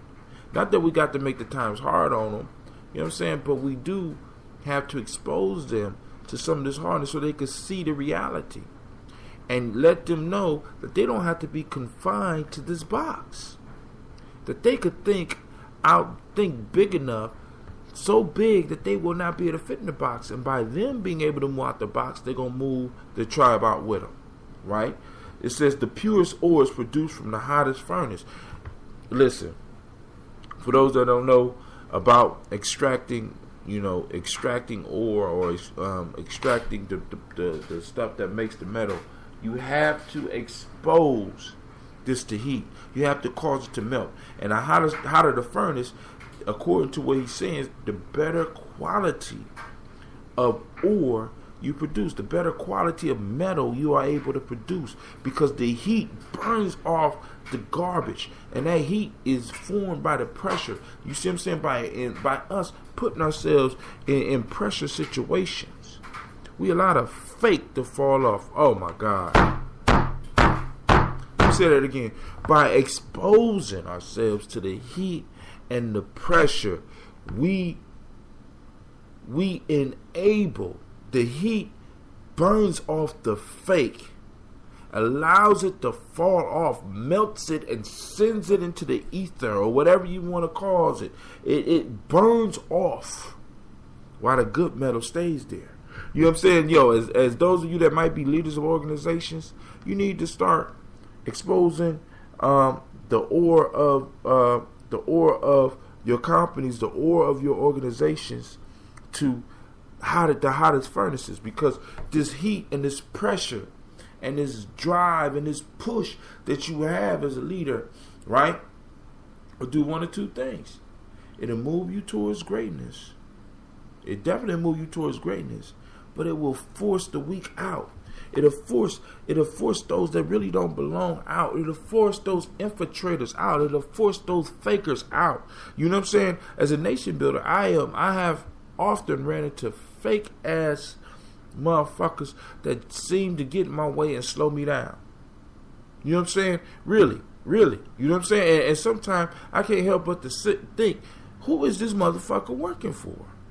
I really can't help but to think, who is this fatherfucker working for? You know what I'm saying? I know some, and y'all got to excuse my language, but hey, you know what I'm saying? So what I started doing was like, boom, I stopped doing a lot of the meetings in the regular way, and I started doing the classes, and I meet over the air like this. You know what I'm saying? I'm throwing information out like this because I prefer to do it like this, because what happens is that you attract a lot of the unpure ore to you. You attract the unpure people. You attract those that are not pure of heart, that tend to come and try to grasp on to what you're producing. So what you have to do to keep that from happening to your life, to the life of your business, is turn up the damn heat.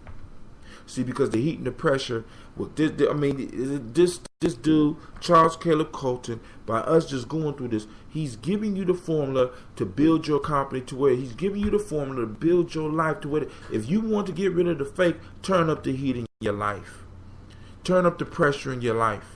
You know what I'm saying? I mean, some of us, sometimes we have been in those situations where we're pushing and we're working and we at our wits' end, and we're pushing, and we look around us, and at one point in time when it was the crowd around us, eventually the crowd dwindled down to where there's one or two, and sometimes where it's just you.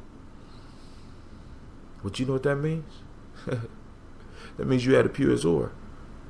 That means that you are the metal that you're looking for. That means that those that are around you, those few that might be left. See, because we want to count numbers. You know what I'm saying? You know what I'm saying? We want to count number of followers. We want to count number of friends. We want to count numbers of subscribers, which, you know what I'm saying, can be useful in certain ways. But the actual fact is that 20% of the group, 20% of the subscribers, 20% of the followers, 20% of the friends do 80% of the work and does 80% of the purchasing. So actually, you got 80% too many people around you, right? So that when you really start demanding the work and you really start putting the stuff out that needs to be put out, only the 20% is really going to be investing themselves into what the hell you talking about, right? And the brightest thunderbolt is elicited from the darkest storms. You know what I'm saying? So if you want to shine, you got to put yourself in darkness. And oftentimes what darkness represents is in a sense being lost. Right?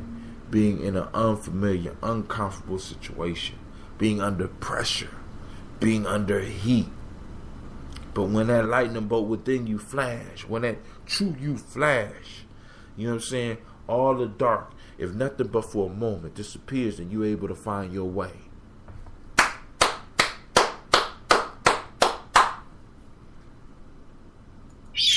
You are now listening to Gye-Nyame Journey Radio. I am your host, Brother Hatim.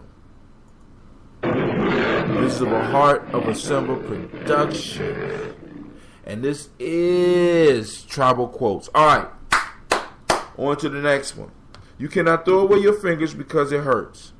And a lot of us, we good for that. You know what I'm saying? A lot of us, we throw away stuff just because it is hurt a little bit. But the fingers is kind of connected to our body. And the only person that would cut off his finger to spite his face, cut off his finger and throw it away because it hurt a little bit,